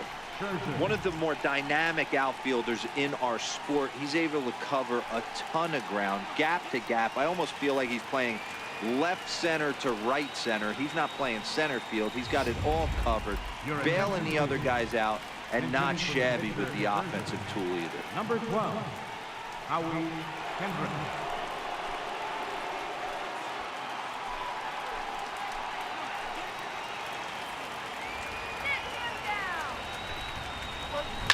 He jumps on this one. It's high and deep to center. Ranging back is Maybin. On the warning track, he makes the catch. And the runner scores from third as they extend their lead. That was a good controlled swing out of him there, and that's exactly what he was hoping to do. Get it into the outfield and pick up the RBI.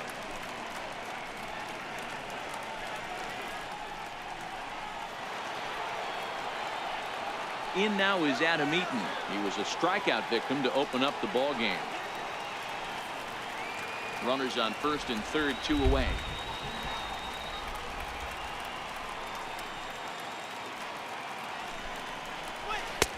Way in front of that fastball. You know, I think this is a big situation in this game. They've got to lead by a couple of runs, but they don't want to look back on this inning when this one's over and think that they left some runs out there on the base path. Scoring more here would be huge. Now a fastball swung on and missed, and it's full 3-2. Full count with 2 outs now, so if he could put the ball in the gap somewhere, he could have a good shot of driving in a run because the runner at first will be in motion. And he'll step on the bag himself, and the inning is over. So 2 runs on 2 base hits, no errors, and 2 men left stranded. On now to the bottom of the second. It's the Nationals 2 and the Marlins nothing. Matt Grace, the 6'4" southpaw, comes in out of the bullpen to do the pitching. Number 33, Matt Grace.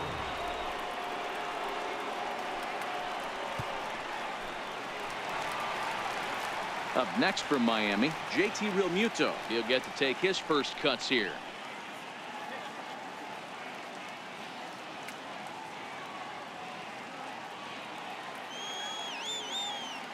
The 1-1. Pitch runs it, and the ball hits the first base bag. And that's a fair ball as it's through into right field.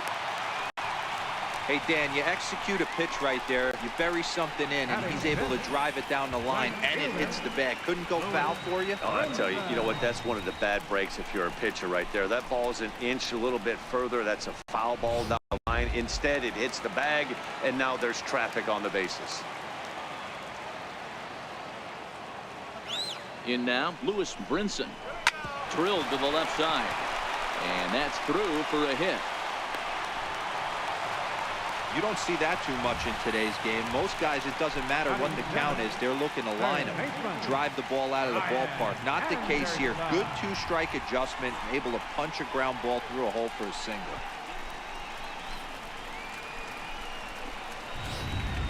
Stepping up to the plate, Brian Anderson. And he's looking to make something happen here with 2 on and nobody out. Well, early in the count, expect him to look for a ball to drive.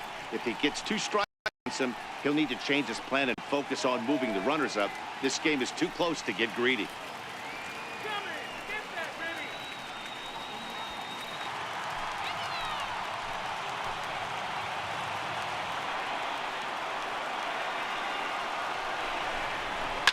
takes this the other way to right. And that's in there. Base hit. And they're content to play station to station here as the bases are loaded now with still nobody out. Nice piece of hitting right there. Looked like the guy on second had to respect it and freeze a little bit. Freeze there for a second to make sure that line drive gets through, but eventually does get to third base.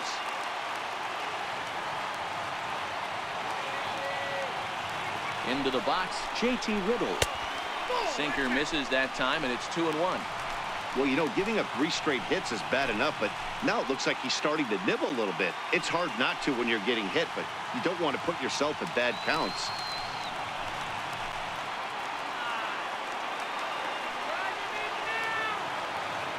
Now the 2-1 pitch. He swung on and missed for strike number 2. Well, he had big aspirations behind that swing. Pretty obvious he was trying to put 4 runs on the board in a hurry.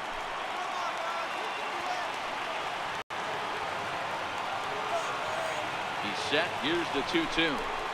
Not much behind this as this ball is looped over toward first. A leap, but he can't bring it down. Base hit. And they're on the board as now it's a 2-1 ball game.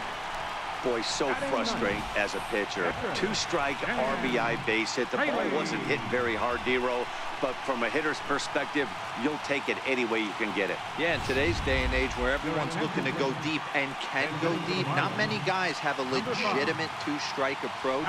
This is one of those players, and that's exactly what he did. Shortened his stroke a little bit, didn't try and do too much, and came through for the team.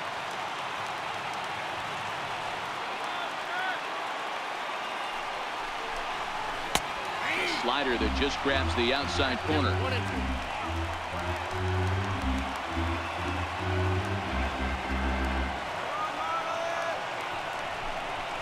Hard hit toward the hole. And that's through into left, a base hit. And they'll tie the ball game as the run scores, evening things at 2. Well, that's a tough one right there if you're a pitcher, Dero. You think you make a decent pitch, ball hit to the hole right through there. You're hoping it can get knocked down. Instead, base hit, run batted in. Yeah, and as the batter right there, you're taking off your batting gloves, giving dabs to the first base coach.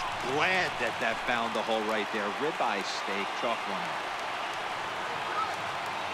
Stepping in now, Cameron Maven. And that misses. Ball 4. A run will come in to score. Hey, this game looked like it was going to be one of those wild ones right from the beginning. But when you can win this thing in walk-off fashion, what a way to win a ball game. A walk-off win?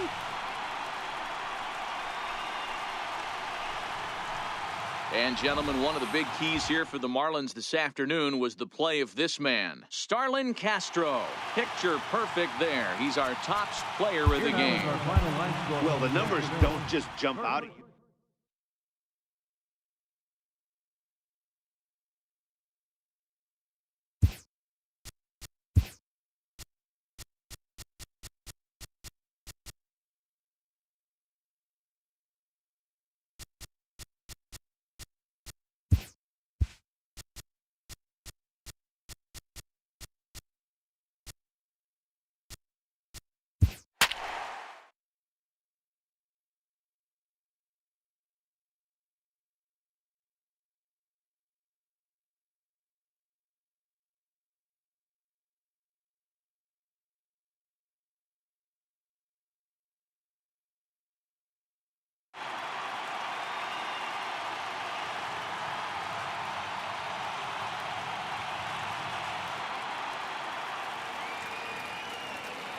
Closing in on first pitch in Cleveland. The Royals and the Indians are coming up next.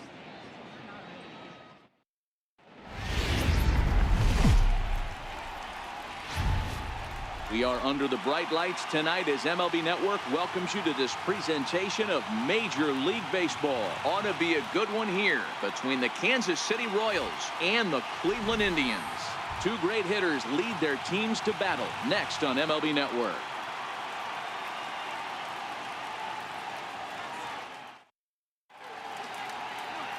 Corey Kluber gets the ball for the Indians in this one. What do we need to know here, Danny? On comes former Cy Young Award winner Corey Kluber. Might have the best right-handed breaking ball in baseball. Great velocity, too, 94 to 96. And he'll throw that comebacker that he'll start at a left-hander's hip and bring it back over home plate. Big overhand breaking curveball. Not a true curveball, more of a slurve, but it's nasty. Does have a changeup. If he has all three of his pitches, he's nearly impossible to center. Skied into very shallow right. Geyer coming on. Looks it into his glove, and there's one gone. A chance now for a look at the Royals starting lineup. Mark, what's your take on him against one of the best starters in the game? Yeah, you take a look at this lineup they're running out today, and they got their work cut out for them with the sinker baller on the mound on the opposition side. They're going to have to see the ball up. They're going to have to work the home plate umpire. Can't be given 4 to 6 inches off the inside half, or he's going to have a field day pounding that sinker in there.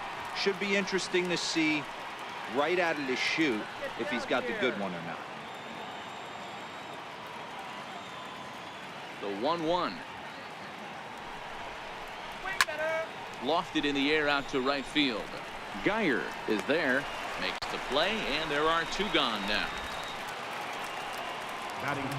Here's the left fielder, Alex Gordon. First chance for him here in the top of the first with nobody on.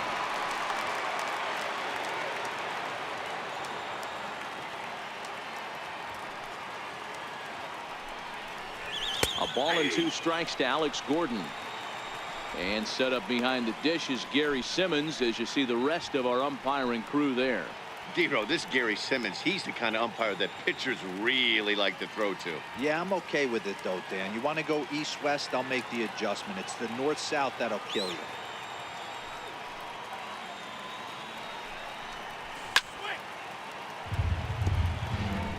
Just underway here in Cleveland.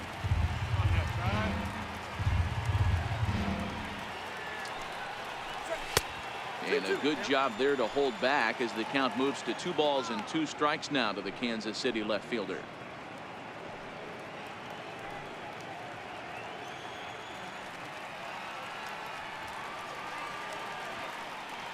Into the windup. Here comes the 2-2 pitch. And a good fastball swung on and missed for strike 3, and the inning is over. Royals go down 1-2-3. Now the Tribe will get their shot. Still scoreless.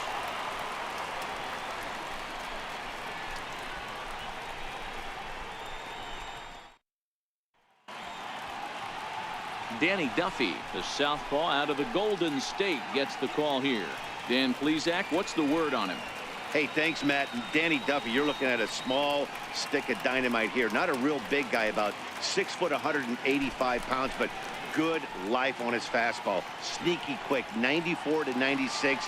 Good hard slider, a true slider. His changeup is getting better. You'll know if Danny Duffy's on early because he's a swing and miss left-handed strikeout type pitcher. The 1-1 home. Taken, strike 2. 1 ball, 2 strikes.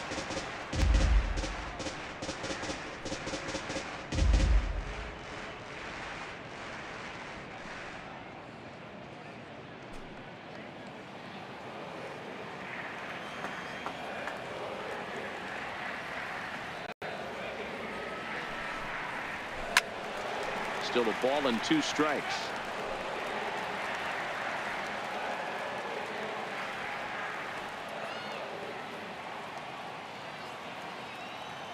Again, a 1-2. To 2 balls and 2 strikes now.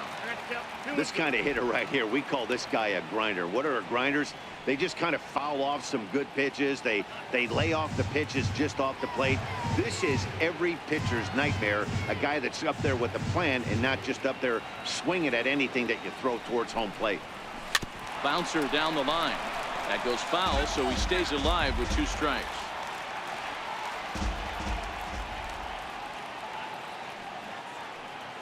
A 2-2 count. Here's the pitch. Swung on and missed.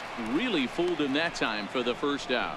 And with that, let's get a look at the starting lineup for the Indians. Danny, who stands out to you?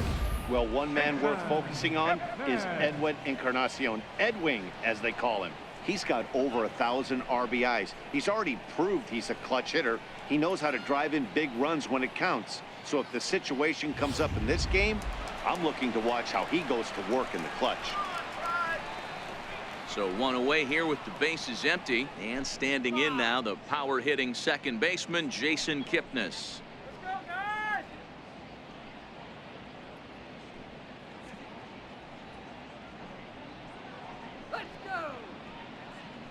1 out, nobody on.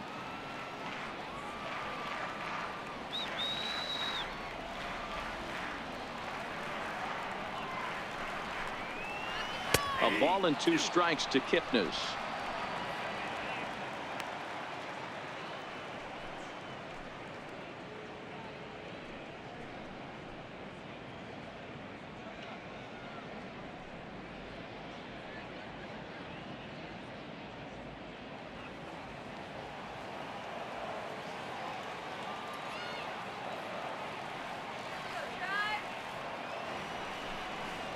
Swing and a miss on the fastball that time. Out number 2.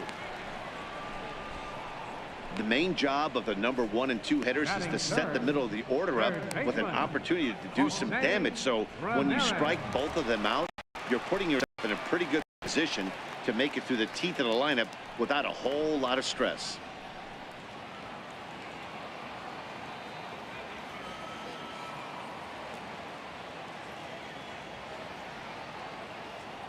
The 1-2 misses for the second ball.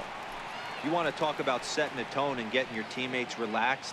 That's exactly what this pitcher did, coming in and punching tickets. First 2 batters of the game.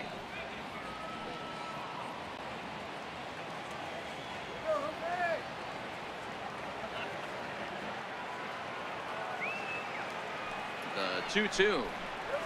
Just staying alive, putting together a really good at-bat here. Get off me, ball. That ball's way too far inside. He's got to step out of the box right now and adjust his batting gloves because he just got stung by a pack of wasps. Liner toward right center, and that'll get down for a 2-out single. It's a potentially big 2-out hit as Edwin Encarnacion will get to bat here. Hey, there's a nice knock by the 3-hole hitter. I know there's 2 outs, but they always say with your man coming up, the number 4-hole monster, as soon as he steps in the batter's box, there's a runner in scoring position. Edwin Encarnacion now. He gets a shot to hit here in the inning following the 2-out single. Yeah, and that hit might not amount to much, but anytime you can extend an inning and give a guy with plenty of pop a chance to swing it, the outlook of an inning changes dramatically.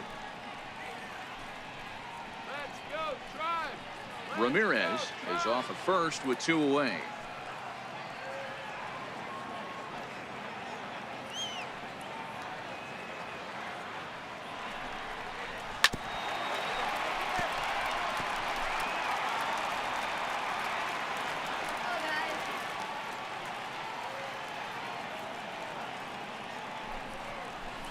Check swing in the dirt, but he went around. Perez corrals it, and the throw to first ends the inning. 1 left for the Tribe. Still no score.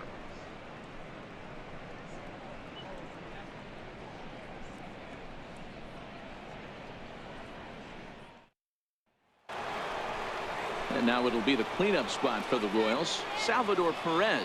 He'll get us started in the top of the 2nd.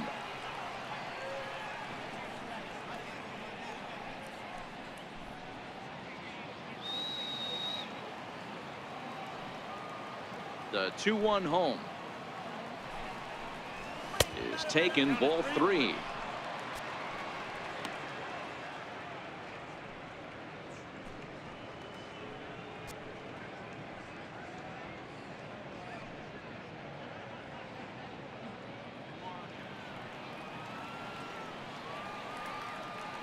The 3-1 pitch. To the left side, but it's well foul.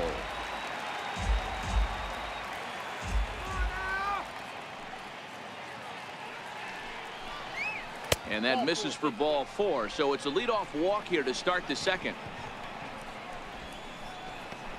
Batting fifth, the designated hitter, Jorge. In is Jorge Soler. Go ahead run at first, nobody out.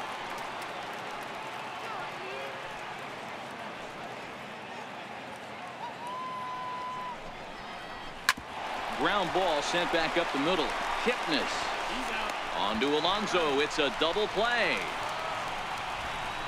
That's a great example there of why the sinker is such an effective pitch. The hitter's eyes see it higher in the zone than it ends up, and that makes it real tough to square up.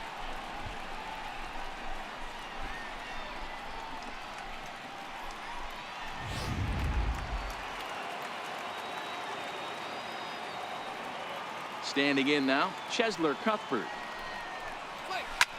Hit in the air out to right. Geyer has a play, and the inning is over. Nothing doing for the Royals. We'll go to the bottom of the second. No score.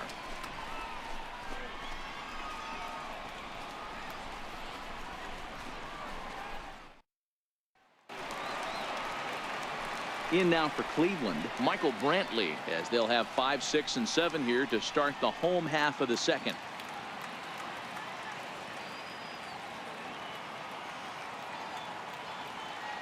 He's set. Here's the 2-2. There for it, Escobar. On to first is Escobar, 1 away. Hey, guys, take a look at how Kansas City sets up on D. And I want to talk about shortstop Alcides Escobar. This guy's a premium defender. He's been that way his whole career. A former World Series champion. The ability to go up the middle and to the backhand with a strong arm.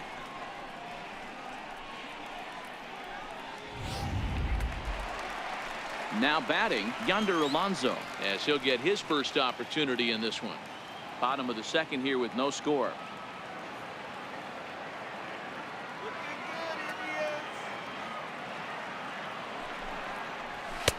And there's a pitch that just misses the inside corner.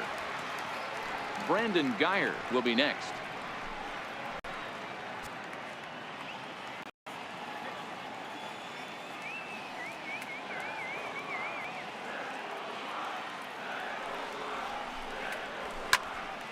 Turned on, but it's wide at first and foul. You pull a fastball like that, you got to tell yourself to slow it down a little bit, play more gap to gap, and keep that front shoulder square, pointed towards the pitcher. That'll keep everything on plane. And a fastball misses there, ball 4. Batting 7, right fielder, Brandon. Coming to the plate now, Brandon Geyer. Career numbers against Danny Duffy. He's an impressive 5 for 8. He's taken him deep once.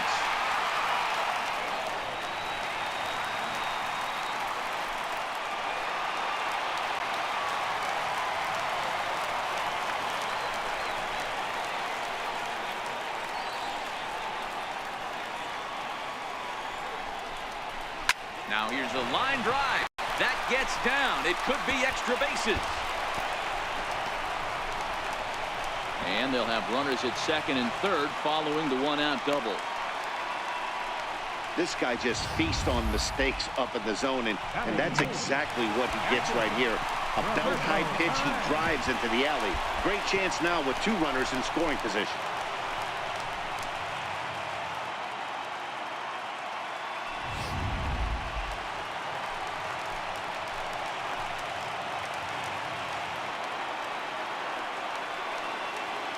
In now, Roberto Perez.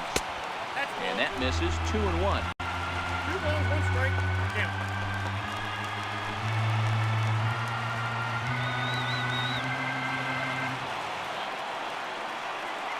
The 2-1. There's an off-speed pitch taken for a ball. As a pitcher, you got to feel good that you had him out front. Even though he didn't pot commit on that one, it opens up a lot of weapons for you to go high fastball or throw even a better off-speed pitch.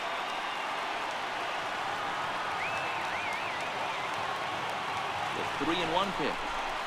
Hit in the air down the right field line. Bonifacio is in pursuit, and he makes the catch in the corner. And the Indians walk off as winners.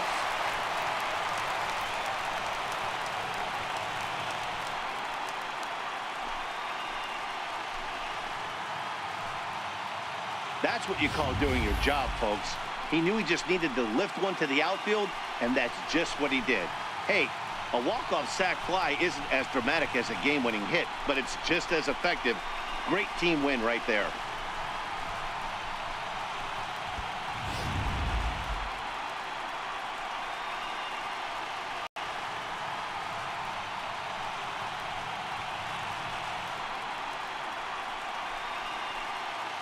Starting pitching, so obviously important to a team's success, and a great performance given here in this one by the fellow you see on your screen. He's our top player of the game. Yeah, probably the easiest player of the game decision we'll have to make all year. He got some help along the way from his defense, but all in all, this was his show. And he winds up in the history books with a no-hitter.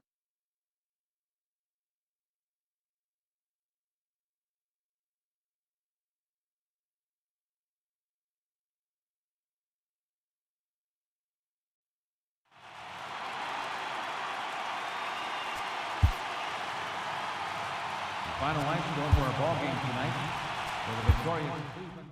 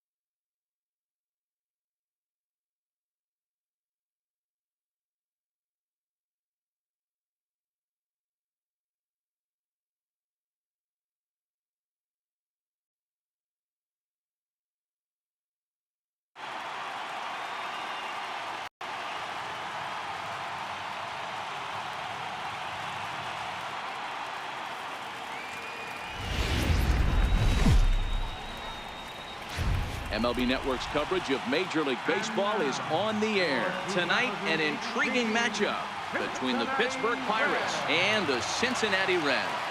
Live baseball here on MLB Network, and it comes your way next.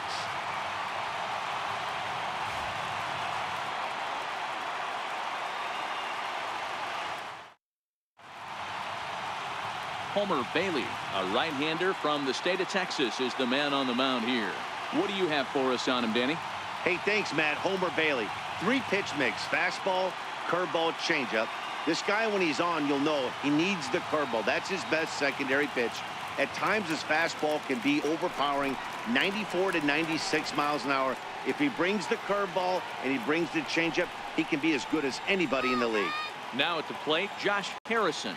He'll get us started in this one under the lights. Popped up. There to take it in is Jeanette for the first out of the inning. A chance here to check out the starting lineup for the visiting Pirates. Who stands out to you, Danny? I'm definitely excited to watch Josh Bell in this one. The guy is in the middle of the lineup, and when he's in the middle, things just happen. Guys in front of him get on, he drives them in, and if not, he has the ability to get things started and set the guys up behind him. He's a force. So the next to the plate for Pittsburgh, Corey Dickerson. His lifetime numbers against Bailey, he's 1 for 3. Even at a ball and a strike, here's the pitch. Hard hit to first. Taken in by Votto, and he'll take it onto the bag himself. 2 gone now here in the first. Batting third, center fielder number 6, Starling Marte. Now at the plate, Starling Marte. First chance for him here in the top of the first with nobody on.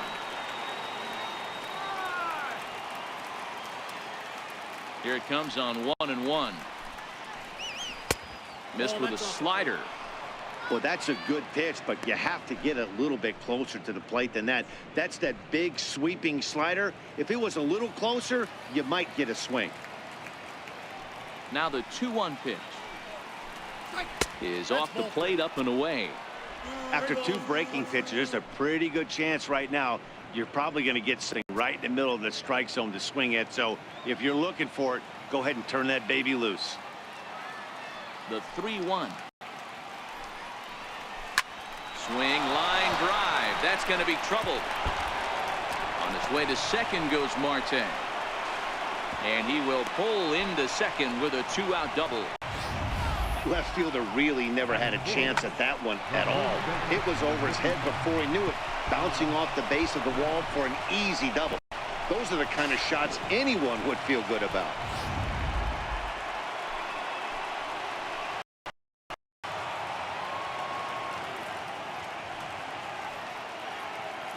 Into the box now, Josh Bell. Fastball swung on and grounded out towards second. And nothing will come of the 2-out double as the inning is over. Danger averted following the 2-out double. Bottom of the first, straight ahead. We're scoreless on MLB Network.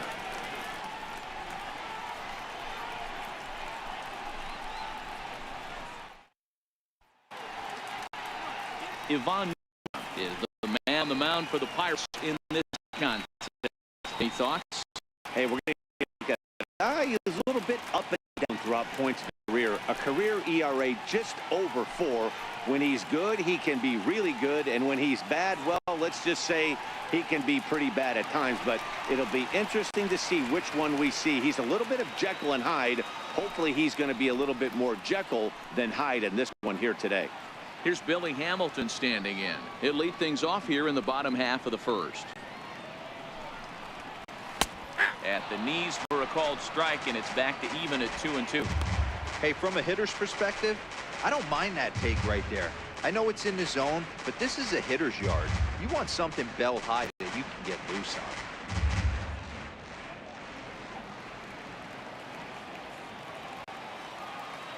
He's ready with the 2-2 pitch. Fastball swung on and missed for the first out. Time now for a look at the hometown Reds starting lineup card in this one. Dan, who do we keep an eye on? You always have to look out for a guy like Joey Votto. He hit over 320 last year, and that will get any pitcher's attention. They knew it when he was coming up, and they knew it when he was on the on-deck circle. Really impressive hitter.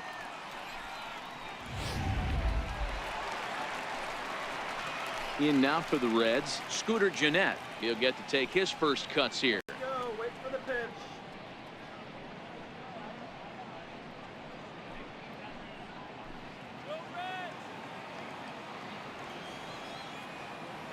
Now the 1-1 pitch is taken for ball 2. So let's take a peek at our umpiring crew in this one. Behind the plate is Gary Simmons. You know, Dero, Gary Simmons, he's one of those umpires. He'll give you one thing or the other. At times his zone can be a little wide, and then he's a little more strict north and south, but he's a pretty consistent umpire.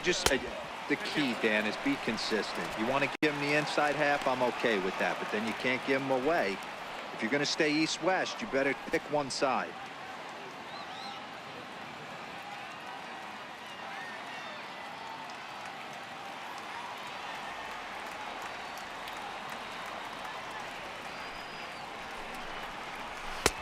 Swing and a miss just out in front of that fastball. Hey, that two-seam fastball is going to be the be-all, end-all of this game right here. Who's going to execute? Is the pitcher going to be able to keep going to that well, or is the offense going to be able to make an adjustment and hit that ball in the gap?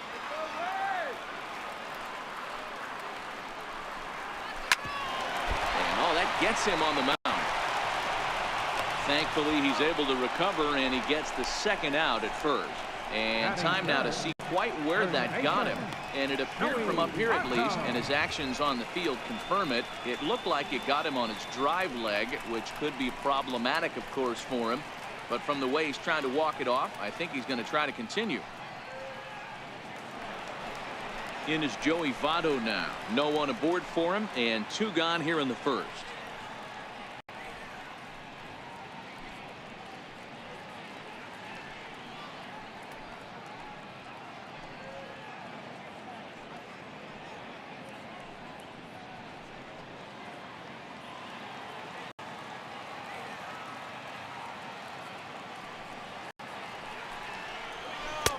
No offer on that one. 2 balls and a strike.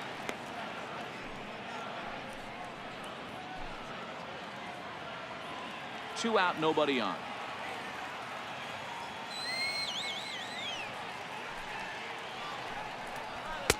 Fastball is looked at for strike 2. Even though he let that one go, you know that's the kind of pitch he likes to take a big hack at. Not too many power hitters that don't like a stomach high fastball, so he's probably not throwing that one again.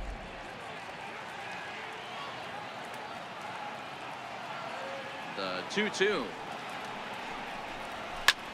is whipped to left, a base hit, and Votto reaches. He's got a base hit. So instead of leading off the next inning, the 2-out hit brings Adam Duvall in this inning. Hey, there's a nice knock by the 3-hole hitter. I know there's 2 outs, but they always say with your man coming up, the number 4-hole monster, as soon as he steps in the batter's box, there's a runner in scoring position.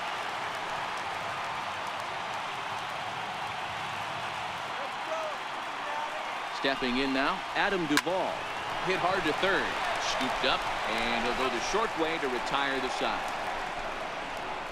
Reds leave 1, and this is still a 0-0 ball game.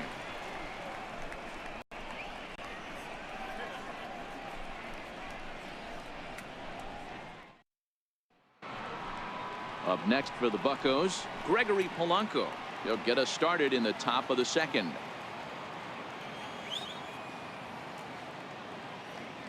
The 1-2. Misses for the second ball. 2-2.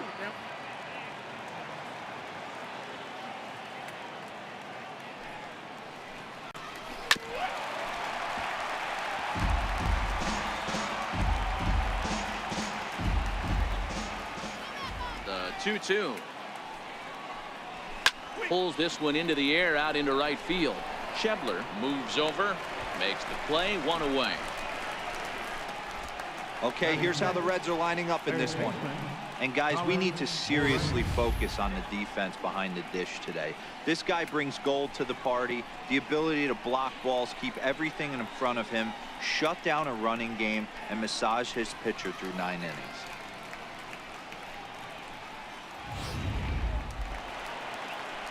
Now at the plate, Colin Moran.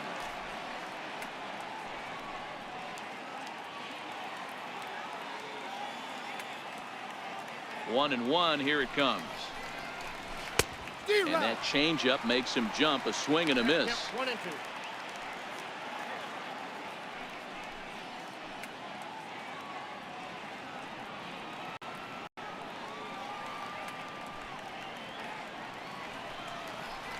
A great pitch there as he couldn't get extended on that one, and he's down on strikes for the second out.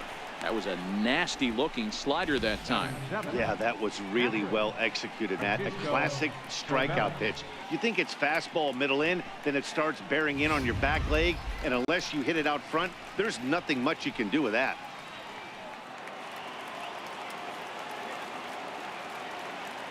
Into the box, Francisco Cervelli. Oh, and he dusted him off the plate that time. Some mind games being played now. It's 1-2. I like that pitch on 0-2 there. Busted him in, and even though he missed with that one, that hitter isn't as likely to dive out over the plate the rest of this AB.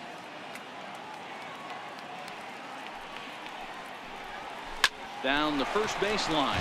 Well, this is a foul ball as the count holds steady at 1-2.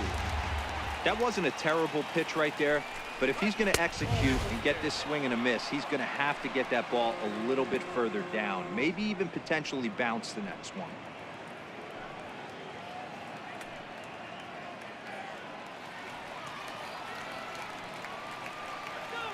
Here now the 2-2. Grounded back up the middle. To his left, Peraza. Throw goes to Votto over at first. It's in time to retire the side. Can't ask for much more there out of Homer Bailey. Still 0-0.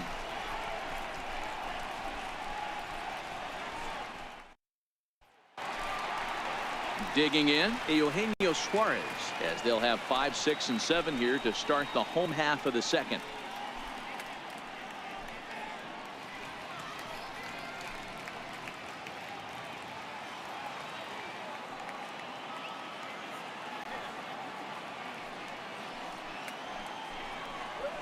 Hit hard on the ground to the right, and this will get through into right, and he's aboard with a single.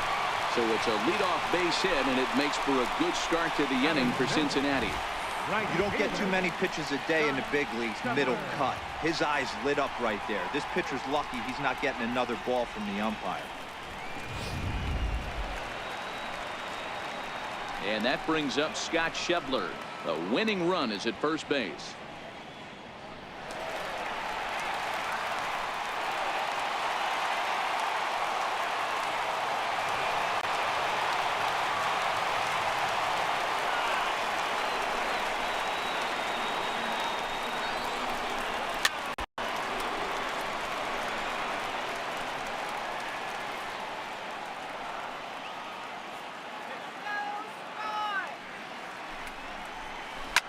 high in the air and drifting out to shallow center. Marte is under it, and he hauls it in for the first out of the inning. Take a look at the Pittsburgh Pirates defensive lineup. And let's take a look at the guy behind the dish, and that's Francisco Cervelli, one of the best ball framers in all our sport, a guy who's going to make his pitcher work for everything today.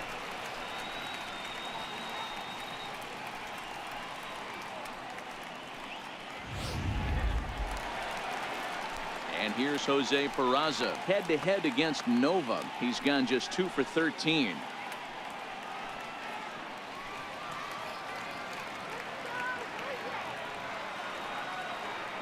The 1-1 home is laid off for ball 2. I know the umpire balled that one right there, but it was close enough. He's going to try and establish that pitch in. As an offensive player, you've got to build that rapport with the umpire. He can't give him anything off the inside half of the plate. Now the 2-1 is in there for strike number 2. That's a real good job of going back-to-back fastballs right there. Most of the time, a hitter will see a fastball in the inside half of the plate, and they'll just think, well, this pitcher's going to go back on the outside. But when you double up like he did right there, it sends a message to the hitter that you're not afraid to throw in that inner half of the plate.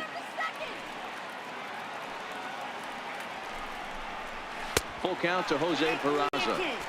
We could see the runner in motion here on a 3-2 count with 1 out. There's a pretty good chance he's going to get a pitch to swing at, and if not, it's ball 4 anyways. Bottom of the second here with no score.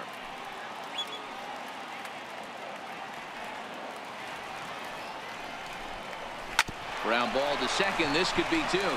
The second for 1. The relay not in time as he beats the throw by a step.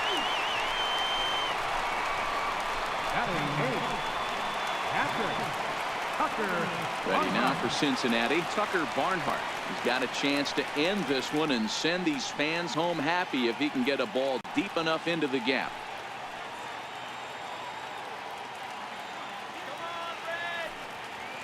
Here's the 1-1. Now about a 58-foot breaking pitch that he wisely lays off here. Peraza leads off first with a pair of outs in the inning.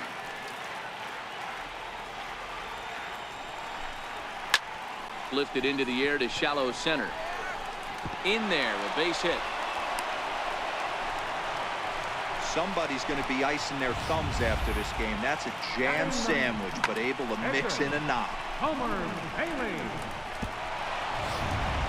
Jesse Winker will grab a bat and hit for the pitcher here. Bailey. Number 33, Jesse Winker.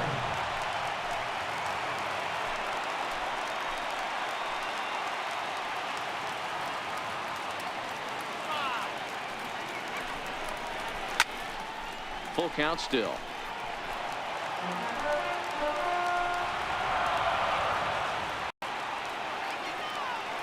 The next 3-2. Count still full, 3-2.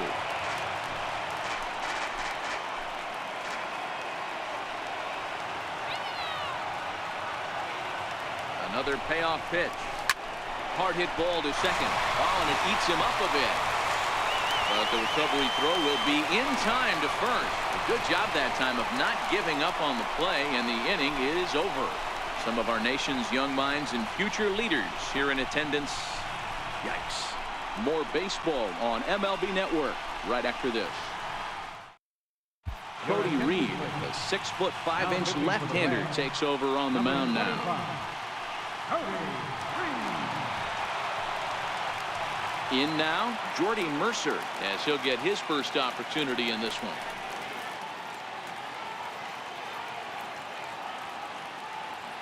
The 3-2 pitch. Lifted out towards straightaway center field. Hamilton is under it, 1 away. Batting ninth, Adam Frazier will move into the on-deck circle now to try to get something started here with 1 gone in the inning.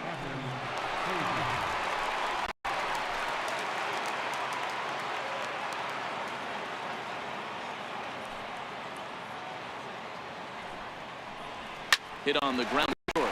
Peraza has it, and that's the second out.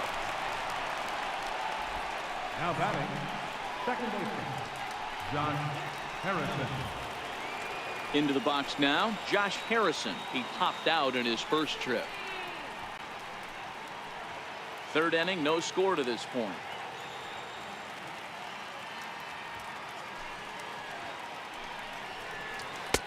Tries to change up on him there, but it's a ball, 2-1.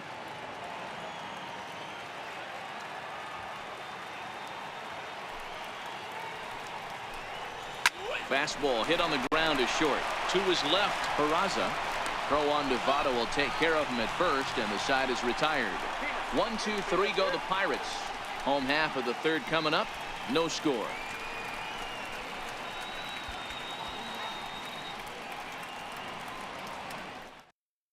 Stephen Brault, the lefty standing 6 foot even, takes over the pitching duties here.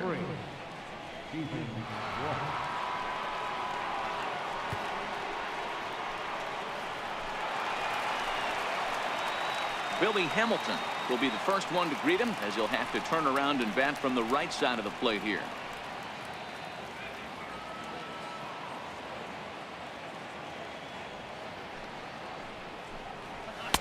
Fastball is taken for a strike, and he runs it full 3-2.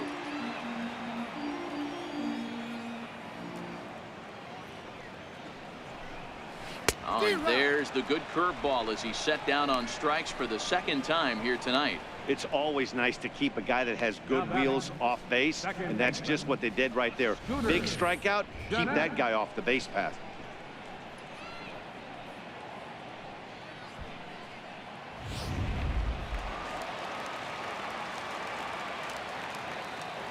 In now, Scooter Gennett. Here's a drive out toward left center field. Gennett's going to turn for second. And he'll pull into second with one away. Well, lefty on lefty, this is a tough matchup, but he stays in there, keeps that front shoulder closed, and just rips the pitch for a two-bagger.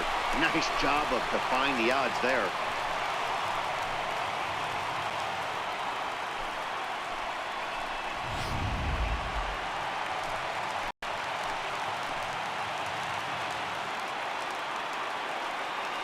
Into the box now, Joey Votto. 2 balls and a strike.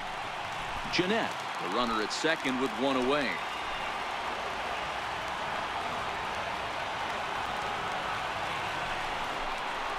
And he'll try to hold back the swing, but he'll do so unsuccessfully as that's ruled a strike.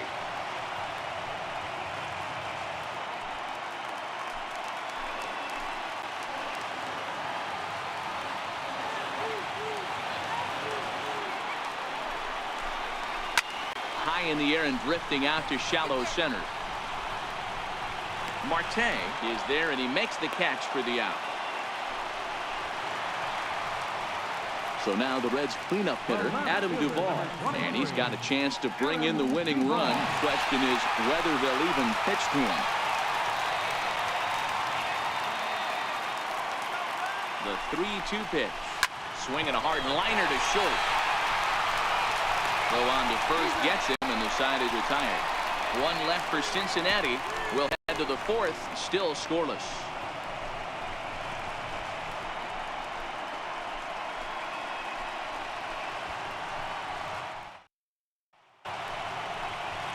Coming to the plate now, Corey Dickerson comes into this at-bat 0 for 1 in the ball game.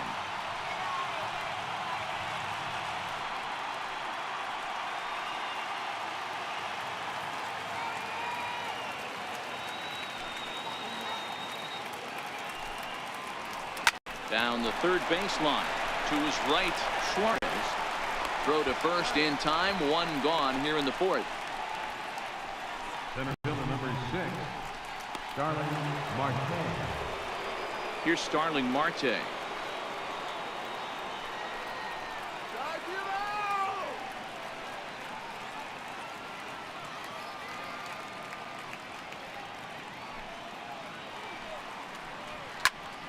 All even now, 2-2.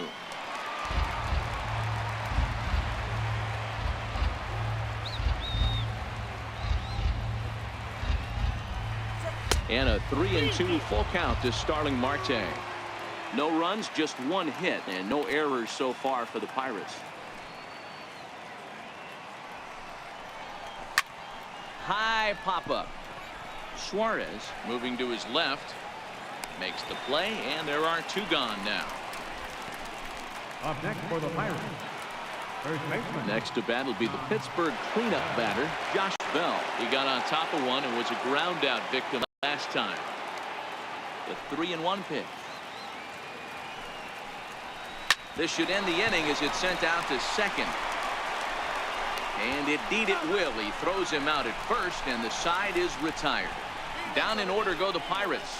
On to the bottom of the fourth now, still with no score.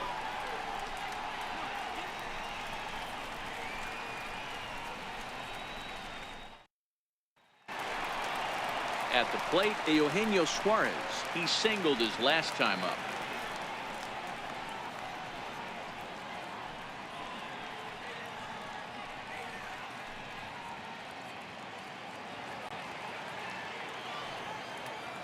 Now the payoff pitch home. Fouled away.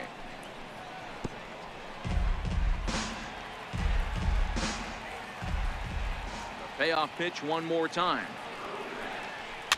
Chopped weakly to the left. Moran right there. Throw on to first, and one third baseman grounds out to the other. One away. Right fielder, Scott. Now in the box, Scott Schebler. He flew out in his last at-bat. The 1-1 home is swung on and missed for strike number 2. Can't say he's tickling around the zone. Those last two pitches were pretty much grooved right down the middle, but it didn't bite him.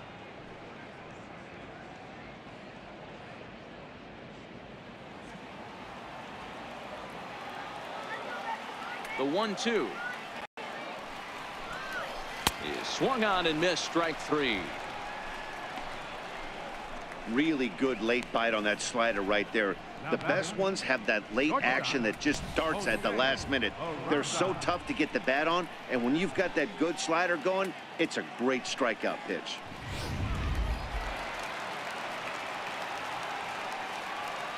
Stepping in now, Jose Peraza.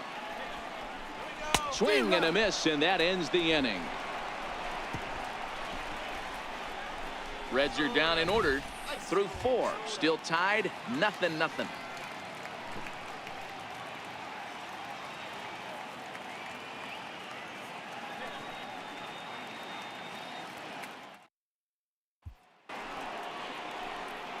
Here's Gregory Polanco. He'll start off the 5th in this one.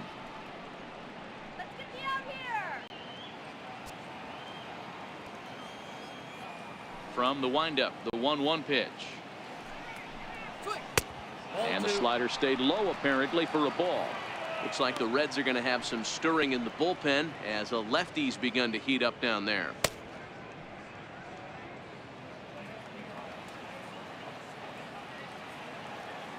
Now the 2-1 pitch. His fastball taken high for a ball. Well, that sets up a big pitch right here, Matt, because you don't want to lose the leadoff guy in a scoreless game. It's tough to work around the leadoff walk. Looking good,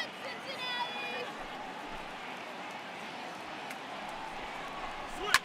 That's lifted the other way out to left. Duvall is under it, 1 away. An early look at the line score here tonight as we play the top of the 5th. And boy, just one lone hit for the visitors this evening as they've been taken to task by this starter.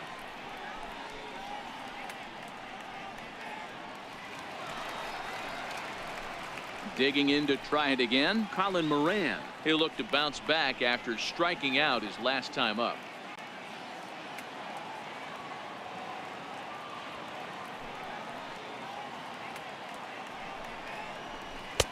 Outside, 2-1.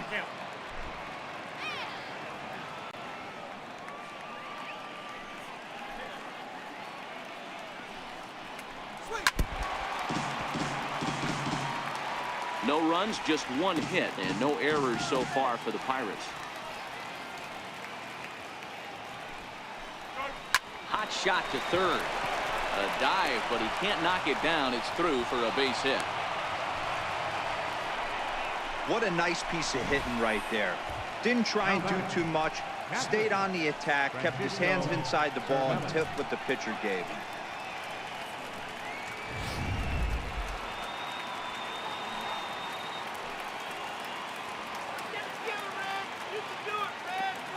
Into the box, Francisco Cervelli. Into the corner and slicing foul.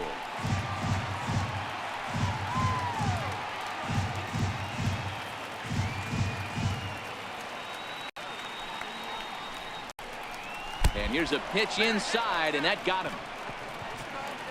Well, he's really been good all game long until that one. He was definitely not trying to hit a guy when he's got 2 strikes on him. It just appeared that it got away from it.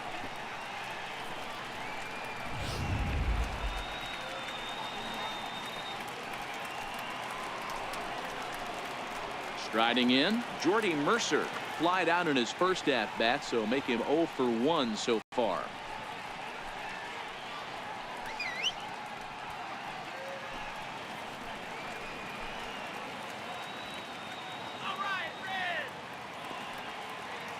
The 1-1 pitch. And he takes one off the inside corner for ball 2. Well, I know the last thing he wants to do is load the bases right here, so the pressure is on right now to get back in the strike zone. Moran on second. Cervelli is over at first with 1 away.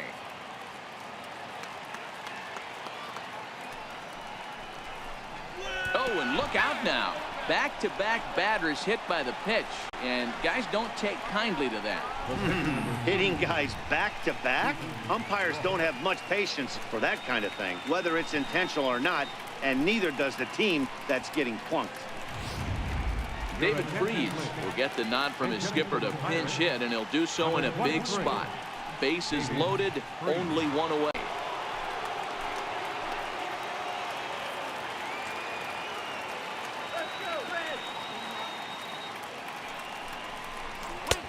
Two and 2. With 2 strikes now and a runner at first, do you go for the strikeout, or you're still looking for the double play ball? Well, Matt, I think a lot of that depends on the type of pitcher that you are. If you're a power pitcher, you can go ahead and ride a fastball up in the zone, but if you're a guy that induces a lot of ground balls with a sinker, I think you have to stick with that plan. And a swing and a miss. He struck him out, and a big out there as the go-ahead run stays at third with 2 gone now. Nice 2-seam fastball there. You don't usually see a lot of swings and misses with that pitch unless it's real. So that one must have had some real late life. Josh Harrison stands in as he'll hit with the go-ahead run at third and 2 away.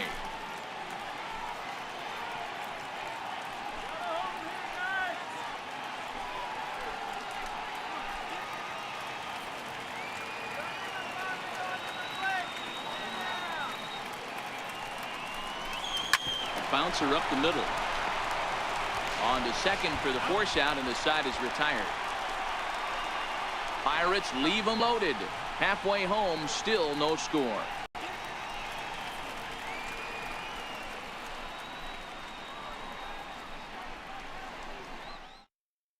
Kyle Crick, the 6'4" right-hander, comes in out of the bullpen to do the pitching. Kyle Crick.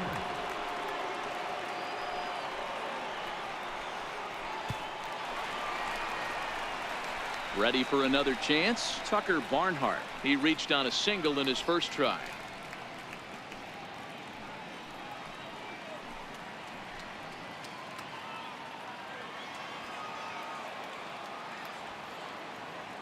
Here now the 2-2. There's a swing and a drive hit well out to right field. Back goes Polanco. On the warning track, he makes the catch. Mason Williams will move into the on-deck circle now to try to get something started here with 1 gone in the inning. Bases are empty, 1 man out.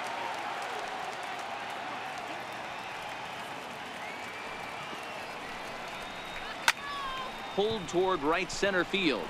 Polanco coming on. And he brings it in for the 2nd out of the inning. Ready for another shot now. Billy Hamilton is hoping to avoid the hat trick. He struck out in each of his first 2 plate appearances so far.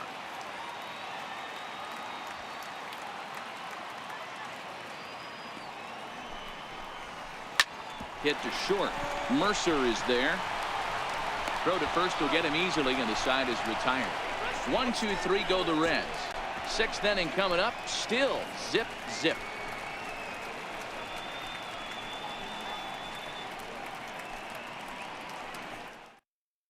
Wandy Peralta takes over to start the 6th inning on the mound. Number 53, Wandy Peralta.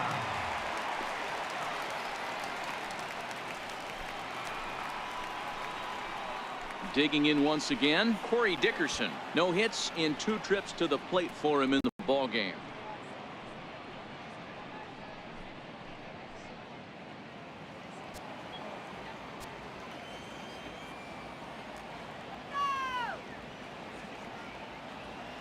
He's set. Here comes the 1-1. And there's a sinker that he just spits on as it misses low. And now the Reds are going to get the bullpen moving here, and it's a lefty and a right-hander up and throwing.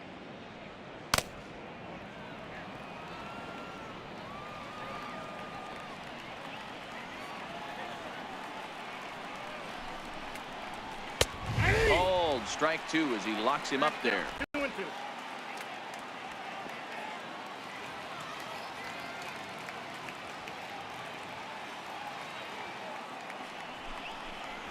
And a good sinker there gets him swinging for the first down. Talk about blowing it by a guy. Geez, I mean, that fastball was way behind him when the swing came through the zone. I have to think he was looking for something off speed, and he just couldn't pull the trigger on that fastball.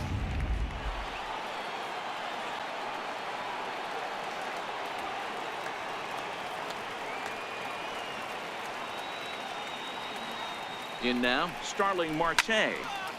1-2 now.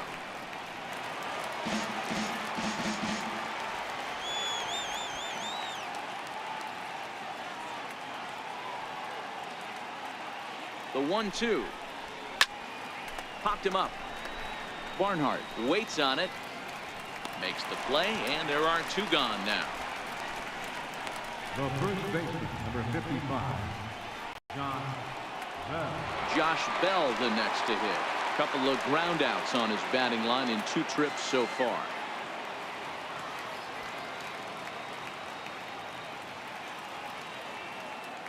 Now the 1-1 pitch is a sinker that misses for a ball. Bases are empty here with 2 men out.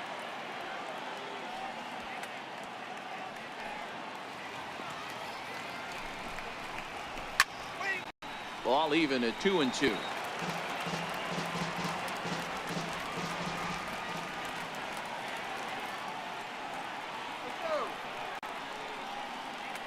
The 2-2.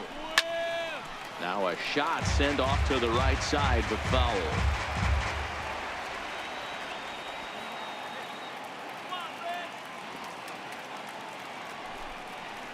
And a fastball swung on and missed, and the side is retired. 1, 2, 3 go the Pirates. We are still scoreless.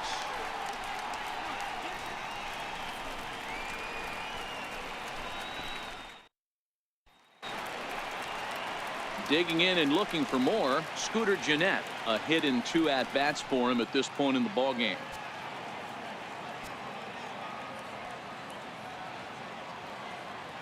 The 2-2 is looked at, and the count moves full. With the meat of the order due up next, you could probably expect to see something you can handle here with the full count as the 2-hole hitter.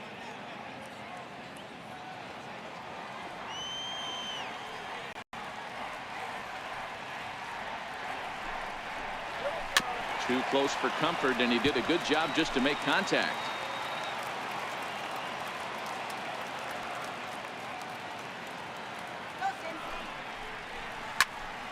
And another foul ball.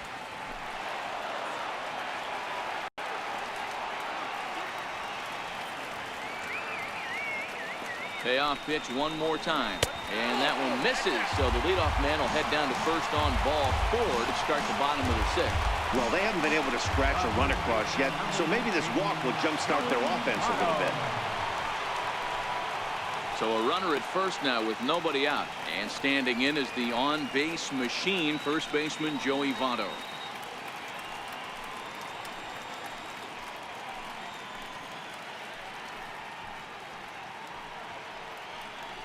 Jeanette aboard here at first with nobody out.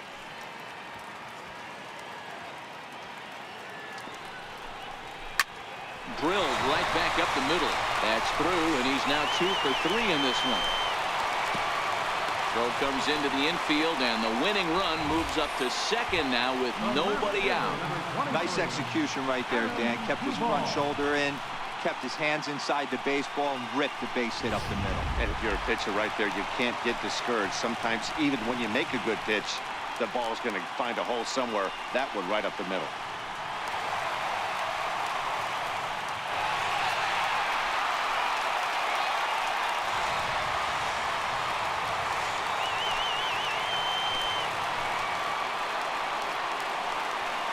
The 2-1 home.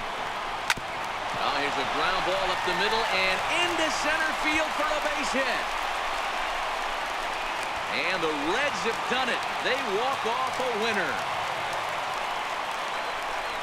Well, the way things unfolded, you kind of had a sense that this thing was going to end in dramatic fashion, and that's exactly what happened. A walk-off for the win? Wow.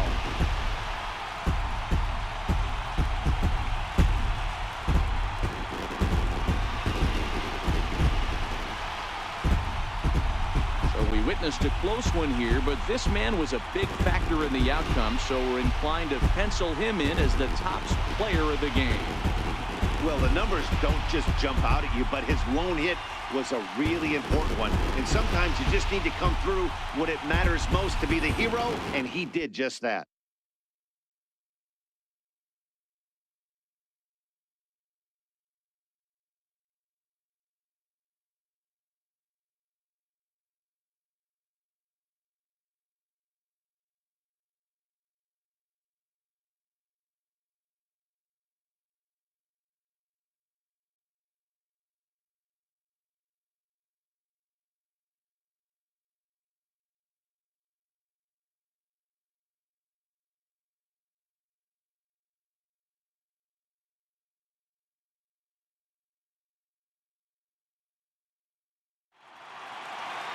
And that one run held up tonight, 1-0 the final.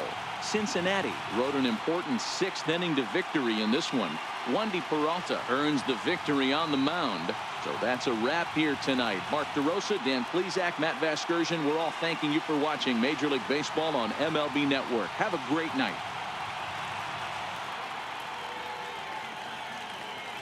The final line score for our ball game tonight: for the victorious Cincinnati Reds, 1 run on 6 hits, no errors. They left 4 men on base. For the Pirates, no runs on only 2 hits, no errors. They left 4 men on base.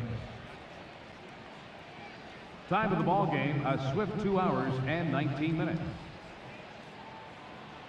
A reminder that post-game Metro bus service is available to Anderson Township, Cobblewood Plaza, Kenwood, and Western Hills Plaza.